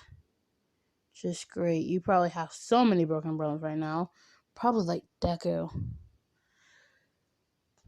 You get to the hospital and then again, you went unconscious. Approximately 3 weeks later, you woke up again from a short coma and you look to your side to find the one and only your mother. Mom? You said. Sweetie, oh my god. Mom, what happened to you? You said. What do you mean what happened to me? You've always been mad at me because I kept my daughter and now you're here? I thought you hated me. I thought... Shh, she said. I know, and I thought about it. I shouldn't have kicked you out or done any of that stuff in the past. I know it might be too late to forgive me, but if you can, just please. I was supposed to take care of your daughter, but then Bakugo said, or your fiance said, that he wanted to take care of her and knew that you would want that. So I accepted it and let him take care of your daughter. Where is Bakugo? You said. He's at home with your child. If you want me to go get him, I can. You said. She said. Okay. Can you tell me if we won the battle? You asked. Sadly, no, and very sadly, Best Jeanist was killed, she said in a very low voice. What? He can't be dead. No, no. He's not dead. This can't be happening. No. You're telling he can't be dead. No. No. He can't be dead. He can't. No, he's stronger than that. He can't. She said. He was pronounced dead earlier today. They couldn't do anything for him. He was on life support, that's all. His body was running on life from the medicine they was giving him and stuff. If they stopped giving him the medicine, after that, he's dead.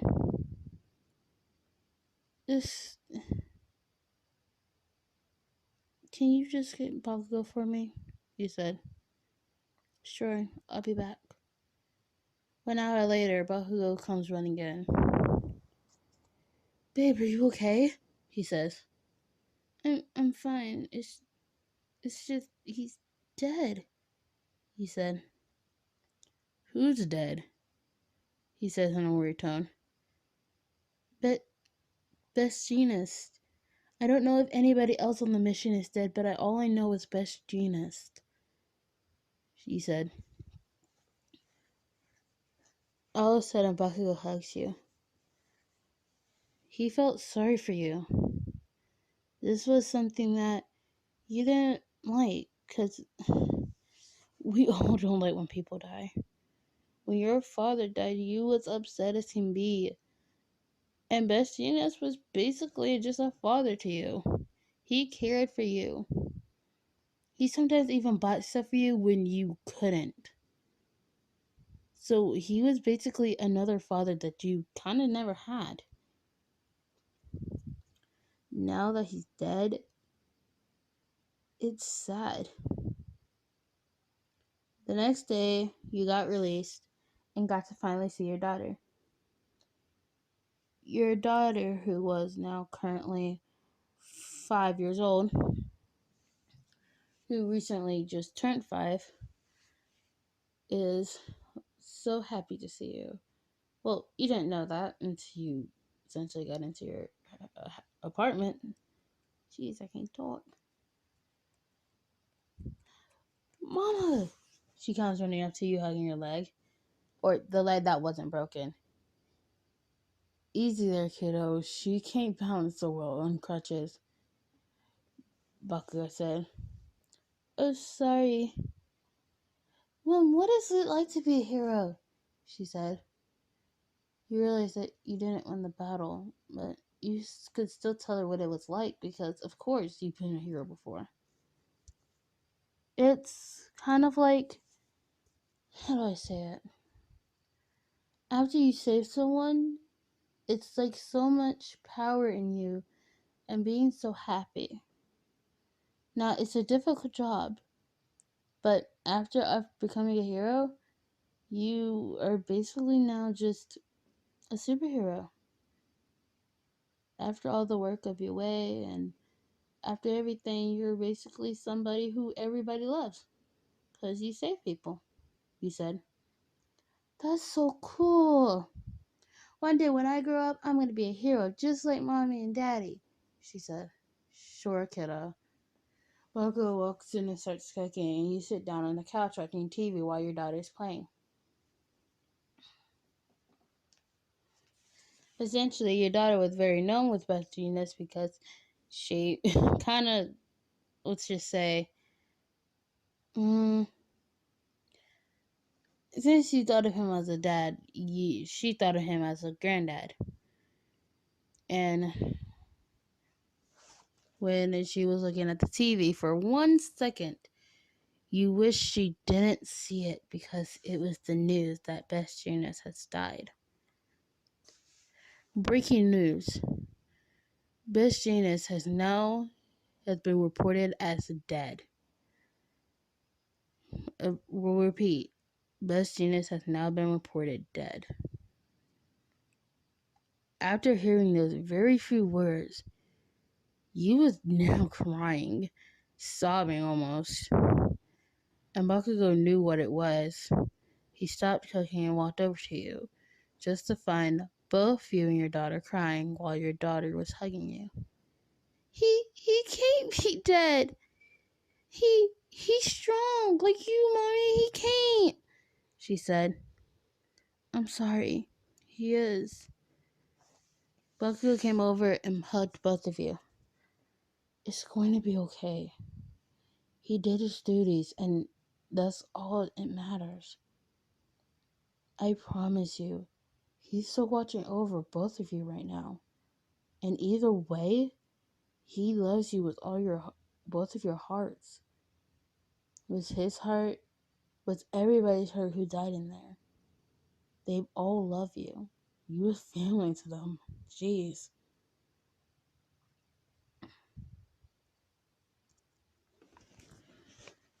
After an hour of crying and sobbing, and Bakugo after he finished cooking the food, y'all all ate, and you put your daughter to bed.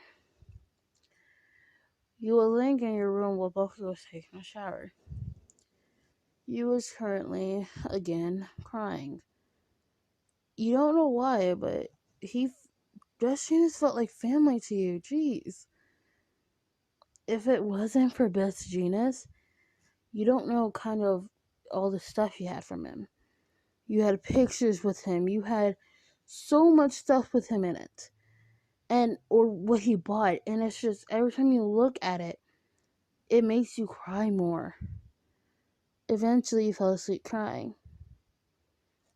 But he came out to see tears all in your eyes.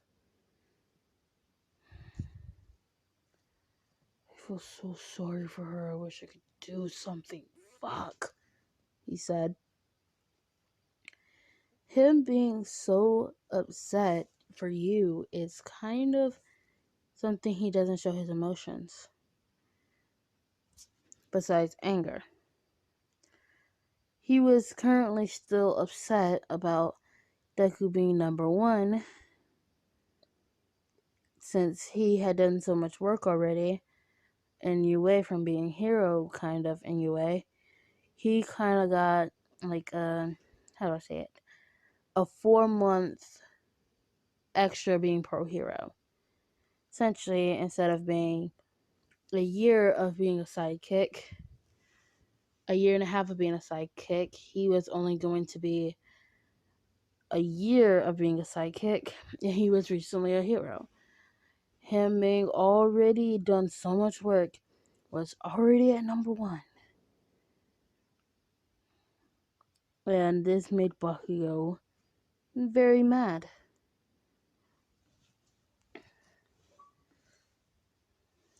He knew that he was going to have to go back to the agency at Amador again.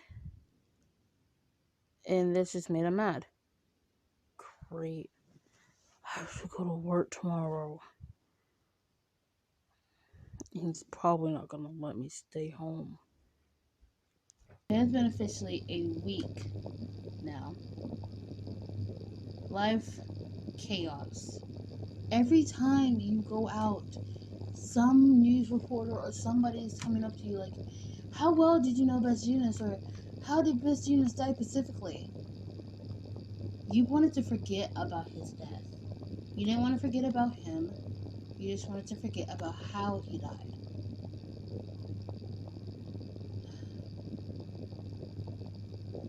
Every time you go somewhere, they just ramble you, and it's getting annoying. Eventually, you had enough. You had booked an interview with a bunch of news people, and you were going to tell them what you had to say. Now, clearly, your fiance, Bakugo, didn't agree to this. 1, in another week, you're going to have your wedding.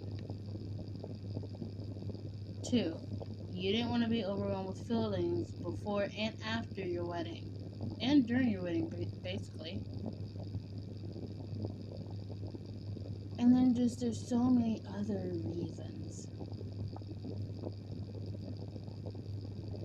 Eventually, you kind of just did it, and you can get over it. At the interview. Hello, listener. We wanted to ask you a few questions. Is that okay? A news reporter asked. Sure. I booked this for a reason, he said. Okay, first question. What is your feelings about Best Genius' death? Well, he was basically family to me. He cared about me as much as my boyfriend, my fiance cares for me, so it's kind of just, he felt like actual family, like if I was related to him or something. Okay, next question. Can you tell us specifically how he died? And you don't have to answer this question if you don't want to. Well, I don't really want to go into detail, but we was on a mission. There is a very big bad villain, and we I conquered him. First it was Best Genius, but he got knocked down. I thought he just passed out. I put him to the side and I continued fighting the villain. Eventually, other pros and had showed up, but eventually from all his drainage, he had got away. So we essentially lost the fight. That was one downer. But when I had realized Best Genius wasn't breathing, I got very scared at that moment. So he got to the hospital and he had got pronounced dead. Okay, next question. If you had to plan Best Genius' funeral, how would you plan it? I'm sorry, I'm just picking random questions. Honestly, I would want it to be a normal funeral. Essentially, the funeral not being too crowded or anything, but knowing Best Genius, he would probably want that. So essentially, I would let all friends, family, pro heroes, and everything come. I would most likely not want it to want anybody who has problems with him to come. Essentially, if somebody says something, I would want them to leave. And yeah. Okay, 2 more questions. Is there anything that you had a problem with Best Genius? Besides him putting me in denim jeans all the time, no. It was honestly family, and I pretty much got used to wearing jeans, so. Okay, last question. If there's anything you have a problem with right now to this day, what will it be? Honestly, I don't have a problem with anything. Besides, I'm gonna have to find another pro hero to sidekick with, and with all the paparazzi, it's kind of overwhelming because I really want to forget about how he died. Because every time somebody comes up to me and they ask me, how did Best Genius die and what was your feeling as he was dying? It kind of just makes me sad. So, and I don't like being sad in front of my daughter or in front of my fiance. I don't like being sad in front of them. So I kind of just really don't like people bombarding me. So when I go out in public, I hide. Okay, thank you for coming, Miss Listener. If there's anything else you want to say, you can say it now. I don't have anything else to say.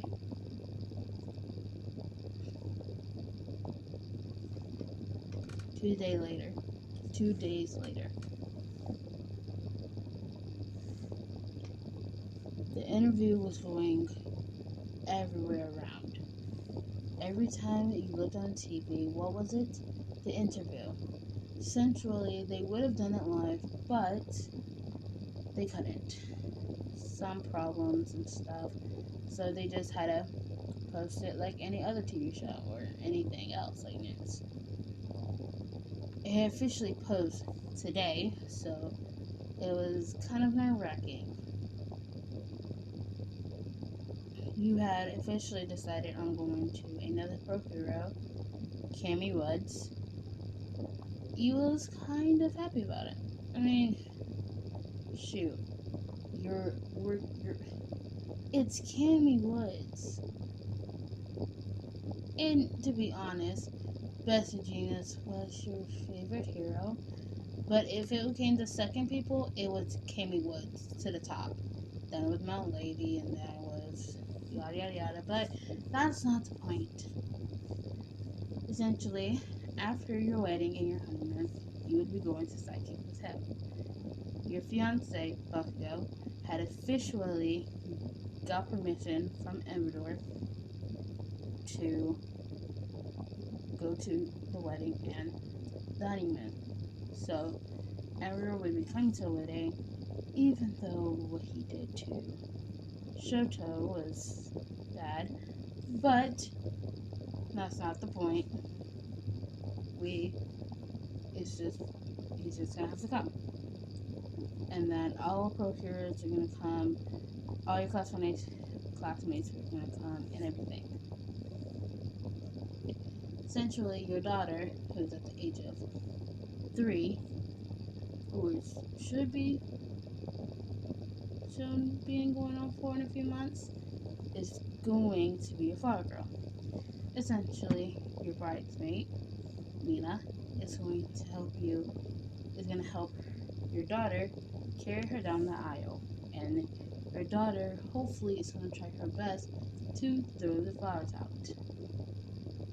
You had a specific dress in mind. Essentially, you and Bakugo wanted to not have just an ordinary wedding.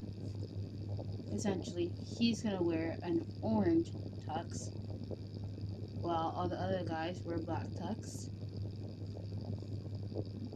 And all of the bridesmaids are going to be wearing your secondary favorite color. It's okay if you don't have a secondary favorite color, just pick a random color. While you wear your favorite color.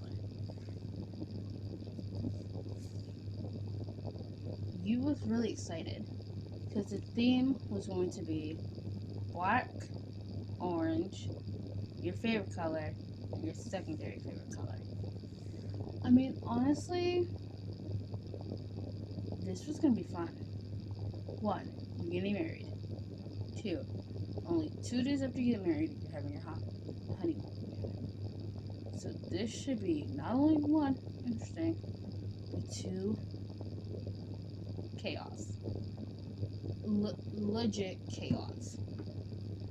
Because essentially, you want to have a long time with Bakugo. But Bakugo, being the persistent person he is and addicted to your daughter, basically, he wanted your daughter to come. So, you agreed, and your daughter is going to be coming with you. Now, essentially, your sister is going to be coming too, but she's not going to be with you. She's going to have her own time. She's only coming so she can keep your daughter when you and Bakugo want alone time. Or when you go to the beach and you just want it to be you and Bakugo.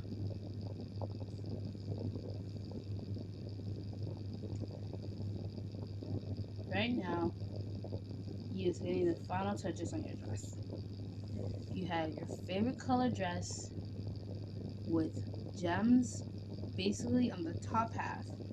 And then you had a very poofy, I guess you could say, skirt or bottom piece of it.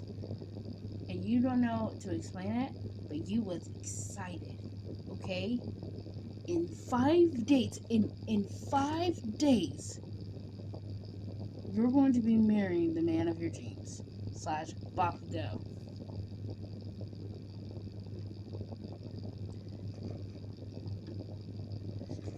You kind of just, with all the chaos that had went on, it's kind of like what you went through all this time. Today, it's finally going to be worth it. The wedding day. You was freaking out. You had told yourself every day not to freak out. Here you are, right now, about to walk down the altar, freaking out. You were surprised. Your daughter was a pretty good flower girl. Now, since your father is dead, you wanted somebody to walk you down, and Bakugo's father was volunteering to walk you down the aisle. Even though you hadn't even walked down the altar, you was almost about to cry. You don't know why. You was just about to cry. It was a thing, but you holded it back.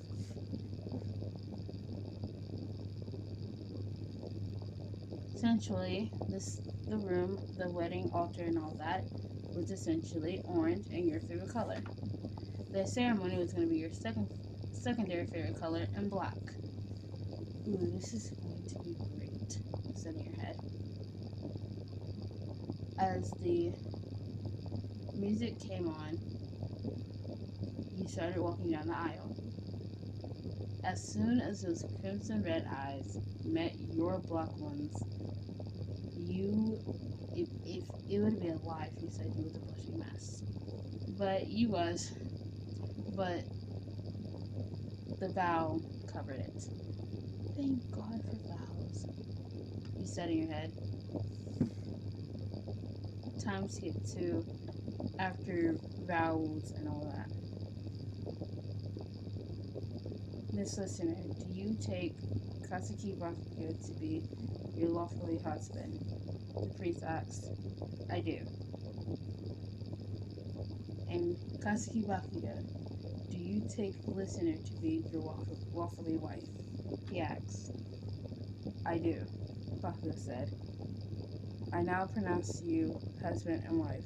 You may kiss the bride. And all of a sudden, he pulls up your vow and kisses you. Honestly, it's Bakugo, so you wasn't surprised. It's Bakugo, for God's sakes. He would do this. It's normal. But all you could say was, you're happy. Time skipped the ceremony. I'm sorry while I'm saying this, it's making me blush myself, so. You was right now sitting down eating cake with Bakugo when all of a sudden somebody tapped your shoulder. You look behind you to see your one and only sister. Hey sis, I honestly thought I was going to be the first one to get married, she said. Wait, so you're not getting married to your fiance yet? I said. No, he is a little bit. How do I say this? She looks over at her fiance. Scared. Well, at least I can say I beat you in something, I said. And you could hear Bakugo snicker. You could hear him. Oh, come on.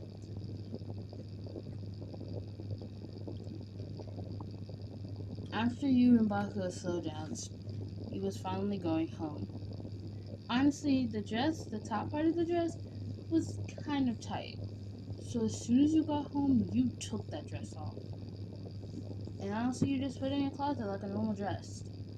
Honestly, you loved the dress. You loved your wedding dress and your ceremony dress. The dress, it just... After this, you and Bakugo went to sleep. It was pretty late, and you knew most likely that he had to be half wasted, or only a little tipsy. He was wasted. You had to drive home. At first, he was driving home, but you saw how he was a little wobbly, and you didn't want to chance it. With your daughter, and of course you didn't want to chance it. So you told him that you'll drive, and you drive.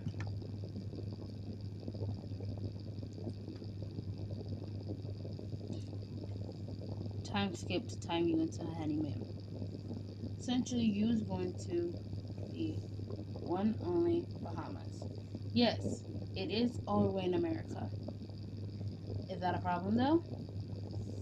No, yes, whatever. You is now going to go all the way to America, all the way to Florida, all the way to the Bahamas. Ooh, this is going to be fun. You is right now in your hotel room, sitting with Bakugo. You was watching the TV show. So actually, you had been watching it since you was kids, and you guys Bakugo had too because he was watching it, and he was looking like he was enjoying it, when he really wasn't. He was only enjoying it because you was enjoying it, and you was smiling the whole time, which made him smile. Essentially, your sister was willingly going to take her daughter for today, and you and Bakugo was gonna have the whole day to yourself.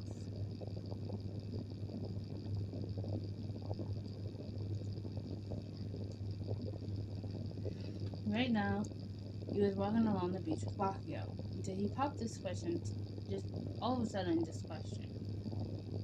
Hey, is there a reason why you was with me?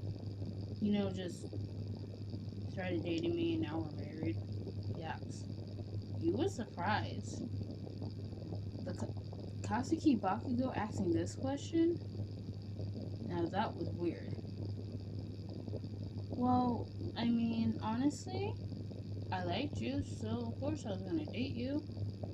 Is there a problem with that? You had just got married. It was a week ago you got married. Don't tell me he's already thinking and regretting this, you said in your head.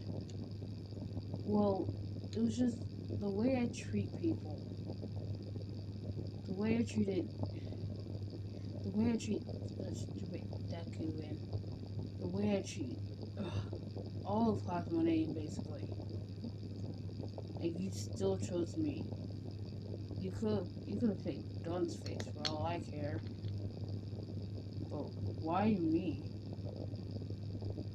Are you saying you regret me dating you and marrying you? I said, no, I don't regret that. If I regretted that, then we wouldn't be here today. I'm just saying, why would you choose me? You knew exactly what he was trying to do. He was trying to push it out of you that you had a thing for bad boys. Because let's just say you watched anime and you simped for all the bad boys. And this is when he figured out that typically he was a bad boy and you liked him.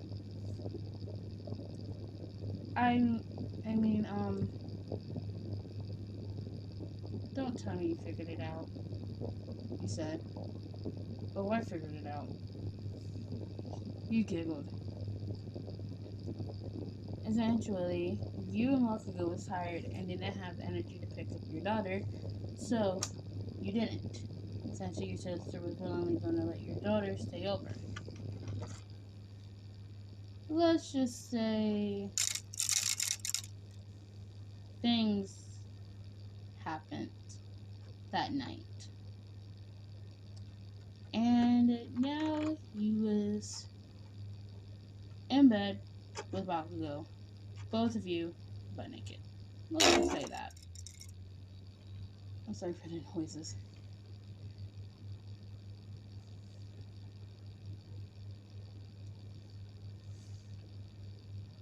You was finally home, and it was finally your first day with Cammy Woods. Were you more excited than when you was with Best Genius? No. But were you excited? Yes. After the honeymoon, you had basically just, chilled. You and Bakugo did do a lot of stuff. He did, usually. You hanged out, played video games, hanged out with your daughter, make out whenever you wanted to.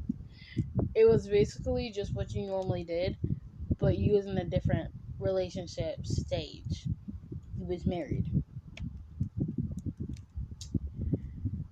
About 5 weeks after the honeymoon, you had started getting this sick feeling.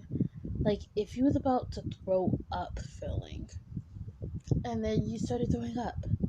For a week, you was constantly throwing up in the morning. And you didn't know what it was at first.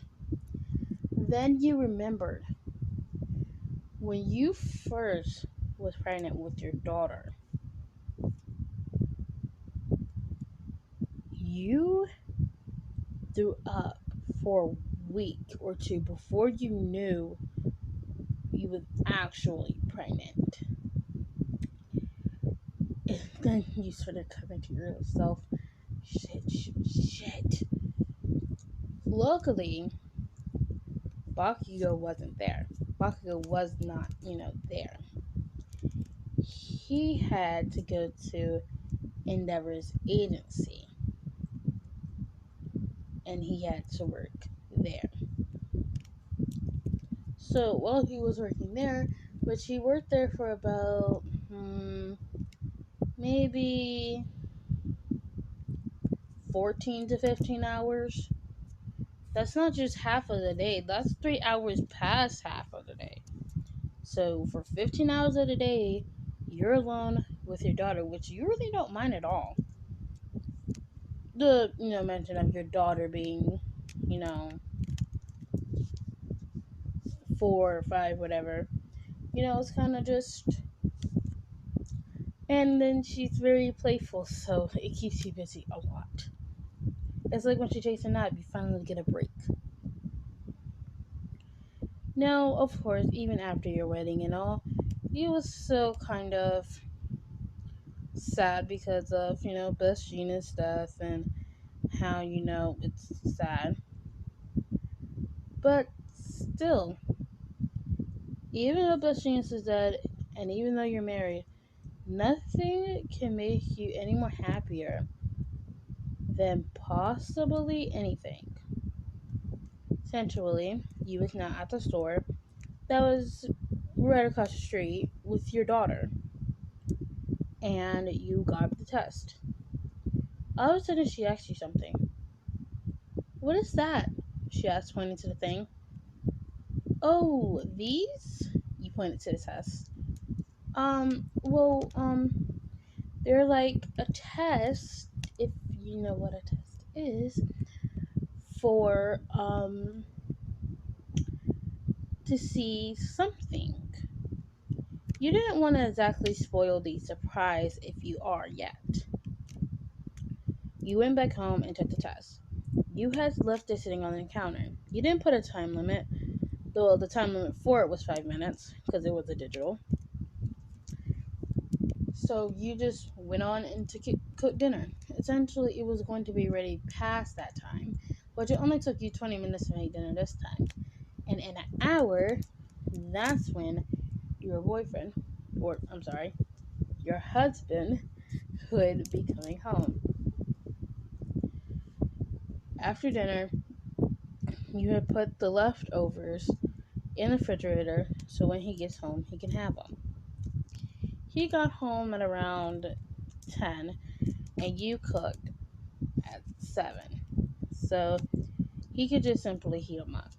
You go to bed at like 9 because you're very tired after the long day with your child. So right after you cook dinner, that's when it hit you that you had the pregnancy test in the bathroom. So you got up, went to your bathroom, and you looked at it. Well, not yet. You still had it turned over. You just was super hesitant about turning it over. Eventually, you turned it over to see pregnant. Now, no, you and Bakugo was not trying for a baby. Nor were you even thinking about having another child or, because of your daughter already. But this right now is like super happy feeling. You were right now pregnant with your second child and possibly going to be the happiest person in the world.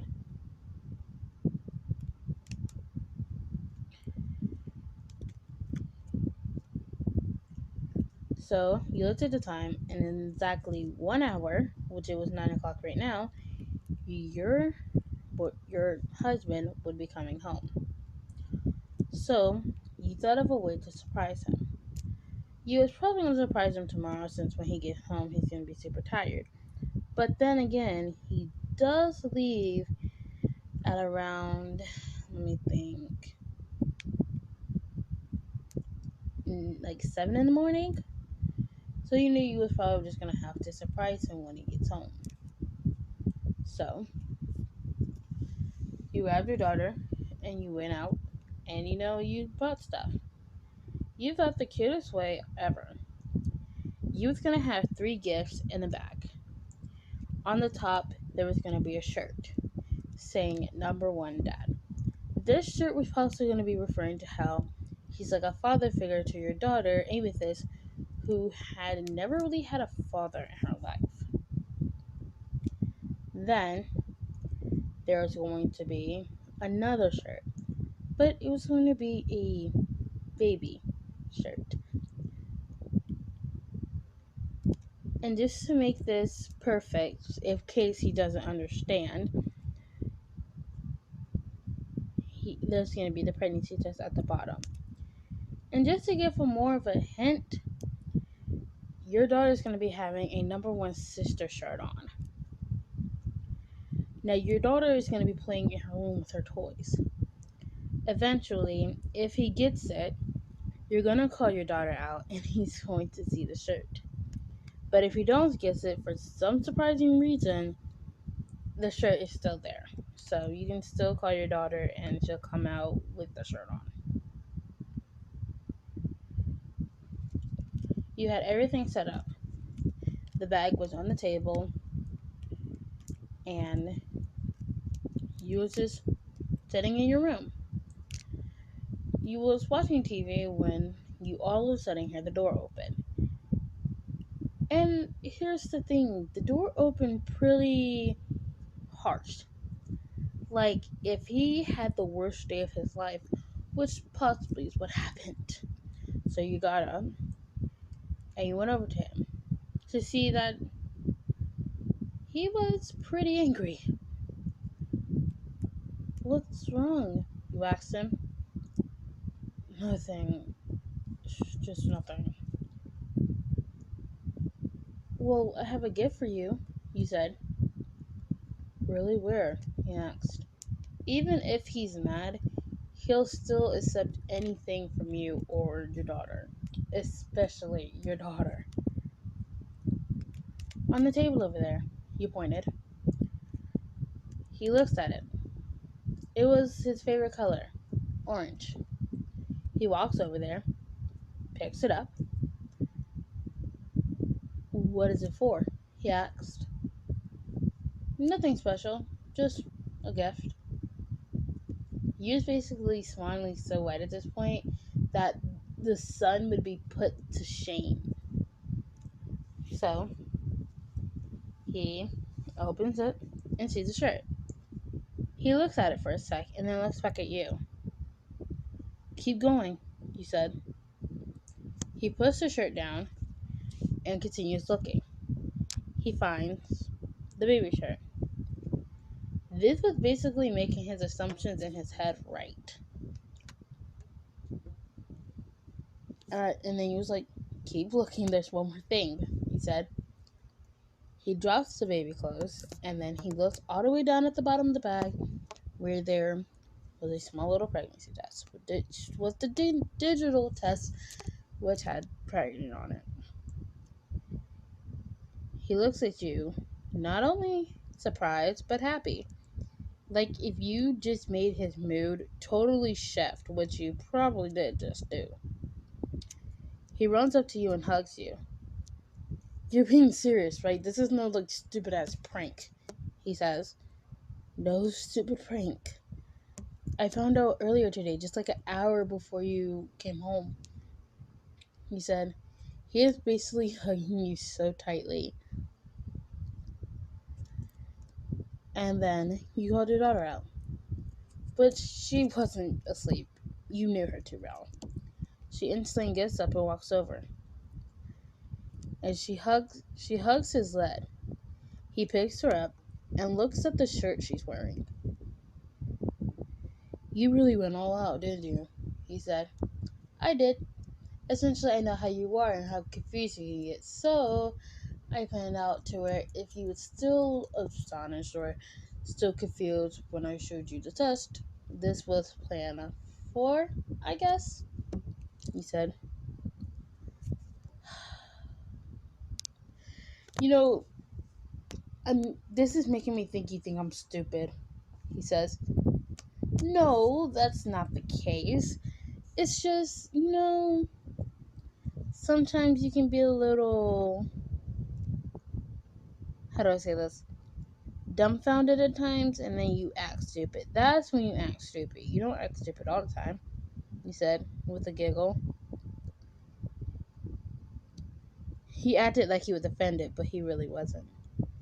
How dare you say that? He said like if his feelings were hurt. Wait, no, I'm sorry, he said, hugging him. I was literally kidding, he said. You took everything so seriously. And you're the one to be talking, he said. You was a bold person, but this was hella bold. Okay, now I'm actually offended. Why? He said. He laughed. Basically, for the rest of the night, he was as happy as can be. Essentially, you only stayed up for like 30 minutes after because you put your child to sleep. You hung out with Bakugo for a little bit, then went to sleep. This day or night could get any better.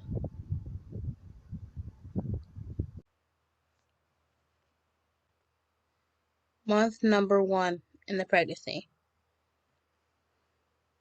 It wasn't bad. You know, when you first had your child, it was kind of, how do I say this? Harsh. Because your baby kept moving around a lot at the month of 3. And it was kind of weird. But, but going so far on month 1, everything was pretty good. Month 2. So you went for your doctor's appointment. And this was where you found out, like, if you was having twins, if and you found out you're having twins. Let's just say Bakugo overreacted a little bit and, blew up the, blew up the chair and got kicked out of the hospital, of the doctor's appointment hospital, wherever it is. So, yeah, he got kicked out because he blew up a chair from happiness. But since you got out, he hugged you only tight enough where he wouldn't harm the baby.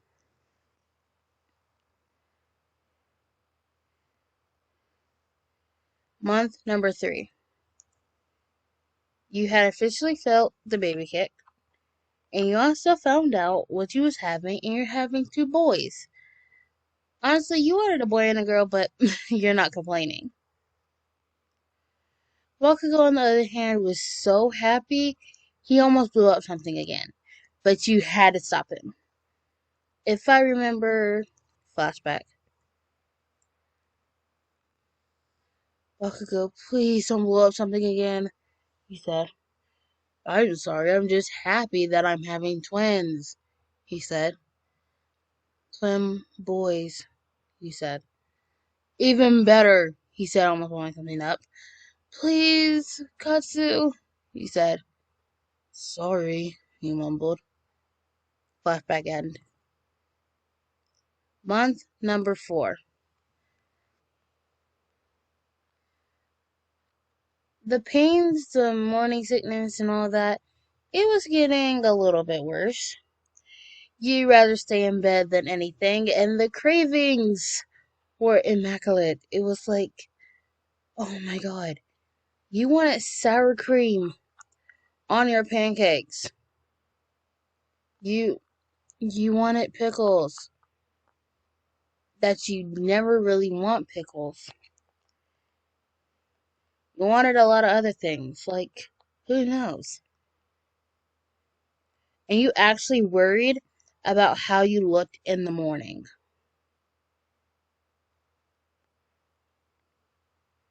Month number 5. Your daughter loved rubbing on your stomach. Same for Bakugo. Any chance he got, he would rub on your stomach. Month 6. Now, this is where a little things get a little bit more tense. Pains are crazy. Morning sickness, crazy. You've had 2 false alarms at the month of 6. That's what's worrying you. And also, you had officially stayed in bed for about 30 hours of a day and night without getting up, forcing Bakugo to get everything for you. Month number 7. Your cravings got even weirder. This time, instead of sour cream on pancakes, you wanted sour cream on waffles. Then you wanted sour cream with jelly on bread. Like, what? Now, month 8, this is going to be a little bit more detailed. At the beginning, you didn't want to get out of bed at all. But you knew you had to get out of bed for some stuff like cooking and, just doing some other stuff. You also had started in your 7th month getting prepared for the nursery. And the baby, of course. You had packed your bags at the 7th month, and you guys had started getting the nursery around at the 7th month. It was almost done. You was just going shopping for some paintings. You didn't want Bakugo to go because you knew he was going to pick anything that had explosions on them for boys. But you know that he would want some, so you still got him like 2 pictures for the room. In the middle, you kind of just chilled. The occasional pains and, stomach aches and all that. And then, at the end, you said this: I'd rather stay in bed than go anywhere, even if it means to the bathroom. Which Bakugo said, and this is what happens when a woman is pregnant. And you instantly stop him for it. But you love him. Month 9. I'm sorry we're going so fast. It's just, I know you guys want to get onto the labor and stuff, so. Month 9. Oh, Lord. Month 9. At the beginning, you had a false alarm. I mean, of course, a false alarm is okay, but still. Then, you had another false alarm 1 week later. In the middle of the month, you had suddenly started feeling pains. Probably another false alarm, you said. It was 3 in the morning. But these pains were more strong. They weren't like last time. They were pretty strong. Maybe it's not a false alarm this time, he said. Katsu, you said, waking up Bakugo. Do you need something? He asked.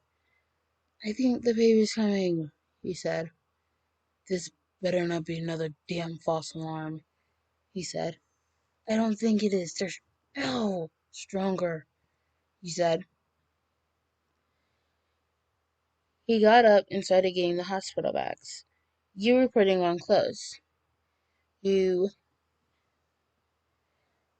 had called your sister, and she was going to watch over your daughter, Amethyst, while you were going to the hospital. After getting dressed, Baku got dressed, and y'all went to the store.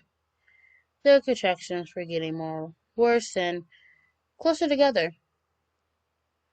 When you got to the hospital, they said this is officially labor. You wasn't going through a false alarm. Which you actually said, thank God, because you had gone through too many false alarms for this.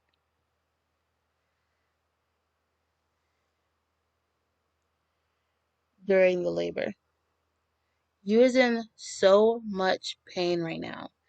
You don't know what it was, but this was just so much pain. You'd rather go back to sleep. I mean, who wouldn't?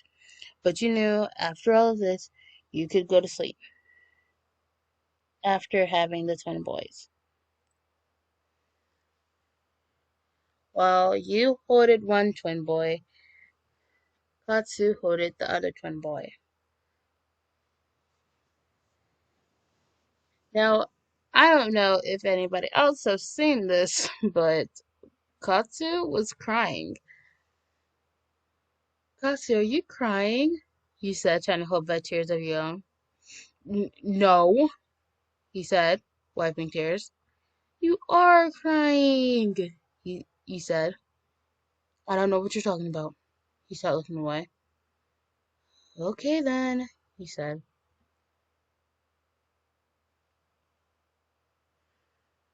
After everything was done, you had to stay in the hospital, of course, while your children, your twin boys, had to stay in the NICU. Which they only had to stay in there for about 2 days, 3 days tops. So that's good. And yeah, after taking them home, when your daughter had met them, she was basically so happy. I mean, she's a big sister, so who wouldn't be happy? I mean, some people wouldn't, but you know.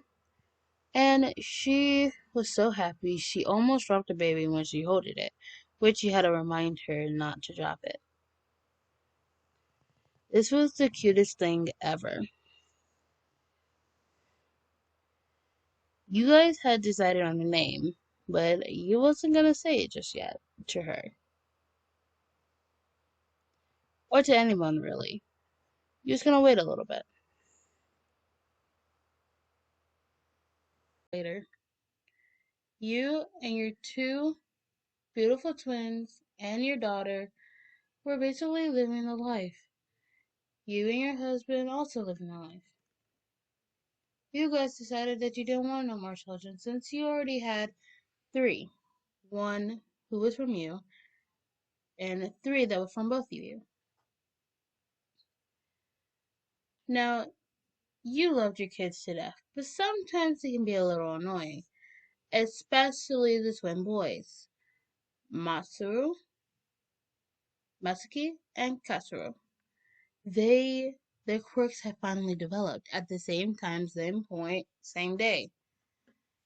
Which was kind of chaotic because, because their quirks were, you know, they kind of just opposite from each other.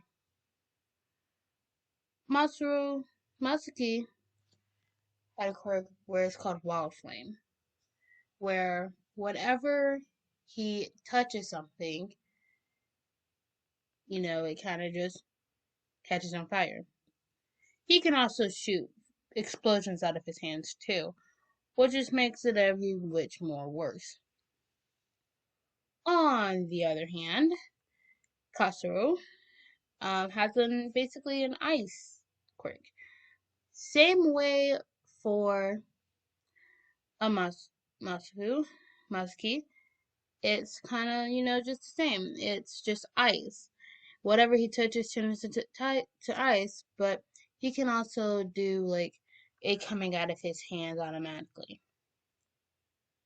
One day, when they developed their quirks, they froze up the whole house. Like Kasuru froze up the whole house, and you had to get your son to unfreeze the house just so you could move around. Because Sasuke wasn't at the house at the time; he was at doing hero work.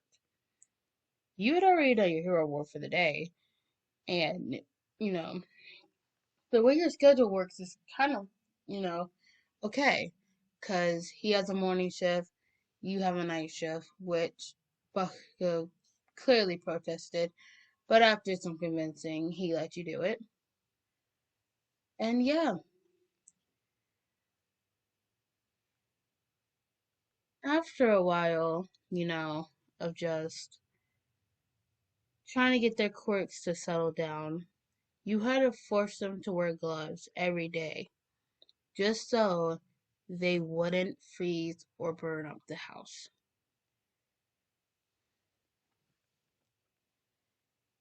You also still have to have monitoring in the room.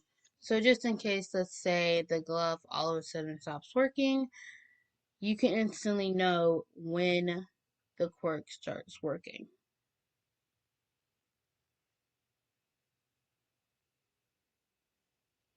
Now, in these past years, your hair, well, basically just both you and Bakugo and your daughter and sons have changed a lot. Of course, your son's hair has grown and they've grown taller. Your daughter, her hair is longer and she's taller, of course. But her skin tone is actually turning more into your skin tone than her father's, because it used to be her father's, but now it's turning more into yours. Also, your hair has especially gotten longer, and you didn't want to cut it. You kind of just liked it. You didn't want to cut it at all. It basically went mid thigh, and you kind of liked it because whenever whenever your daughter wanted to braid your hair, she could take as long as she wanted to do it, and like she could do anything with your hair, honestly. Bakugo, on the other hand, he had got an undercut, so it looked pretty cool. It made him even more hotter. Also, he had got a tattoo, and it was a pretty cool tattoo, because it said, the people I love, and then there was a line, and then it had your name, your two sons' name, your daughter's name, and, of course, his mother and father's name, which he would never admit to that out loud. He would just have the tattoo on there to remind people that he actually does love them, just wouldn't admit it out loud. You could actually ask for nothing more than this, because life was the greatest.